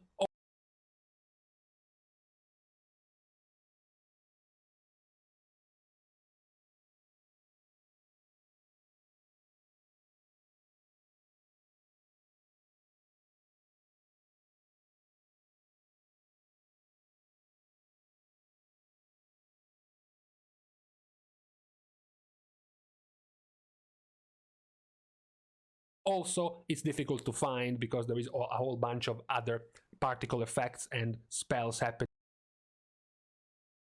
Yeah. I think that was one of my biggest problems is, like, I'll see videos of people doing Mythic Pluses, and I'm just like, dude, there's just so much. Like, I don't know. It seems like it's pushing towards, like, Lost Ark level of content. Like, it's just a lot. And if you're in a group with people who don't really know what they're doing, like, it just feels like it breeds a bit of a toxic culture. I'm not saying it is, but it wouldn't surprise me if it was. Over the place, which makes it even harder to notice. Then you have to take track of the Deathbolt volley that you need to interrupt, the Deathbolt cast that you need to interrupt, the Harvest Soul, which is effectively an enrage effect of the mob whenever one of the players in your party dies, plus the chant of the... That number looks... I don't know if that number is legit. Look at that. 395,000. 45%. That's crazy. Dead, you need to get away from. The Grasp of the Dead, you need to get away from. You have the Rotting Wind of the Birds, the cone in front of you that you need. Let's read some of these. Inflicts 44,000 shadow damage to all players within 10 yards. Increased damage done of all undead allies within 10 yards by 20%. And reduces their damage taken by 20%. Jeez. Reduces target player's movement speed by 50%. Inflicts 5 shadow damage. Yeah, I think some of these numbers are a bit weird.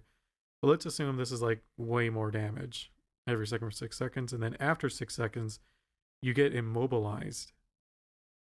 Which I'm assuming if you're trying to dodge these things, like, that's really not good. Then you have Rotting Wind, inflicts 55,000 shadow damage to enemies in front of the caster and reduces healing on them by 20%. That's pretty crazy. 10 seconds of that too. To get away from the Mortar Strike on the tank that is going to eventually make it harder and harder for you to keep your tank alive. Yeah. You know, this Reduce seems to be by a lot of things you have to keep track of when you're doing this dungeon. But here's the kicker. This is not... It's also 20 yards, 1.5... just in a dungeon. This is in a single pack of a single set of trash mobs, just 5 enemies. That is just the amount of abilities they are going to have. Jesus. Just the 5 of them. And that seems to be the problem nowadays. These dungeons seem to be over-designed. They seem to have way more things that you have to keep track of. Essentially, Blizzard went hard at work trying to find the best ways to create combos, to create some layups for the mobs, to find ways to one-shot you, or to still make your life a living hell. Abilities like Living Bomb, which do a lot of damage and they are unavoidable. They're just going to be cast on you and you have to deal with it. At the same time, though, I wonder what the numbers are between Mythic 0 and Mythic, like, 15 plus. Like, I wonder how much of a drop-off we're looking at. Inferno is going to happen, which is also unavoidable. Those two can be quite dangerous together. You know what can make this even more dangerous? The fact that there are going to be mobs spam casting Cinderbolt. So now you have Inferno, that's a lot and of then damage. you have Cinderbolt, which can kill you in one hit. And then you also have Living Bomb with Cinderbolt, which can kill you in one hit. And if that's not enough, when you have Living Bomb and you're getting knocked up in the air, imagine if there are some mobs casting Flame Dance or casting Blaze of Glory and essentially carpet bombing the entire place with swirlies on the ground as you're getting knocked up. Yeah, become unstoppable while in a fire, inflicting damage every 1 second to players within such and such yards, and launching a volley. Jeez, you do. That's basically 2 abilities in one, so it's 3 total. Strike the character for damage every 1 second, and then blast all players with flames, and inflict. Yeah, that's crazy. By Living Bomb. That's also gonna one-shot you. There is a whole bunch of mechanics. There seems to be a whole bunch of mechanics, and also multiples of them per each mob, sort of designed to be annoying. You know, sometimes back in the good old days, a dangerous mob had a cast, you interrupted the cast, the mob was now chill. Or the dangerous mob gets slowed and the tank kind of kites them. Everything was cool. Nowadays, it's no longer like that. Nowadays, if Blizzard develops a mob which has a single dangerous ability you want to interrupt, they are going to develop something like the Conjured Lasher, the first plant trash mobs in Azure Vault. Yes, they only have one ability, but there is 3 of them per pack, and you're pulling 2 of them, and you're pulling 2 of these packs. Sometimes, if your group is a bunch of chads, they are pulling 3 packs of these, with 9 of them casting Mystic Vapors. It makes it much more challenging, you know, and the... Yeah, need AoE, interrupt, AoE silence kind of things, or CC, I guess. Layups, the combos continue. You're pulling the Unstable Curator, which casts Forbidden Knowledge, you know, the whole spam of circles on the ground in the Trash Mob rings of Azure Vault, and at the same time, you're gonna have Icy Bindings. If it lets to be cast, if the cast goes through, you're going to be rooted.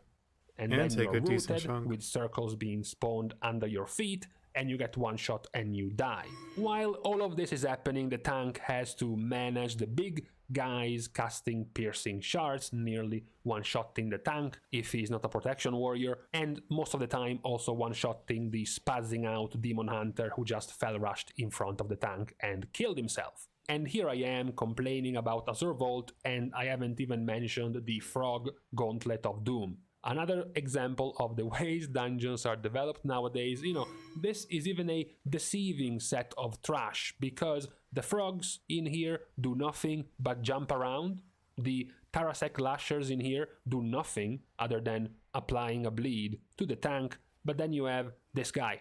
Then you have the one who casts Bestial Roar AoE to the entire party and then casts Shoulder Slam, which is also a knockback. You can get shoulder slammed, you can get knocked back into a frog jumping. Yeah. So essentially you get one shot. You can get... Yeah, I was gonna say the damage is pretty high, so like if you get hit with that immediately, you get knocked into one of the frogs. Knocked back. I don't see you surviving. 2 of these guys, you can get shoulder slam right at the same time as you're getting Bestial Roar. So you can get one shot that way as well. And just in general, there seem to be a whole lot of combos, a whole lot of ways for the trash mobs to just deal with you, essentially, rather than you dealing with them. This apparently and clearly does not seem to happen nearly as much when we look at older dungeons. Usually, older dungeons have 1 or 2 very dangerous abilities. Once you clear those abilities, you are fine, you are good to go. Most of those abilities feel fair. They feel like you had a role, you completed, you fulfilled your role, and now you get to continue. Like, for example, Fell Detonation. A whole bunch of damage, and you have to line of sight it. If you do, you're clear. Or, for example, the Embarrassment of Court of Stars. Back in the days, this was the doom of pugs. The imps. If you layer your crowd control correctly, the imps just die and you're good to go. Otherwise, you embarrass yourself and you all die at once. It felt back then, and it still feels right now, much more fair, so to speak, than the way the current dungeons, the modern dungeons of Dragonflight have been developed. It also feels like you have to put a lot of stress on players to keep track of things, especially in the world of pugs. In the world where you don't have voice communication or you don't really go for voice comms, you have to do everything just randomly without knowing what your player next to you is going to do. So who is going to interrupt what, who is going to stun, who is going to knock up what and when. It makes it even harder in these new Dragonflight dungeons when you have so many things that you need to keep track of.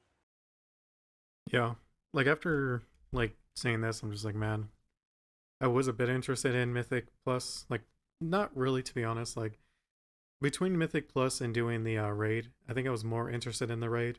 But this just like makes me want to sit and wait and see what they do with Mythic Plus. See if it's going to continue on this track of just getting harder and harder and harder. In which case, I'm just not probably going to be interested in it. You know? And not that I'm saying they shouldn't have things like that. I think the game should. But I don't think it should be for the trash mobs. Because it's not like there's any reward for doing them. That seems to be the main issue many players have had for now in this new season of Dragonflight.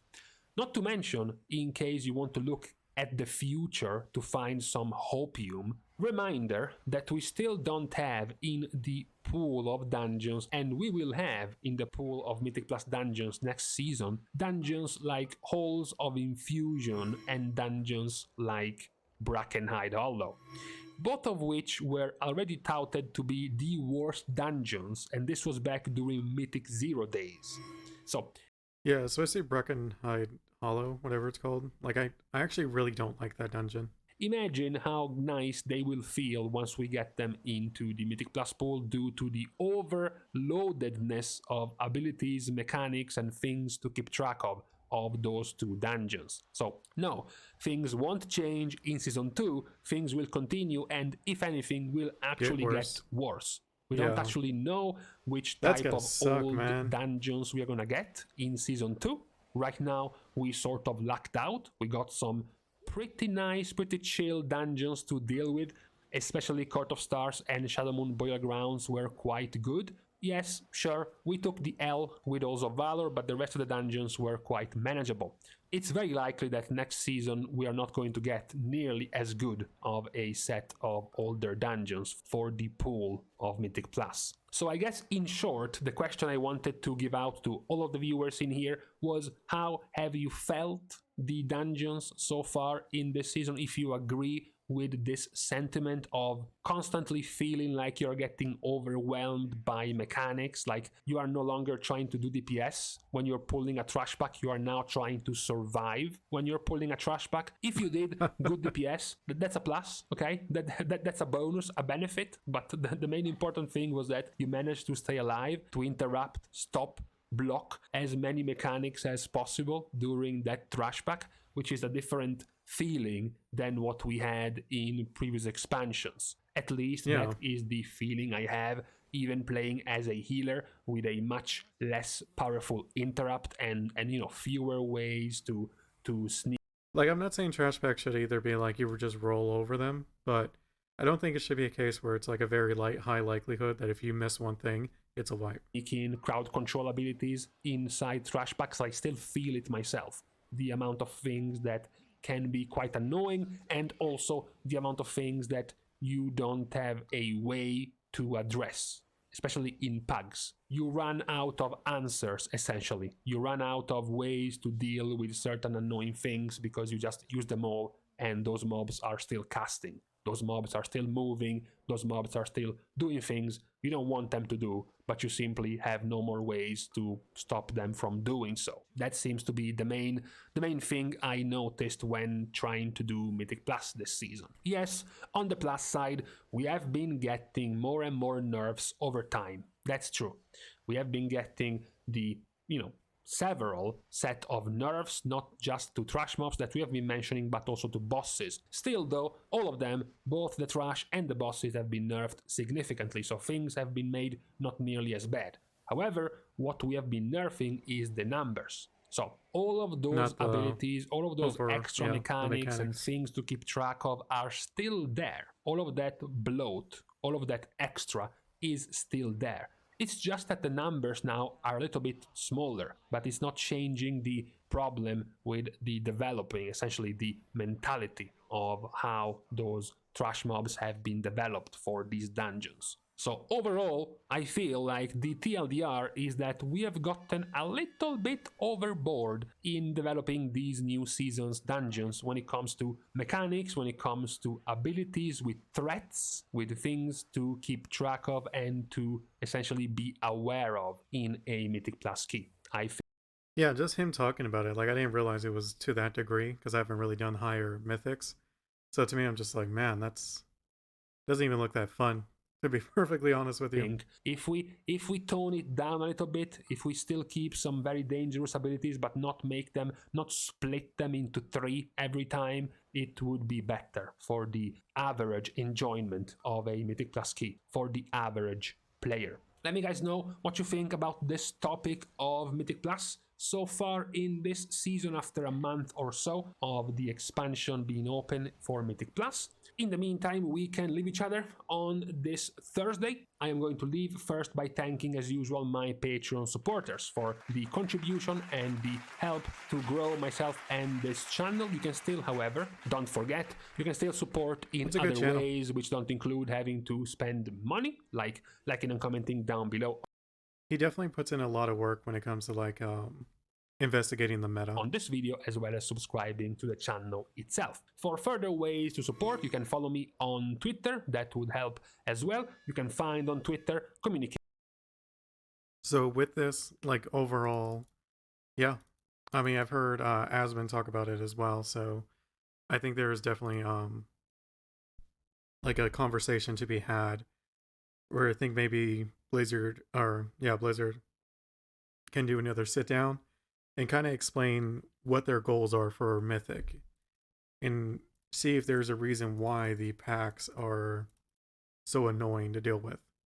Because it's not fun, it's just annoying. That's the problem. Is they're purposely annoying. I don't know. I feel like it's a bad design at this point. But I could be wrong. Who knows? I really want to see if they have numbers between Mythic 0 and Mythic 15, because that will determine whether the mechanics are like keeping players interested or if they're making players like turn away. Like obviously you will see some drop off just because it's harder content, but it shouldn't be like to such a ridiculous degree, like I believe what it is. If I had to guess, you're probably looking at maybe less than 10% of the players who do Mythic 1 to 5 doing Mythic 15 plus, like progressing to that point. Just ballparking it, no information whatsoever, so take it with like a bucket of salt, basically. So, but yeah, pretty solid video though. I didn't realize it was that bad, but then I don't do Mythics, don't really plan to, so. Interesting. Okay. This next one is with Asmon. Blizzard versus NetEase drama. I think I've seen a little bit about this. Didn't NetEase release like a WoW clone? I can't remember. Well, let's take a look. So NetEase has made a statement on this. Oh, it's a statement. Sorry, I thought they released a whole different game. Update on NetEase and Blizzard drama. Blizzard proposed to extend the contract for 6 months. NetEase rejected it and called its proposal as a non-reciprocal, unfair, and commercially illogical. NetEase has already disbanded its 100-person Blizzard team. Shit is getting uglier. On the 17th, I guess this was 2 days ago, Blizzard China released a statement saying last week it made the proposal of extending the contract, and it's a pity that NetEase rejected it. Can't find the English version, so it's auto-translated. Okay, that's fine. And let's see here. NetEase responded around midnight of the same day, calling Blizzard's proposal and statement as arbitrary, unseemly, and commercially illogical, and its behavior as give and take, donkey riding, divorce defying. Jesus. How bad was it? So let's go ahead and look at what NetEase had to say. Today, Blizzard China, through its official microblogging, Blizzard's on national service player, and some of the news directly refers to NetEase, and therefore the content triggered the market and the media. Many non-committal would like to explain the following. First, the NetEase refused the 6-month service extension proposed by Blizzard explanation. On November 17th, Blizzard announced that it would suspend services. Yeah. Blizzard China issued an... Ooh, like I read some of this like up ahead. Like that's kind of sketchy. Blizzard resought NetEase last week with an offer for so-called 6 months extension, and made it clear that it would not stop continuing negotiations with others. An updated statement stating that Blizzard has initiated a search for a new partner. For unspecified reasons, Blizzard resought NetEase last week with an offer for a so-called 6-month extension of the game service and other conditions, and made it clear that it would not stop continuing negotiations with other potential partners during the contract extension. And as far as we know, Blizzard's negotiations with other companies during the same period were all based on a 3-year contract period. Considering the non-reciprocity, the unfairness, and other conditions attached to the cooperation, therefore the parties could not reach an agreement at the end. I actually think that's totally fair. NetEase should not have accepted it. This is like your job firing you and then trying to rehire you to train the guy who's going to replace you because they never bothered training them. So what that says in normal terms is NetEase told them to fuck off. Which, if you look at it from their perspective, I think that makes sense. Absolutely. They want NetEase to just expend 6 more months effectively building the brand in China just so these people can take it somewhere else. Yep. It doesn't seem like it's a good idea for them. Like, what do they get out of it? Especially, and this is what they're saying, based on a 3-year contract period. And, you know, it's obvious that they're trying to do it, but they just don't want to do it with them. I think that makes sense. Let's see here. Blizzard couldn't find a substitute. Well, let's find out. We believe that Blizzard's proposal, including today's surprise announcement, is arbitrary, unseemly, and commercially illogical. Its overconfidence does not take into account where players and NetEase have been placed in this kind of give-and-take, donkey-riding, divorce-defying behavior. Second, in some media reports, NetEase wants IP control statement explanation. We are concerned with some media have received rumors that NetEase wants control of Blizzard's IP. That's like their intellectual property, like they can make decisions. As a distributor, NetEase has never sought IP control. Yeah, I was gonna say, it'd be weird if they did. Like, maybe they brought it up, but I doubt they would push it. Of Blizzard games or other partners. In the past 14 years of long-term cooperation, NetEase has used and licensed any Blizzard IP in accordance with the terms in the contract and with consent and approval of Blizzard. All IP cooperation with other partners is also based on this principle. Okay? We don't really know if that's true or not. It's impossible to know that. Yeah. Tips on achieving Warcraft gameplay.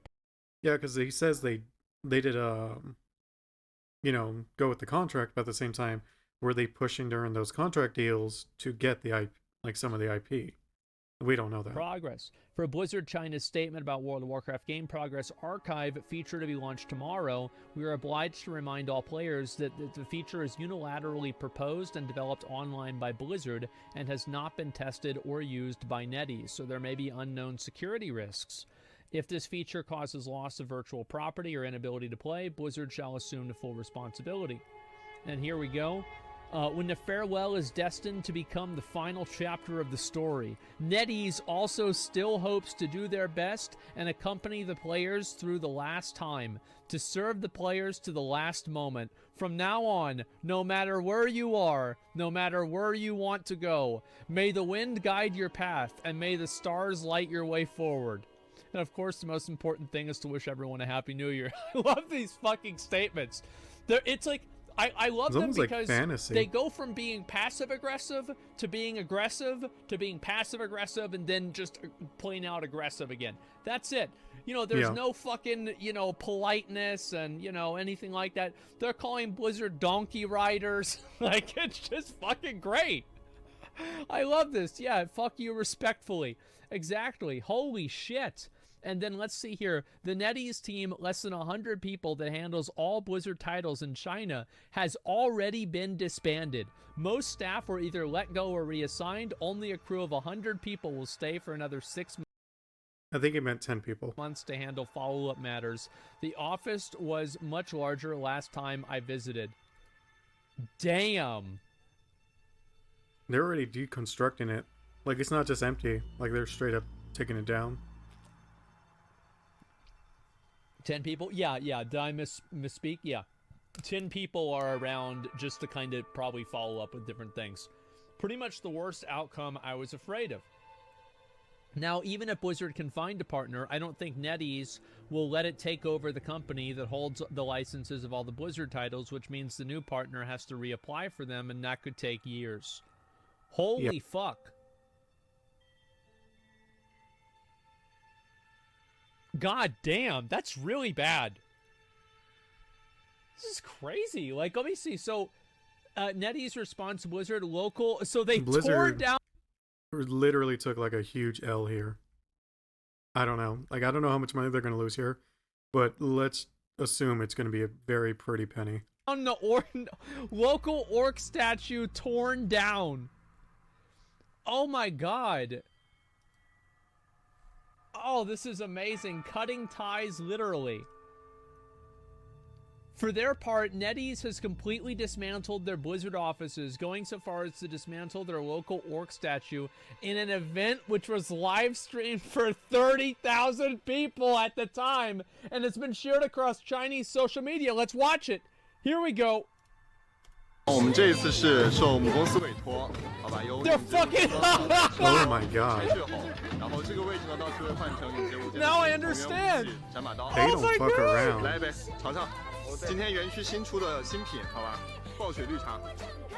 Holy fuck, bro. Dude, Bring it Nintendo, down, Nintendo. Blizzard did them so dirty that they had to literally tear everything apart.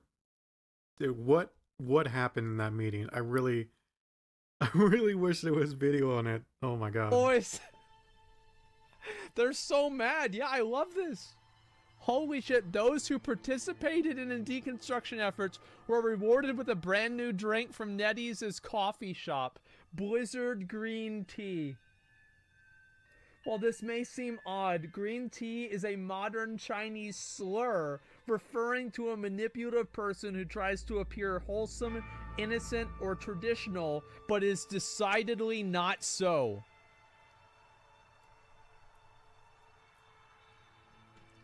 Oh my god! They don't even give a fuck! That's crazy! That's so funny. Like, I can't imagine, like, working for NetEase and having this all go down must be, like, the craziest thing that happened to these employees. It's the same color as ground. Yeah, it's just... Jesus, man! Yeah, it's like there's, like, no chill whatsoever. Oh my god. And this is the whole statement here. This is about what's going to happen. We don't live in China, so we're not going to look at the whole thing. So yeah, it seems like World of Warcraft may not be returning to China for some time. This is incredible. NetEase has issued it probably wouldn't a have been that big of a deal response. if it was Shadowlands. I'm really kind of curious what happened. Like, why did Blizzard pull out of the deal? I mean, they've worked with NetEase forever. What the fuck happened? Because you can't say that, Yeah, and it isn't a case where it's just like a minor disagreement. This was a full-blown, they felt insulted. Like Blizzard spit in their face. This is like to the degree of hatred that we're seeing here. You can't say it's like, oh, well, Blizzard had a moral problem with China because they're already looking for more partners in China. Yeah. So that's the first thing I thought. I thought maybe it's like Blizzard, new leadership, everything like that. Oh, maybe it's actually because that, they don't want to be associated with China anymore or something like that. It's like an idealistic thing. Of course, that wasn't true. So, yeah.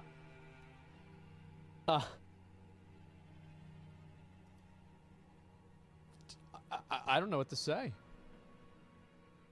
Yeah, not enough profit share, maybe? Maybe. I have no idea. Yeah, conflict of interest, though, maybe one of their deals. That could be it. Less money to pay for a new partner. Probably the NetEase is trying to take control of the IP. Well, anyway, so then this happens, and this is all part of it. Let's see if I can find it here. This is a brand new game that's coming out in China, and it just got announced. Pretty coincidental, but let's go ahead and take a look and watch the trailer, guys. We'll see what this is. I think Tencent makes this game, or at least they're involved in it.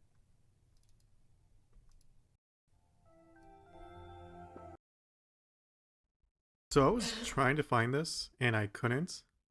But I didn't even realize the name was Terrace Land. Like, that's a really dumb name. I don't know why they went with that. Oh, maybe not. It doesn't look like Tencent. 非凡使命，皆有起点。我铸明石为道标，指引你们 Doesn't look bad. 一览这世间真相。 I don't know. Oh, is that? That almost looks like Genshin. Big chilling. That's right. Wow. That's crazy. Okay. Now I'm seeing the WoW. It does look. I'm definitely This getting looks WoW similar vibes to now. a game I played for a while. No. Bro, that's 100%. They did not do that. Are they? They're not even like. Oh my god. The shamelessness. Deathwing. Holy shit. They actually just stole the game. That's so funny. They just stole the game. They said, fuck it, we gotta do it ourselves. Oh my god. If this comes out relatively soon, that's going to be really bad for Blizzard. Because there is no World of Warcraft in China right now. So like if this game is actually pretty good, I can see a lot of people just like, fine, I'll try it. And if it's good, it's going to hook them. And there's no reason to go back to WoW. Wow.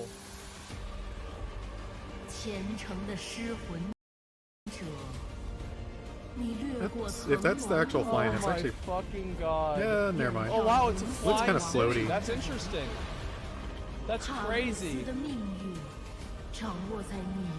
This looks pretty cool. Wow, like kind of like Karazhan, you know? Yeah. That guy's kind of new. He doesn't look like anything in WoW, really. Oh my god. Night Elves. That looks BFA-ish. Oh, this is Nagrand, I guess? This is Ardenweald or Darnassus. It doesn't look bad to me. I think it's pretty cool. And look at the weapons.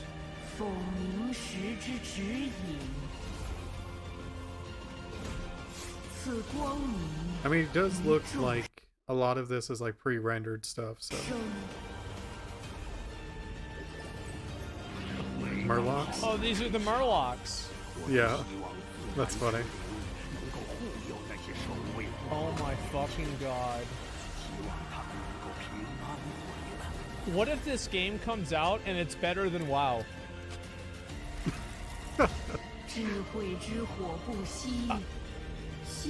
Yeah, what if it's actually better?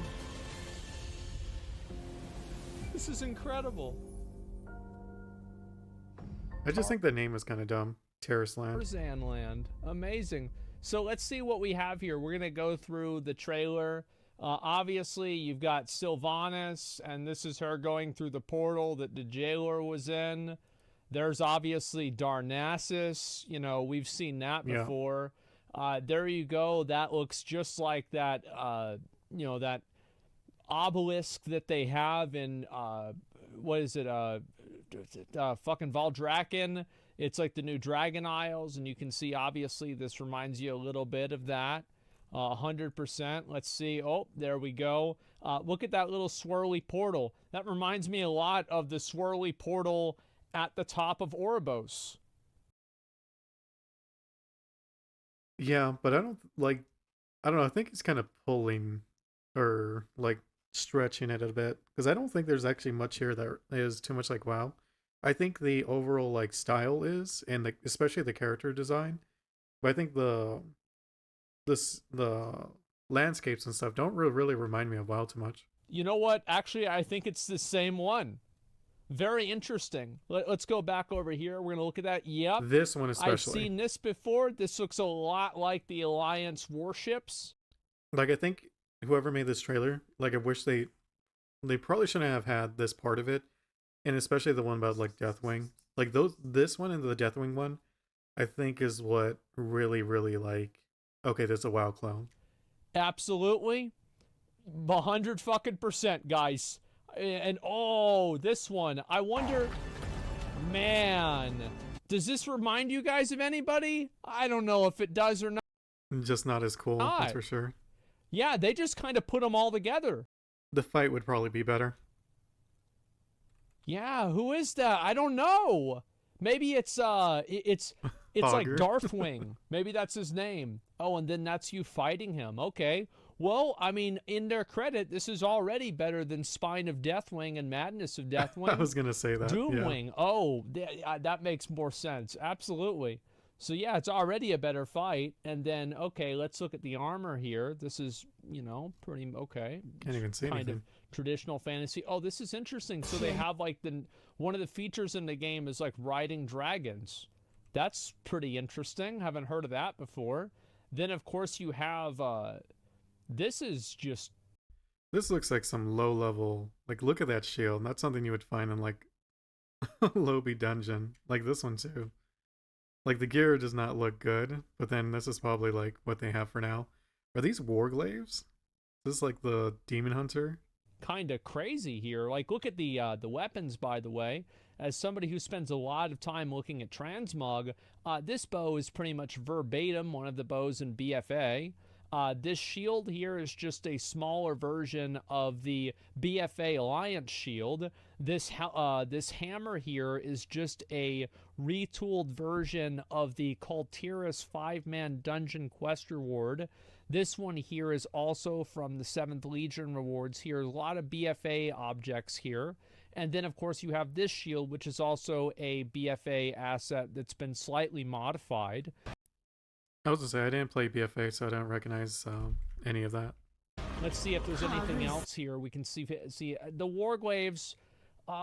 Yep, those are absolutely warglaves, pretty much from WoW. I mean, maybe it's slightly different, but probably not. And let's go back over here. We're going to look around. To be fair, oh, wow, look at that eye. Huh. That is crazy. Look at that. That's really interesting. Have you guys ever seen an eye like that before? Man, maybe Blizzard should put one of those in the game. Holy shit. Wow, look at this. And then, okay, so things are, you know, you're walking along pages of like a shattered world, like Karazhan, Return to Karazhan. To be fair, I feel like this guy is kind of unique, I would say. I mean, not crazy unique, but, I mean, you know, all right, this is decent At least enough. he's not like direct copy. This one also, I think, is relatively unique. I would say that's fair. Volton, yeah. I'm sure that it moves the exact same way. I'm just saying it's slightly different, okay? And then obviously you've got this. I don't know. I thought this actually looked pretty cool. If we've got a whole lot of zones like this in the game, maybe this could be like Jade Forest, etc. Nothing too crazy. And obviously another shot here of Darnassus. Turns out in this version of the game, it didn't get burned down. And there's some little quest word. That's obviously a night elf that's moving through Dunmorrow. I think their tree, though, is cooler than Darnassus. Like, Darnassus, from what I remember, like, there wasn't a lot of verticality to it. Well, that one, like, it was. This is the dwarf starting zone. I'm sure that's probably what it is here. And then, let's see. Oh, this is some combat here.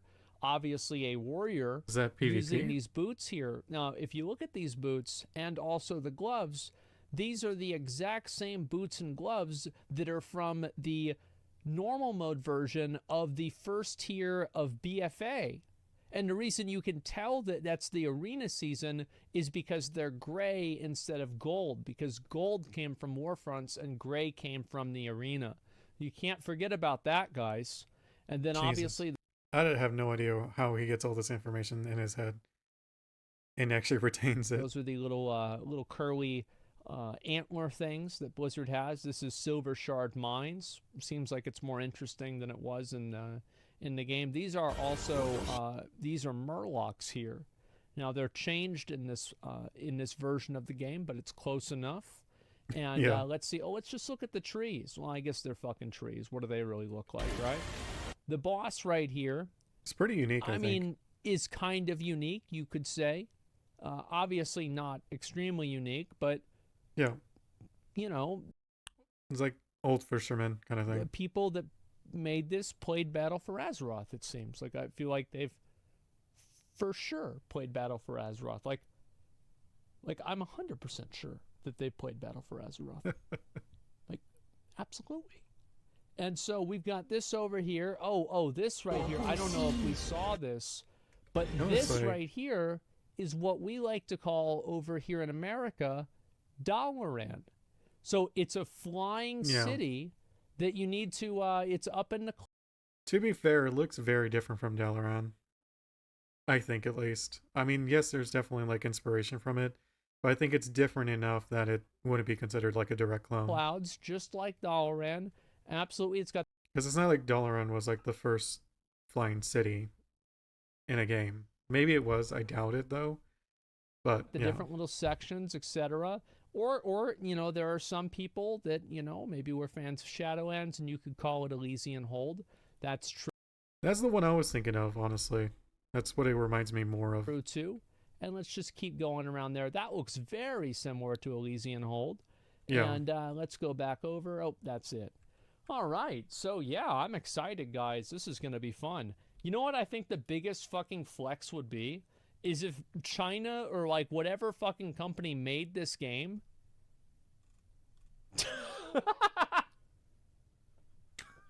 It's even tagged as World of Warcraft. Wow. That's funny. Oh my fucking god. Look at this. So, I think this would be even better if the game actually was better than WoW. Can you imagine that? Like, That'd be Blizzard, hilarious. like these guys, I don't think that would be what's going to happen, but that would be really, really they funny. steal World of Warcraft, and then they make a better version of WoW. Yeah, they basically do what Blizzard did. I'd love to see that. Yeah, it would be really funny to see. Yeah, 3 comments. So yeah, I bet it's probably not going to happen. I think this game will probably suck. But, you know, if it comes out in the West, Especially next-gen MMORPG for mobile and PC. I'll definitely try it out for at least the memes. This is hilarious, guys. I love this kind of stuff. Yeah, no, I might try it as well, just because why not? You know, it looks funny. Looks like it'll at least be something to talk about. So, all right. And that was Blizzard versus NetEase drama, which really sucks. It sounds like Blizzard, whoever's in charge of the NetEase contract, like completely and utterly failed.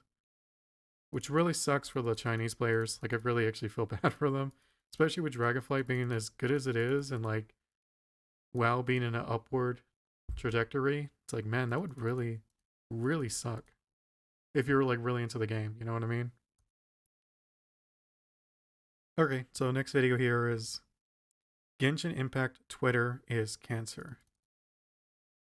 I've heard like a lot of negativity about Genshin Impact fans, which maybe it's just the vocal minority, because Genshin Impact obviously is just a massive game, and its fan base is probably insanely big. So if there's a bunch of crazy fans, like it's probably just a numbers game. Like there's just going to be more of them, because it's overall a lot of fans. But let's take a look. Genshin players hate everyone except the characters in the game. Including themselves? Probably. Wait, don't answer that. Including the voice actors. That's smart. I've heard about that. Like, some voice actor got a ton of hate just because the character wasn't, like, really good. Or below that's average. a good idea. Somebody update me a, Genshin Impact, waifu tier list. But we're gonna take all the, you know, girls of questionable age. We're gonna put all those in the garbage. And just do the ones that are hot. So, Genshin Twitter is cancer. Is this actually true? Let's find out. I hear a lot of bad things about Genshin Impact Twitter. A lot. Day, another Oh boy, another day, another controversial topic to make. Is that the girl that they had in that one video that was like the fucking oh no. Oh, he's talking about the VR thing where they like kiss the camera, I think. Welcome back, gentlemen. Wait, what? 30% of my viewers are women? Welcome, ladies, gentlemen, and How the fuck do you have 30% viewers as women? I have like 2. I'm at like. I mean, if he's a Genshin Impact creator, of course he's gonna have more women than average. Just because that game has more women playing than most games. 2%. Makes sense. That's it. It used to be 1, and then I started playing Final Fantasy. It was 2. During Johnny Depp, it was like 10, and then now it's back down to probably 2. Venti mains? We've spoken about a good amount of topics on this channel so far. I really like Venti. Like, his ultimate has like really great utility. I don't know if it's changed though. Fandoms, Primogem cults, and of course, Genshin YouTubers. And they've all had great feedback. I've had a great run on YouTube, and I'm very grateful to every single one of you. But I think this video's topic might end my short-lived career. Whenever you speak about a sensitive or heated subject, it's the equivalent of walking on a minefield. So if that's the case, I don't think it's a problem, because if you walking on a minefield is only scary if you're afraid of stepping on a mine. Or the consequences of stepping on a mine, yeah. But if you don't care about stepping on mines, then walking on a minefield is just like walking anywhere else. Yeah. The regular heated subjects. Speaking about Genshin, Twitter is like walking on the mother of all minefields in front of Guantanamo Bay with 50 snipers pointing a laser at you. With all that being said, let's do it anyway. Why not? What's the worst that could happen? That's why you subscribe to me, right? You want to see this shit, don't you? You want to make fun of everything, don't you? Let's go, baby. But first, let's start with a very simple question. What is Twitter? Twitter is a truly wonderful app. Every person who uses it just can't stop raving about how it's filled with positive attitude, how it improves their mental health, and how they've never been happier. Oh, what? Wait, I don't have that much trouble on Twitter. Like, even on days that I get canceled, I just, like, if somebody tweets... The fact that he can say days, like it's happened more than once. Something mean at me, I just block them. They're like, I fucking hate you, you fucking lose. Okay. And that's about it. Yeah, there's never anything upsetting on Twitter, really. That's actually how they feel after they uninstall it. Oh, my bad. Sorry. Long story short, it's an app that people use to vent out all their hatred and use each other as punching bags in echo chambers built out of styrofoam. Now look, Genshin Twitter is just like any other crazy Twitter fandom. It has new controversial drama at an average of every 24 hours. There's always something to be mad about, and people tweeting are usually miserable, and you can feel it.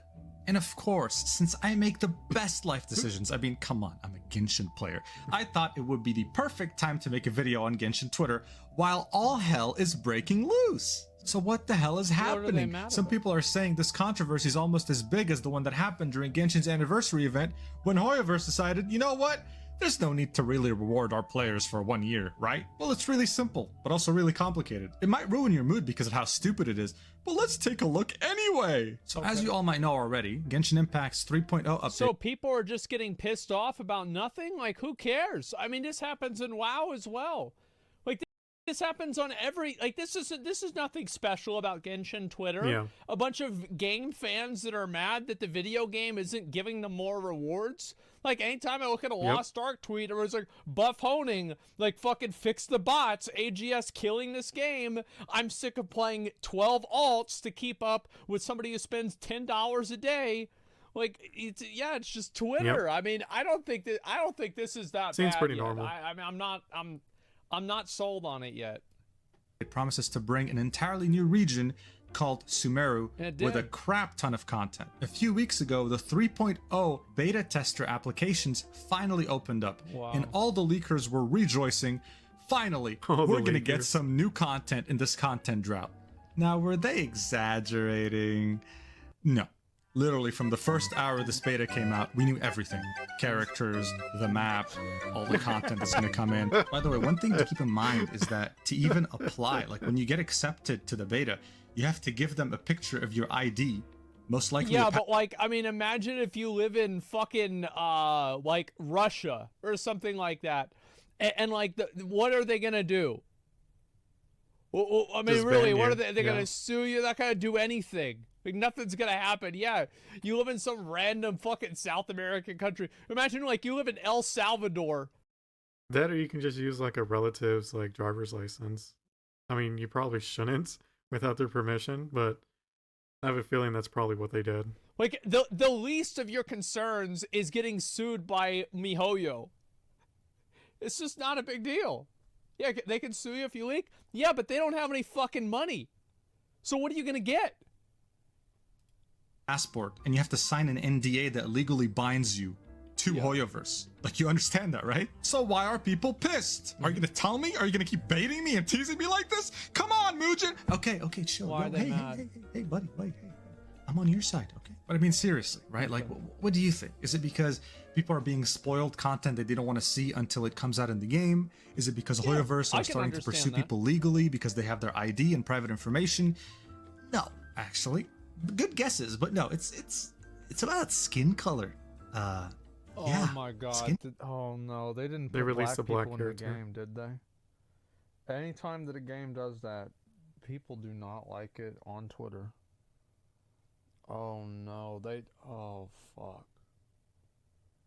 Was there a black character? I can't remember. I don't Probably think thinking, so. yo, Mugen, you're kidding. There's controversy about skin color. What do you mean? This is like an anime gacha game. Who gives a shit, right? Well, buddy, go to #Sumeru on Twitter and you will find something interesting.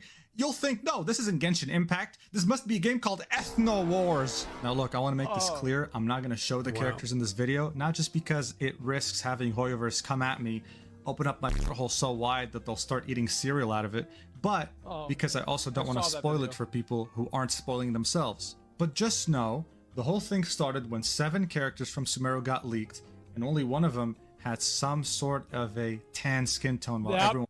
Yeah, I knew it. See, as soon as you lay the foundation, I can already build the whole house. Yeah. I know exactly how this goes. Yep. Gives a fuck. Jesus Christ. People just don't like it. Like, I don't know what to... Like, either way, it's like, if you don't like characters having, like, shades to their skin, it's like, you don't have to get them. There's plenty of other characters in Genshin. And it goes the other way. Like, if you do like those characters, it's like, are you really going to be mad that they have mainly white? They're from, what, China? It's all Asian. There are really a bunch of dark Asians in China that I didn't know about. Maybe there is, and they rounded them all up and don't let them on TV. I have no idea. It's China, so you never know. But I think either way, it's a dumb thing to argue about. Because it is what it is. Like, you know what I'm saying? Like, the character's there. For every person that, like, it's like, you know, the boy who cried wolf racism. Like, oh, you know, this person, you know, I had a negative interaction with a person of a different race. They must be racist. Probably, maybe not. But there are actual people that are racist. Yep. Absolutely. Like, this happens. Like, they're not, like, I thought whenever... Like, sometimes my friends would try to talk to me like, oh yeah, I ran into this racist. And I'm like, I always question them, like, are you sure you're just not an asshole?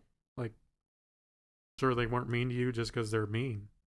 We went to school, I thought that after the Civil War, it's like we fought a war and, like, racism was over after that. Like, that's it. We pretty much packed it up, and that's in the past, and now we're in the future.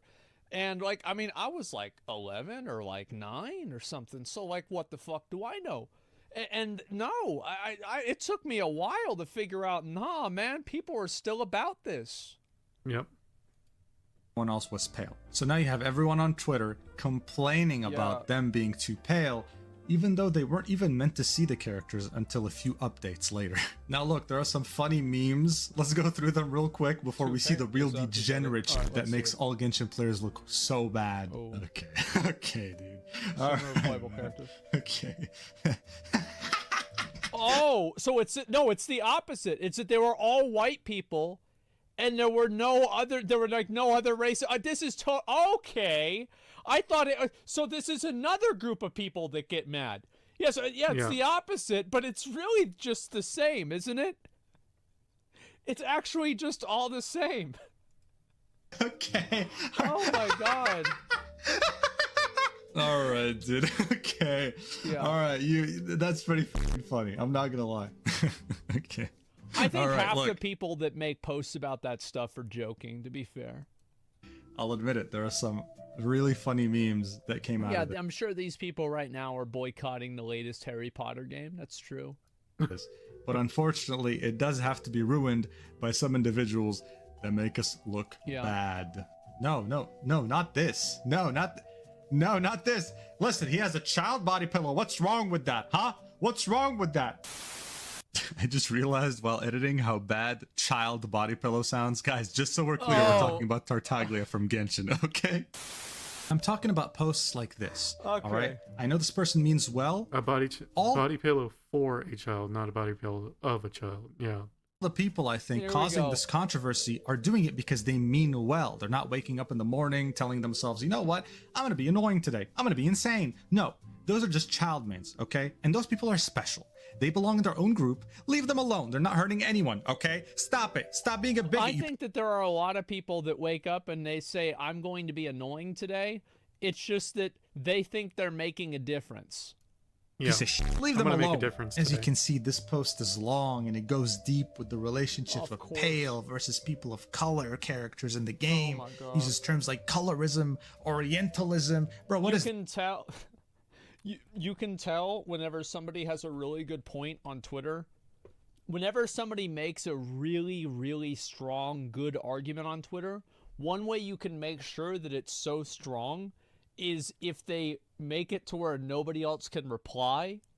That way, there won't there won't be anybody who even tries to come up against this amazing, just so well-reasoned argument. Yeah. Yeah, it's every time, bro, every time you see this, it means the same thing. Bro, what is this? A presidential debate in the United States? Hello? It's a fucking video game, man. It's fictional. Can you stop bringing your politics into a game? This is why... Well, it's gonna make sense, right? Like, this is one thing that people might not understand, is that it's like, I remember they had the Final Fantasy devs talked about this recently, and it's like, there's a lot of white people in Final Fantasy. It's the same with Genshin Impact. Why? White people and Asian-looking people. Because it's made in fucking Japan. It's made in fucking China. Big surprise that the games that are made in this country are going to have a whole lot of people that look like the people in that country. It's like, you even go and you look at the pictures, like, go Google Jesus in Korea. You know what you're going to see? Korean Jesus. There's a Jesus of every fucking shade and color just because people want a Jesus that looks like they do. That's how it is. It's the same fucking reason why we have games that have a lot of different kinds of people. Because there's a lot of different kinds of people in America. It's what makes sense. You know? I mean, come on. Yeah. I don't know how people can't figure this out. Don't like Genshin Twitter and fandoms in general. And of course, their last reply in the thread is... in a very stereotypical fandom way is, yes, I've muted this conversation and I won't be responding to people who can't read through what I've written before coming up with their arguments, so don't bother. That's right, yeah, because like why even give them the opportunity to waste their own time whenever you already know that you're right? True. So pretty much if you read through this thread, a lot of you people don't like change your that. opinion to their opinion, they're stupid. Something's wrong with you. Yeah, you're stupid. Okay, so you're weird. And this isn't the only one. No, sir. There's a reason why this is cancer. Mihoyo and their Orientalism and racism. A thread. Okay. All right. You just really called them out here. Okay. RTN like to educate people. In no way or form is this trying to boycott or cancel them. Bro, you just called them racist. Like, wait, is racism just some word now? Like, yo, hey, you're stupid. Yo, hey, you're racist. Like, you just call your friends racist now? What do you mean you're not trying to be fair, I think most normal people do that as a joke, but on Twitter, you can't have that. Yeah, I've had plenty of friends say stupid shit like that all the time. Cancel them or boycott them. I think there's a lot of people that spend all day on the internet and they never have any real life friends that weren't created through the internet. So they don't know. Like, I remember we went out to like, there's like a basketball court. Bro, this like a year ago, these guys were talking like it was 2004.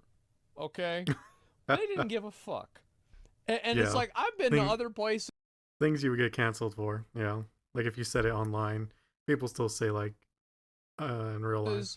Any place that's not like fucking everybody comes from the internet here, people say whatever the hell they want. One night, yeah, Cody was there. Yeah, exactly. Yeah.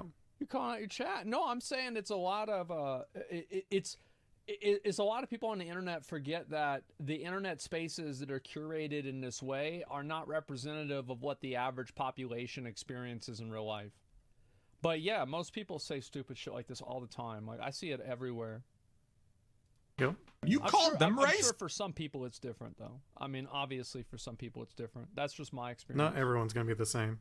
This is a heavy word. And oh, this right here is my favorite, and it sums this all up in an amazing way. Yep. So I first saw this post, I was thinking, okay, Genshin fandom, here's y'all chance to prove that you can multitask and care about the prominent issues in your community. I was thinking, wow, someone is finally standing up, like, yo, guys, chill, right? You're making us look bad, right? Yeah. But then you read the rest of the post. Whether it be mass emailing, refusing to spend money on the game, or dropping 1-star reviews on every site the game is on, those Sumeru designs gotta go! And look at the image, man. Guys, can we mass email Genshin support or something? I'm dead serious. Like, threaten them, you know? Like, yeah, dude, let's just show I love how, and especially the people that are threatening, see, like, probably, I guarantee you that, like, these other companies that are overseas, number one, a lot of the fucking PR people Probably not translated. know over there, like, they don't give a fuck. Yeah. It doesn't matter if, like, 600 of the most socially maladjusted American teenagers boycott you. You're gonna be all right. You're gonna be fine. People in China don't care. It doesn't. Yeah. Nope. It's like not at all. You cannot even express how much they don't care. HQ with guns and knives, baby. Let's go, baby. Let's make them change the skin color of fictional characters right now, or I'm committing a goddamn crime. But guys, listen. Hey, don't let them know it's because he saw leaks, though. Yeah. Yo, Hoyoverse, listen.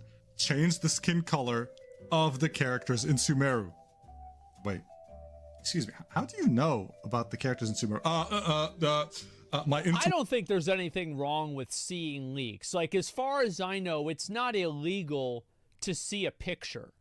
It's only illegal if you are spreading it or knowing that it's NDA'd or you're the one spreading it yourself. Yeah, it's... Yeah. Come on. You get banned if you leak Genshin stuff. No, I think you should get banned if you leak Genshin stuff. But leaking is different than looking. Right? Exactly. I mean, come on, guys.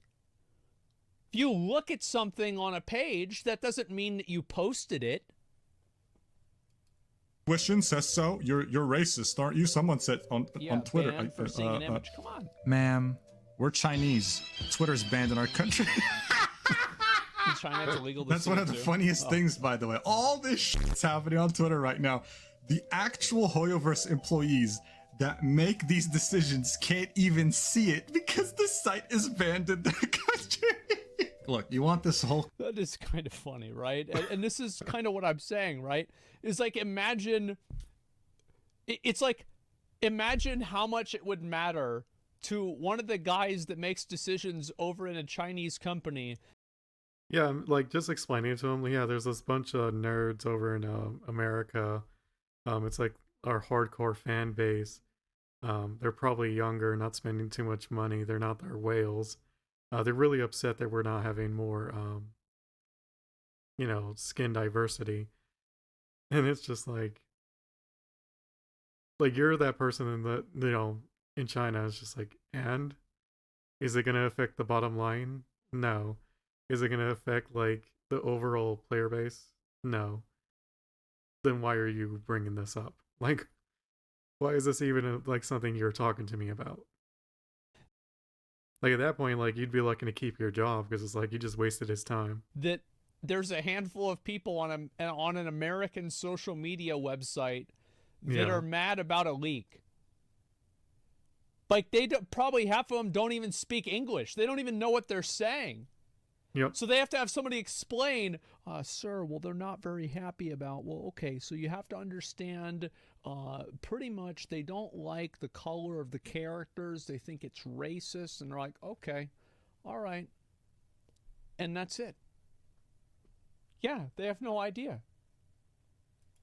Controversy summed up to you in a nutshell. It's like someone robbed a bank, and then they gave everyone a $100 bill. And you go to Twitter to complain that the $100 bill is too wrinkled and your local ATM won't accept it. That's pretty much what they're all doing right now. It's so stupid. But what do... That was a weird analogy. I don't really understand how they are similar. Well, I think. Well, who asked actually? Who cares? Oh, whatever. Look, what I think is this. I think it's completely warranted to be displeased with the design decisions that were done on something you enjoy and invest. I don't know if like that's the right word, to be warranted. Like I think you can be displeased. Like you have that right to be displeased with anything. You know, that doesn't mean anything. It doesn't. So much time in. I think that's true. Like anything that you don't like about something in a game, you should be able to say that you don't like it. Yeah. That's like your right as a viewer, as a fan, as anything. You should be able to express your opinion. Absolutely. Even if it's stupid. Those are the most important ones. Isn't warranted. What I disagree with, what I think is really stupid, is people taking it a step further and doing some really crazy things, bringing IRL politics into a fictional game that people play to escape the IRL landscape. Well, that's also weird. Like on my edge, like where I think things go over the line is whenever you start trying to go beyond the traditional methods and channels of communication because you feel like your issue is so important that you deserve to be heard in a way that is unofficial or unorthodox. That's what the issue is. It's people that have such a big ego and they think their problems are at the center of the world and everybody needs to hear about them, and they go completely over the line because they can't comprehend the idea that somebody else doesn't care about what they care about.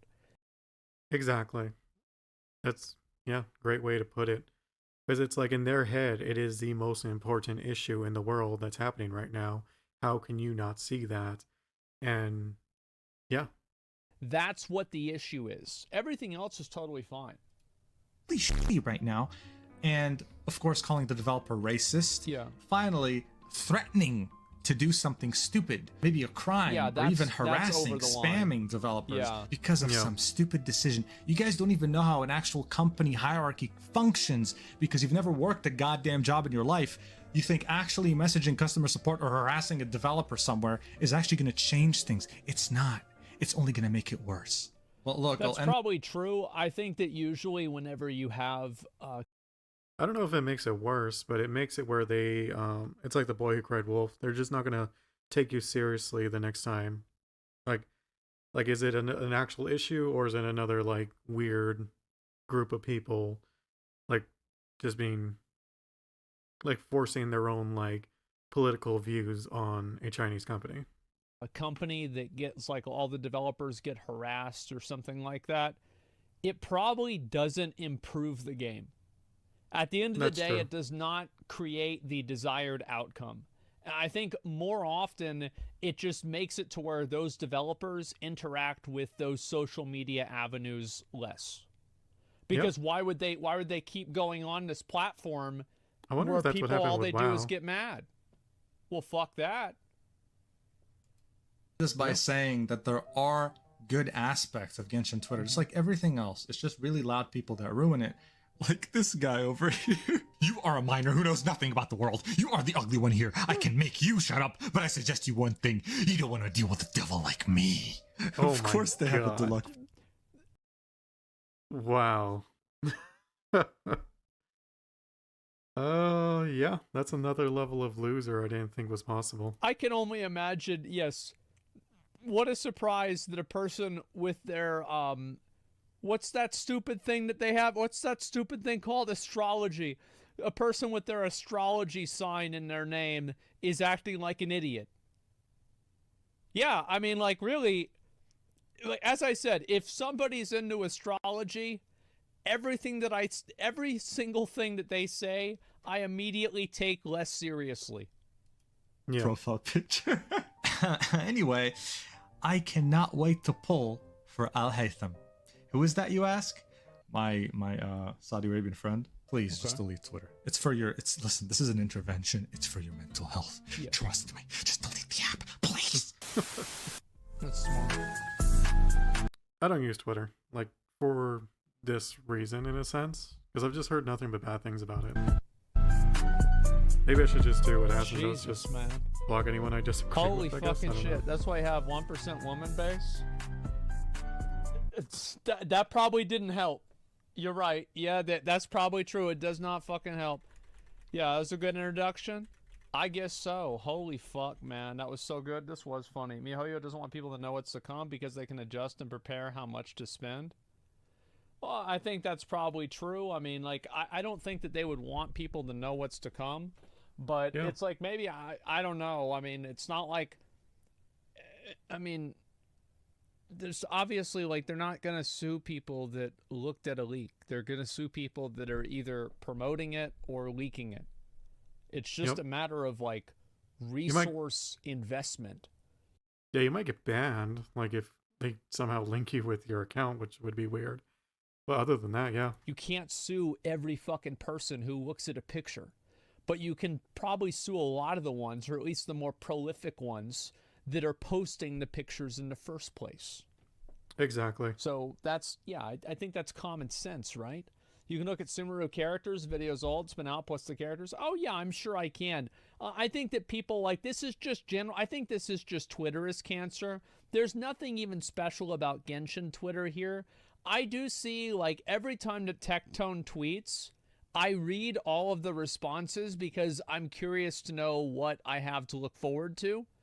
And it seems like, I mean, it's just pretty much the same shit. It's nothing too crazy. It's nothing too out of the ordinary. It's like just fans of a video game that are mad that this guy doesn't, like, he didn't say the right thing about their video game. I don't know. It just doesn't worry me that much, okay? Yeah, Twitter's worse than anything I've seen my entire life. Well, it's just people that are fucking out of control, man. That's all there is. Yeah, emotionally unstable. Tectone is seen as toxic creator in Genshin and gacha community in general. Why do people think Tectone's, why do people think he's toxic? I mean, I don't watch gacha. I don't even watch this. I have no idea even what it could possibly be. Because he's loud? Because he's white. Okay, I can see that. Oh, okay. Makes sense. All right. I mean, they didn't like the characters being white. He was toxic on Arc Knights so. as well. He hates every game. He is about drama. He really likes to fish for drama. I don't really watch Tectone, so I don't know. He's bald. White plus bald equals toxic. I don't know. I don't understand it at all, okay? And I could see how somebody who doesn't play WoW wouldn't understand why, like, WoW players don't like me. So I'm not even going to begin to try to figure it out, okay? Let's see if we can figure out something else, though.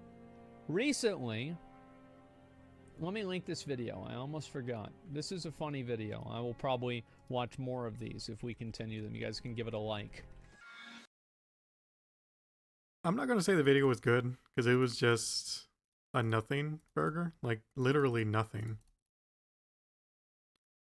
TLDR, there was a small group of Genshin fans who were upset with the skin color of the new characters, and they wanted to try to maybe harass the developers. So they didn't, that they know of, but yeah. Okay, well, let me see if there's anything else, because I think there's a few more videos I wanted to see. Or maybe not. Let me see here.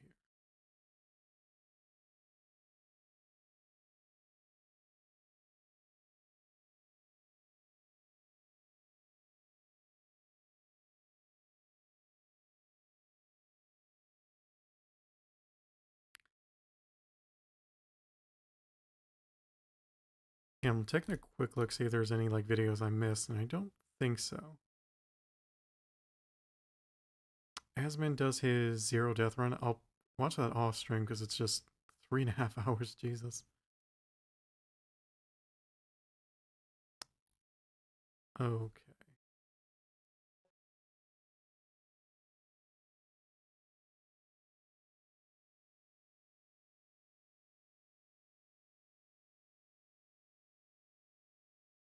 On January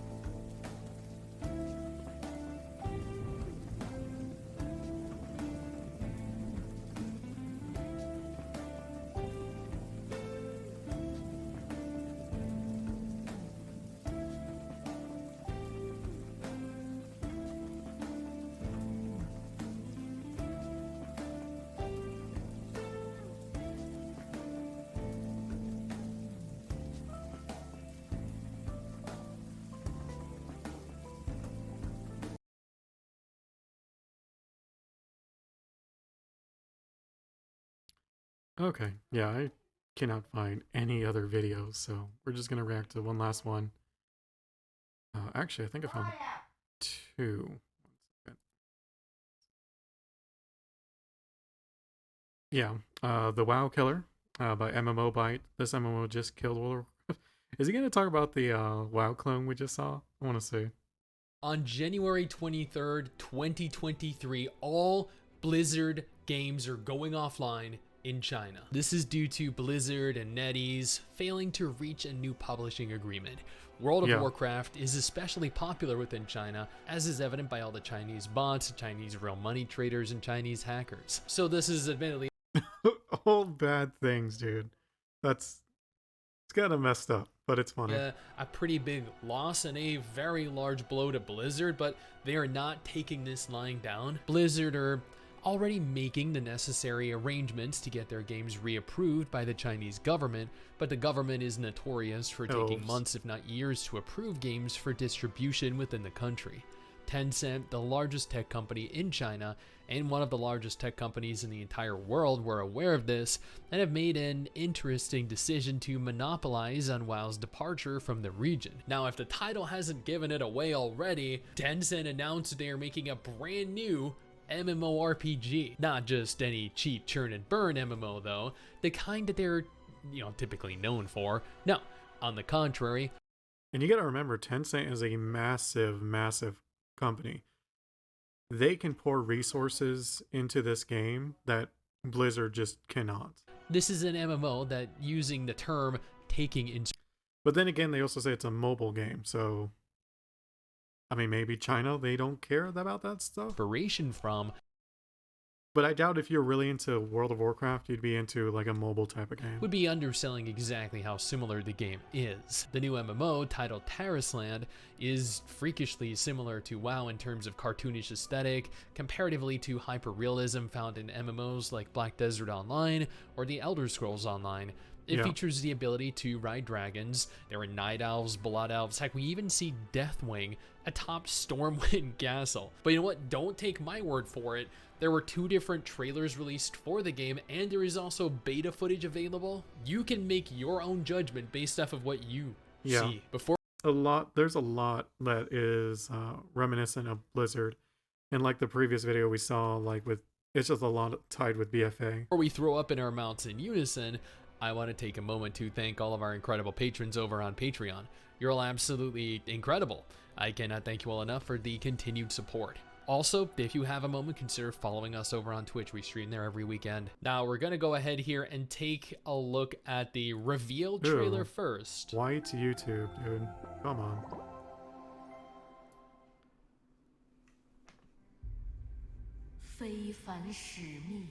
Yeah, we saw this already with Asmon. Let's skip ahead a little here. Blood Elf. Yeah. Karazhan. Murlocs.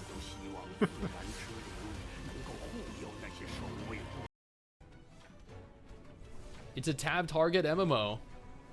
So this is the actual gameplay. Oh, never mind. Some gameplay, I guess. Those eyes look weird.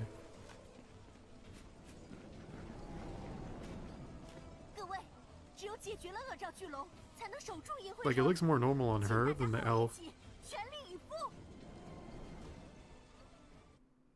What they don't have is like the different races other than like the humanoid. Like, they don't have orcs, they don't have trolls, they don't have pandas, obviously.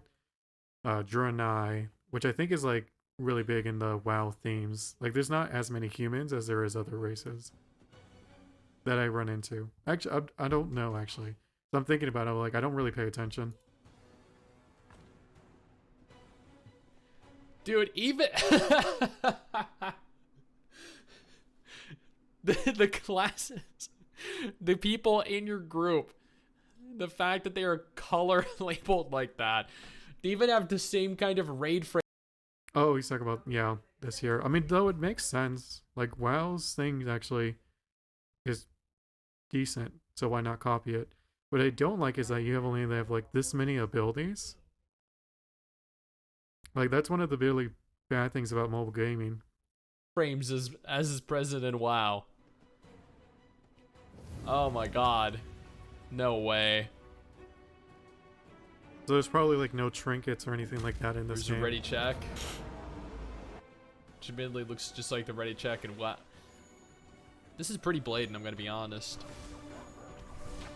I actually don't really mind that they copy it because it just makes sense because WoW did something similar, like with most of their games. To be fair, obviously it has their own spin on it, but taking ideas and just doing it better is kind of what Blizzard was known for.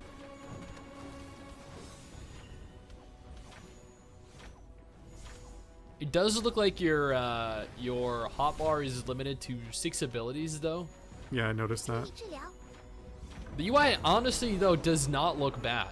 Like I don't know. Pretty good. I was expecting it to be really cluttered or something. Pretty clean. I don't know what's on the top right hand side because he's kind of blocking it. And in fact, I'm gonna move. No, I can't really move my face, so I'm not blocking his stuff. But I mean, if you're gonna follow him on Twitter, like, I'll have a link in the description for that. But I really wish he didn't block that top right hand side. I kind of want to see it without him. Because is that like a DPS The UI meter? doesn't look bad. What is that? The special effects from the boss monster is really cool. Whoa, that was pretty cool. Did you see that? Like, he's doing this AoE ability, right? And this is almost like Final Fantasy with like their limit break. The special effects from Like, the what boss is monster this? is really cool. The mechanics look great. Was that something a player did? Like, it seems like it, right? But at the same time, like, I don't know. Like, how would you balance that? They all stood behind that ice wall. That was cool. Oh, was that ice? It just looked cool. like air. Perfect time for hiccups. Oh, great. And the boss kind of looks cool, but it looks pretty boring.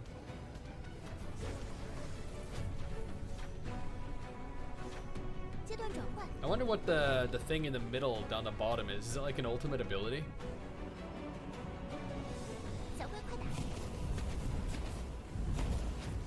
That almost looks like a stance. I'm not sure though. Because you have like a left and right side. Or maybe they're just gauges. I don't know, guys. This is, I'm not sure. Like, this, I can't say that this actually looks bad because it doesn't. It doesn't look good. I was about to say it does bad. not look good, but it doesn't look terrible. Yeah. Oh. Oh, lockdown. And deleted. Oh, I'm sure we all know those feels.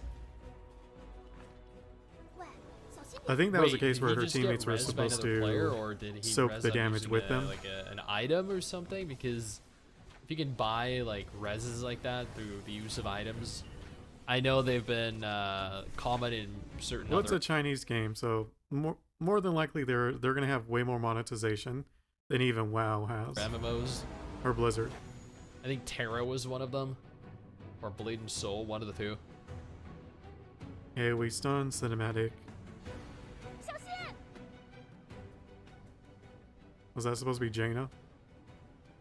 I mean, you know, evidently the beta is missing some sound effects.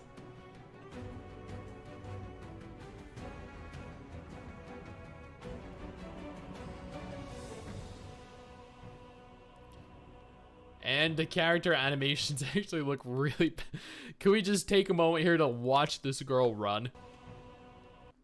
Like, let's go ahead here and play this back in slow motion. Like, it's almost like the ground isn't like... This is quality animations right here. Yep. Like, oh it's boy. all ice. Yeah, Like she was just slipping no, and sliding. Definitely not. Nope.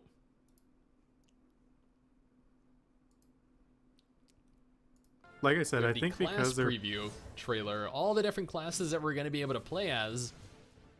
Fury War. I think they made a huge mistake by putting it as like mobile also. I think anyone who would try this, it's just, there's so many things in here that are just like kind of a, at least to me, like I'm not I wouldn't see it as like a WoW. What's the word I'm looking for? Replacement. Warrior. Like a temporary thing until WoW can finally get to China. But like I would not expect it to be like, oh, this is my new MMO. It's like I'll play it for now until WoW can get back. If I was like a big WoW player in China. Okay, there are 1, 2, 3, 4, 5, 6, 7, 8 classes in total. Or races in total. I can't tell. Are the races and everything locked then? Like the classes locked behind your race and your gender? That's what it looks like. It's hard to say because it's all in Chinese. Just see the 2 blonde elves on the side there. It does look like there are 5 classes they can be, and they are locked to 2 of them. That's there are what 2 it classes looks like, over on the which right that they can would be. suck. It even shows the preview for the character for the race that you are. I don't think the graphics are bad though. Like I feel like I've seen those I'd be okay pauldrons with it in WoW but- before. So this race has 3 choices. Like that's just They can be 3 classes.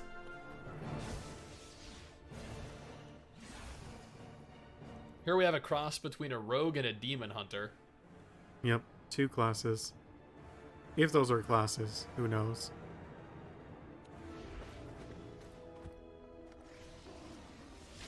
And hunter. That's a cool looking pet. Typical Not gonna night lie. elf.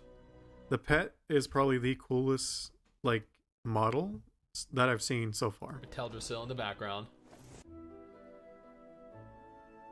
Like if I was gonna play the game, I'd probably pick a hunter. Like Okay, after I'm seeing gonna be this. completely honest with you guys though. This, if anything, reminds me graphically, like aesthetically, more of Wildstar than anything else. I don't know if I'm I was gonna think Torchlight, to be honest. the only one that's getting those vibes from this. That guy evidently... This guy really, really skipped leg day. Like, I didn't even you go notice back to the that. guy at the beginning. Jesus. This dude did not skip leg day. This is why you do not skip leg day. Yeah, like then again, even his arms are a bit like smaller than this guy, but his chest is like crazy big. Oh well. A little gust of wind would blow this guy over.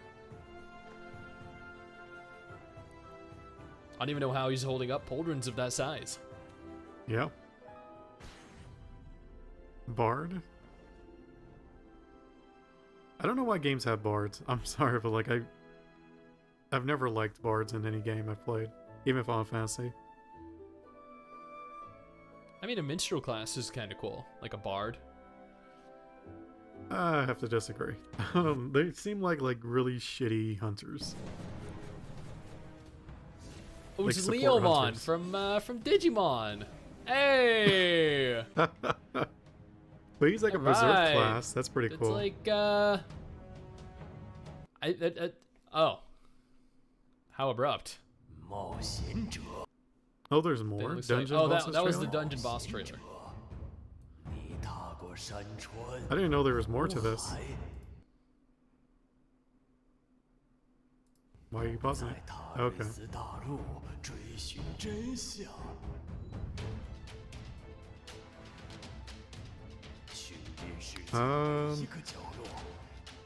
Sorry if I missed your message there. Hannah Garland? Hey, what's up?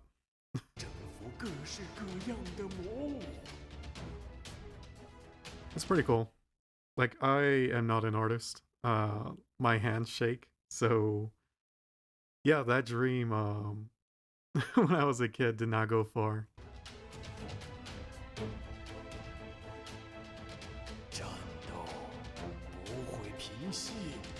Dude, they Like, got the art- polymorphed. I just saw that, yeah. I actually kind of like this art style. I'm not gonna lie. What? You know what's funny is like this is the kind of game I probably would play on a phone, like the art style at least. This is interesting. That's weird. That boss reminds me of is it Genshin I'm thinking of, or Tower Fantasy? I think Tower Fantasy bosses. I'm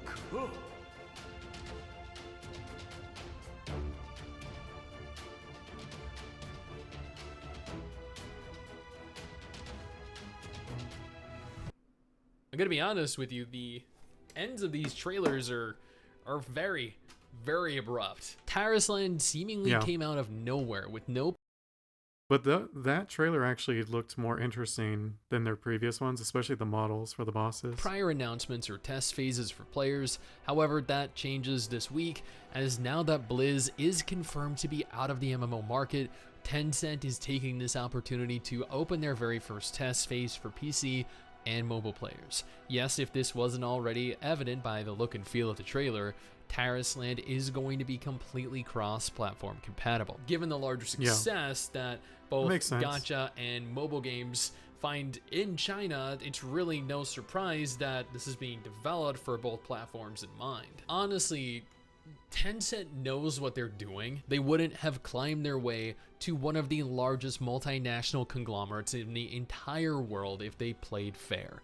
This is honestly something that Blizzard might never recover from. By the time they manage to find a new publisher within China, get their new publishing license approved, there are going to be several new MMO releases all vying for the market that WoW once occupied. Terrasland, Lost Ark, which was also just approved for publishing and distribution within the country. Tencent's goal with this is to make the next WoW killer, an MMO that looks like WoW, that feels like WoW, and I mean, as dumb as this sounds, an MMO that very evidently even has the same races, the same classes, the same, like... It doesn't really have the same races. Like, to say elves and humans are a World of Warcraft race is kind of dumb.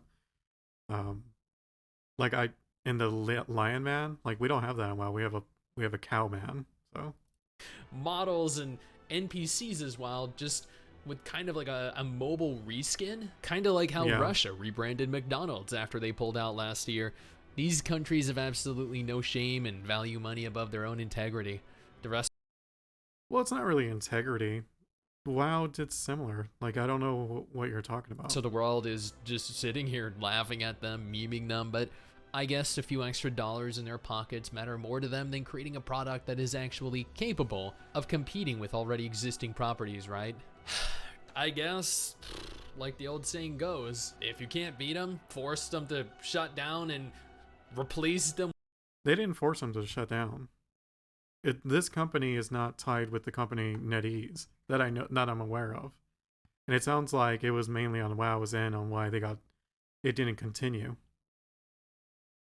with an inferior product. Because I mean, WoW hasn't come out with, Blizzard hasn't come out why the contract didn't go through originally, so there's no way to know. Oh, that'll show them. This could be the next big MMO in China, and if it does well in China, this could be the next big MMO outside of China, because you know that they are going to try and milk us like a milk tank. There's absolutely no chance that they don't.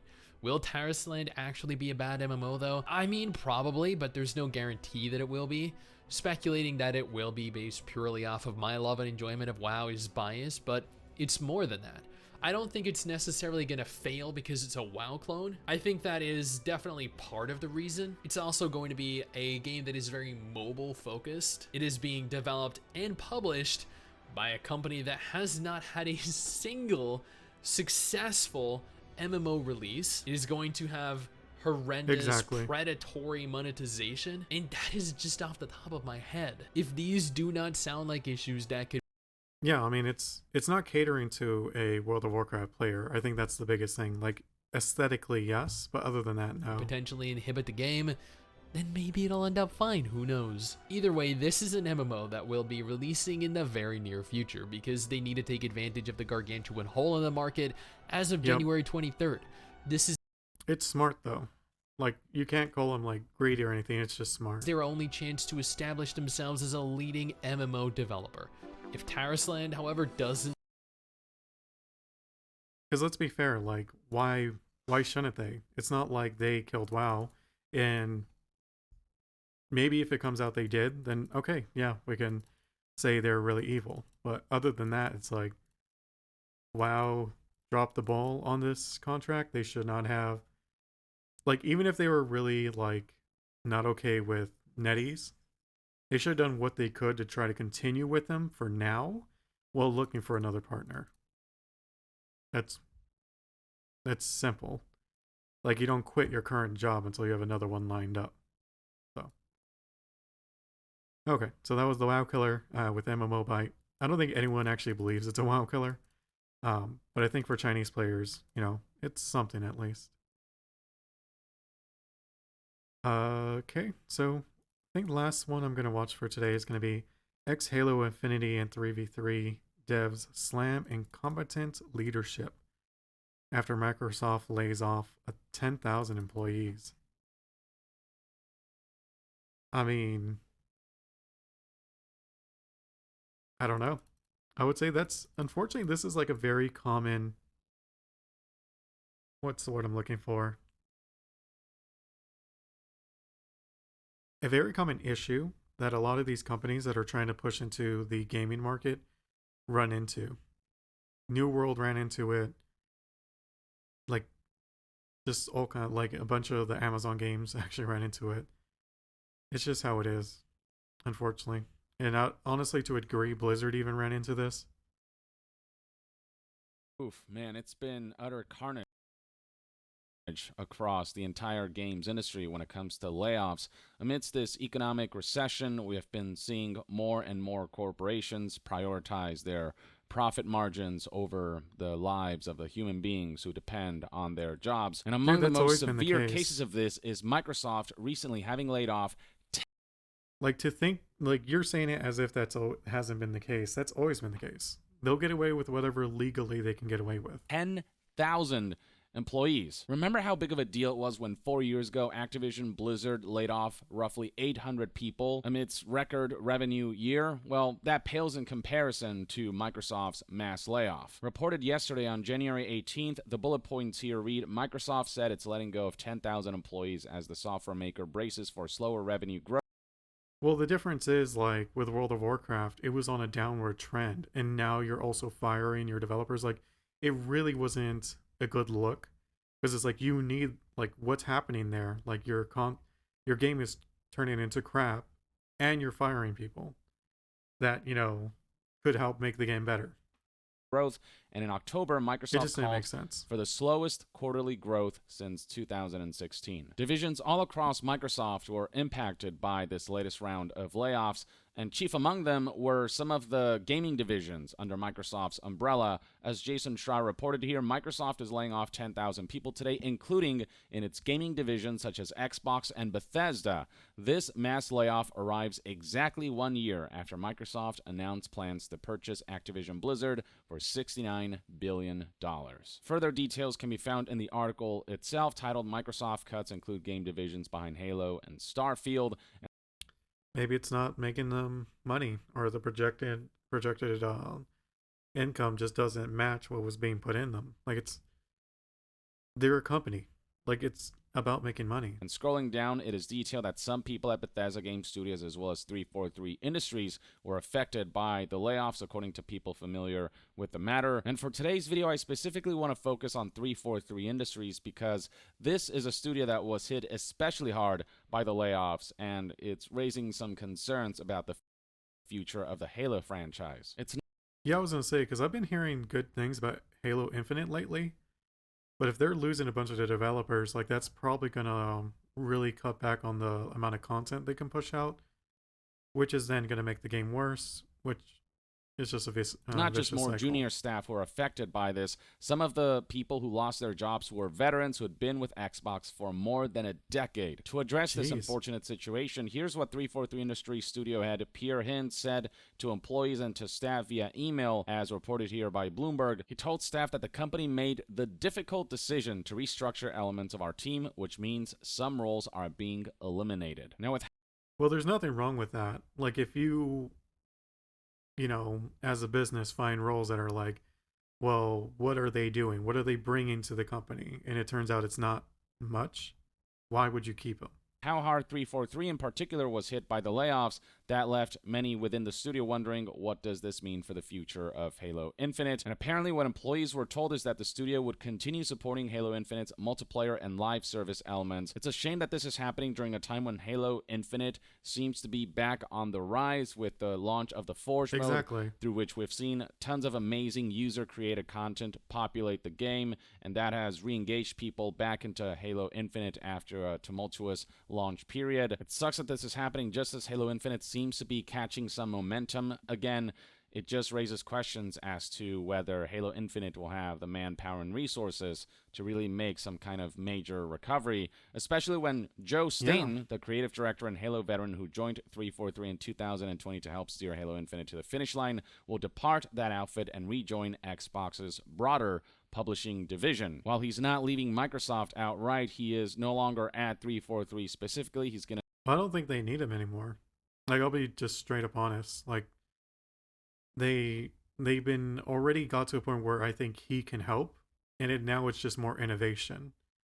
And take on a broader role at Xbox, and that means he can't focus on Halo Infinite, and he was such a big part for why Halo Infinite was able to release in the first place amidst that tumultuous development cycle. Jason Schreier added additional context via this follow-up tweet that reads, Microsoft won't share specific numbers, but several employees have told me that 343 Industries was hit hard. This comes in the wake of a long-running hiring freeze and a lot of contractor departures. Meanwhile, executives are being paid ridiculous sums of money, receiving dozens of millions of dollars worth of compensation. Right here, Jason Schreier made it a point to highlight that Microsoft CEO Satya Nadella made $54.95 million in total compensation last year. Now going...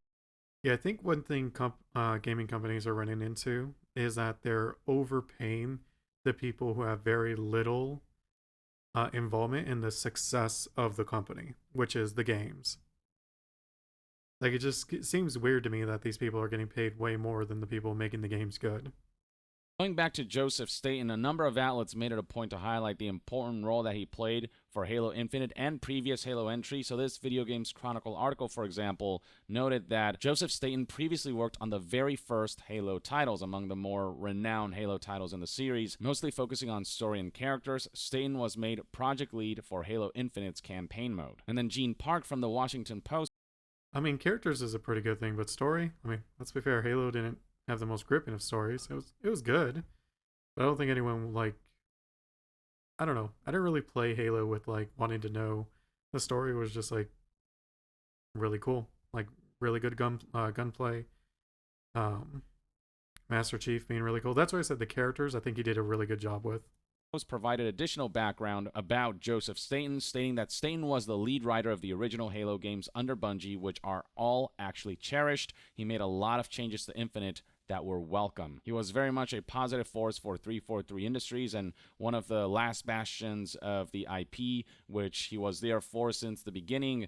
And now with him gone, you know, that's going to definitely be a significant blow to the Halo franchise. Specifically, I think Staten's departure marks the end of additional support for the game's campaign mode, which Staten was made project lead of. That seems doubly likely when you consider that when Pierre... I didn't even know they had a campaign mode. I thought Infinite was just pure PvP, multiplayer. Hints talked to staff about how we're going to move forward with Halo Infinite. He specifically mentioned that they're going to continue support for Halo Infinite's multiplayer and live service elements, but there's no mention here about additional support for the game's campaign, which really sucks because I really do feel like Halo Infinite's open world campaign has a ton of potential for further expansion. There's a co-op mode that never really came to light, that was canceled last minute, even though there is a co-op mode in the game that data miners found that works well enough as it is that they could have finished. Enjoyers of Halo campaigns, I think, were really done dirty with Halo Infinite. Gene Park does try to sprinkle in some optimism by pointing out that the new studio boss, Pierre Hintz, was part of the Master Chief Collection turnaround. That was a collection that had a very rough launch, but is now universally beloved, and so maybe Pierre can steer the ship in the right direction, but it doesn't change the fact that all of this is definitely going to have a negative impact on morale at the studio, and ultimately valuable talent was lost. Others who lost their job include Christopher Blom, who, according to LinkedIn, was the design lead for a number of years and has been with 343 Industries since 2012 for over a decade, but that unfortunately didn't make him immune to Microsoft's layoff crosshairs. And it goes without saying that people within 343 Industries are heartbroken by these latest developments, and some developers have taken to speaking out about just the piss-poor leadership that they saw working at 343 Industries. Gene Park spotlighted Patrick Wren's tweet here, who was the former Halo senior multiplayer designer. Here's what Patrick Wren had to say about this whole situation. Had some pretty scathing and blunt words to share. The layoffs at 343 shouldn't have happened, and Halo Infinite should be in a better state. The reason for both of those things is incompetent leadership up top during Halo Infinite development, causing massive stress on those working hard to make Halo the best it can be. Poor leadership ultimately being responsible for the Yeah, and what's sad is like this poor leadership are the ones that are getting bonuses for the hard work of the developers a lot of the time. Failure of a major project should come as no surprise, even though the tendency for corporations is to try to shift the blame and onus of a project's failure to employees and staff who did their best and worked the hardest they could under the piss-poor conditions. It's the fault of the employees when things go wrong, and it's the vision of like leadership on why things went right is usually the case. That they were given. The fact of the matter is that more often than not, it tends to be that poor leadership steered the ship astray and led to disastrous results. And you can see right here that a former senior developer at 343 Industries had no reservations about spotlighting this, about making sure that people know that poor leadership was to blame for Halo Infinite's failure, and not the lack of talent within 343 Industries or the lack of working hard enough. It was just a poorly managed project. Patrick Wren proceeded to add that the people I worked every day with were passionate about Halo and wanted to make something great for the fans. They helped push for a better Halo and got laid off for it.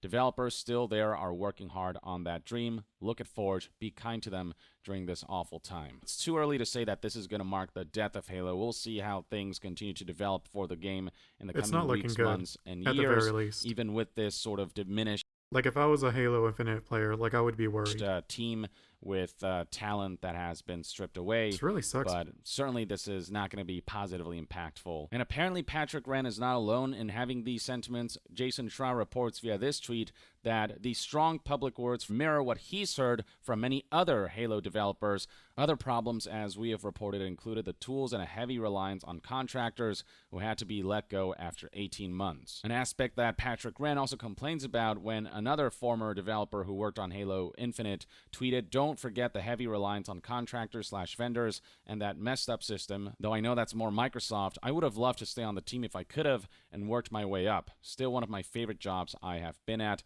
Patrick Wren responded with, "Oh man, the contract stuff is a whole other can of worms that pisses me off. So many amazing people and talent that just disappeared." Former developer for Halo Infinite, Nick, has no problem calling out Microsoft specifically, and below you'll find that a number of developers have responded by agreeing, saying, "Yup." Another developer who's not afraid to call out Microsoft is Tyler Owens here, who worked at 343 Industries during the Halo 5 era. He said, "As a Halo fan, I'm really tired of Microsoft business practices and policies slowly killing the thing I love. Between the contracting policies they abuse for tax incentives and layoffs in the face of gigantic profit/executive bonuses, they set up Halo for failure." Many developers are just getting fed up with corporate bullshit. Tyler Owens straight up just says, "I really don't care if I should be saying this or not publicly anymore. Screw it. I'm done just kind of being silent and watching all of this unfold and not being able to say anything about it." Developers are becoming less and less afraid to speak out, especially after how in recent years, after developers spoke out,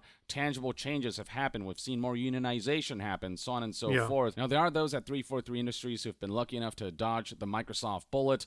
Alex Wakeford here, who is a community writer at 343 Industries, tweeted, "Appreciate the concerned messages I've been receiving. I'm still at 343, but many incredible people are not. People who I was in work calls with, as usual, not knowing it was their last one before the news hit. Those folks have contributed more to Halo than many will ever know." Now, this Twitter user I don't believe is related to Halo or 343. He's an official artist for Magic and Dungeons & Dragons and whatnot, but he did comment on the recent situation, saying that Microsoft laying off 10,000 people while investing $10 billion in OpenAI is a major road sign for where we are headed, with Microsoft's investment in AI also being something that Bloomberg briefly highlighted in their article cover. I mean, that was going to be obvious, though. I mean, any company that isn't looking towards AI being able to save labor costs is kind of stupid.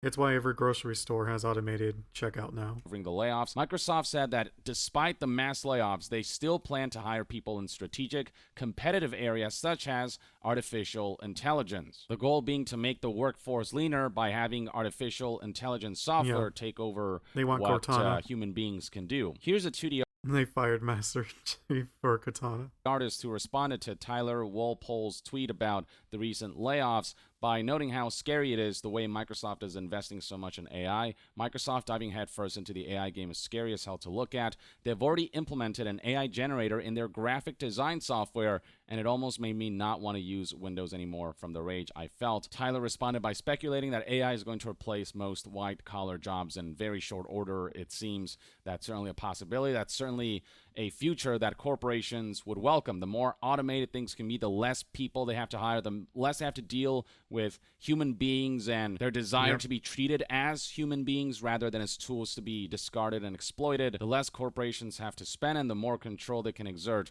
over the way their company runs. And keep in mind that as far as 343, of course they have all control on how their company can run. It's their company. They can't do illegal things, which I don't think is going to change with AI or not. As I mean, unless you're talking about like forced overtime, but it's like AI doesn't matter. Not right now, at least. Not until it gets to a point where maybe they're conscious, in which case that's a whole different conversation. But yeah, I mean, this was always the future. Like anyone who thought otherwise was kind of in a delusional state. 3 specifically is concerned, this also comes after a number of major senior departures. As Video Games Chronicle reported in a series of articles back in December of 2022, Halo Infinite's multiplayer director Tom French quit 343. Here we have an article detailing that Halo Studio 343 is reportedly losing another member of its leadership team. But wasn't the leadership the main reason why it's going bad, or was it corporate leadership? Referring to engineering director David Berger, this was reported back in September of 2022. Before that, we saw that 343 Industries head Bonnie Ross left 343 back in September of 2022. And even before the game's launch, we yeah, but hers was a medical issue from what I just saw in that article. Saw major turnover for some very important roles. Back in October of 2020, Halo Infinite lost another director. Chris Lee is no longer working on the game following its recent delay. People could just feel that there was something off about the way the studio was being managed long before the rough and tumultuous launch of Halo Infinite. And now, following the game's launch, not only are we seeing that continue, but Microsoft's own mismanagement has led to talented and important key players in 343 getting the boot. And given that all this is happening during a low point in the Halo series, then sure, Forge helped spruce things up a bit, but we're far from Halo Infinite reaching its maximum potential. Well, I don't think it would ever reach its maximum potential. It's a live service game, so there's not really an end goal in a sense. But it never got to a point where, like, people who didn't or weren't really interested in Halo Infinite would be interested in trying it out. It just sucks to see all this happening on top of that, and it just raises more concerns as to whether 343 and the Halo IP can have a bright future ahead of them. But regardless of what your opinion might be on the current state of... Yeah, time's going to tell on that. Like, I would say in the next, 6 months to a year is really going to tell the story on what's going to be happening with Halo Infinite. Halo or the current state of 343... The fact remains that it sucks when people lose their jobs. People who, made an earnest effort to do their best work possible under shitty circumstances. So to those people, I hope you land on your feet. I hope you find greener pastures ahead. And for the people who are still at 343 Industries, It also sucks because, a recession is, already on its way, in a sense, so... hopefully this is something that the studio can rebound from. And, we don't want to lose the Halo IP. We really want to see it return gloriously in the future. So hopefully that's something that can happen. Only time will tell what the future will look like. I would say most people, yeah. I wasn't just... The reason why I wasn't interested in Infinite myself was because I thought it was just multiplayer only. And I didn't really... I played Halo for multiplayer, but with, friends. And since those friends don't really play Halo anymore, I'm like, okay, well... I'll play for the campaign now, but sounds like the campaign's going to be a bust. look like for 343 and Halo Infinite. In the meantime, though, let me know in the comments below what your thoughts and opinions are on these latest developments surrounding Microsoft's mass layoff that has severely impacted 343 in particular, and how you think this will impact the future of the studio and the Halo IP as a whole. And to be further updated on all things gaming news, reviews, and discussions, stay tuned right here on Young Yeah. I'll see you guys next time. Young out. He's still doing that outro. That's funny. Like I've seen Young Yo for like a long time, and I still remember like his first videos when he was doing that. Anyways, it is a good video. Like very informative. Like Young Yo has some of the most informative videos out there. Yeah, I mean, this really does suck. Especially if you're a Halo fan and you're enjoying or we're looking forward to Infinite, like with its, because I've been hearing like it's just been getting slowly but better. Like it's been getting better but very slowly. But for this to happen, it's just like, man, is it gonna end up like Anthem? Like, hopefully not, but we'll see. All right, so that's all I'm gonna be doing for today. Yeah, take care. Peace.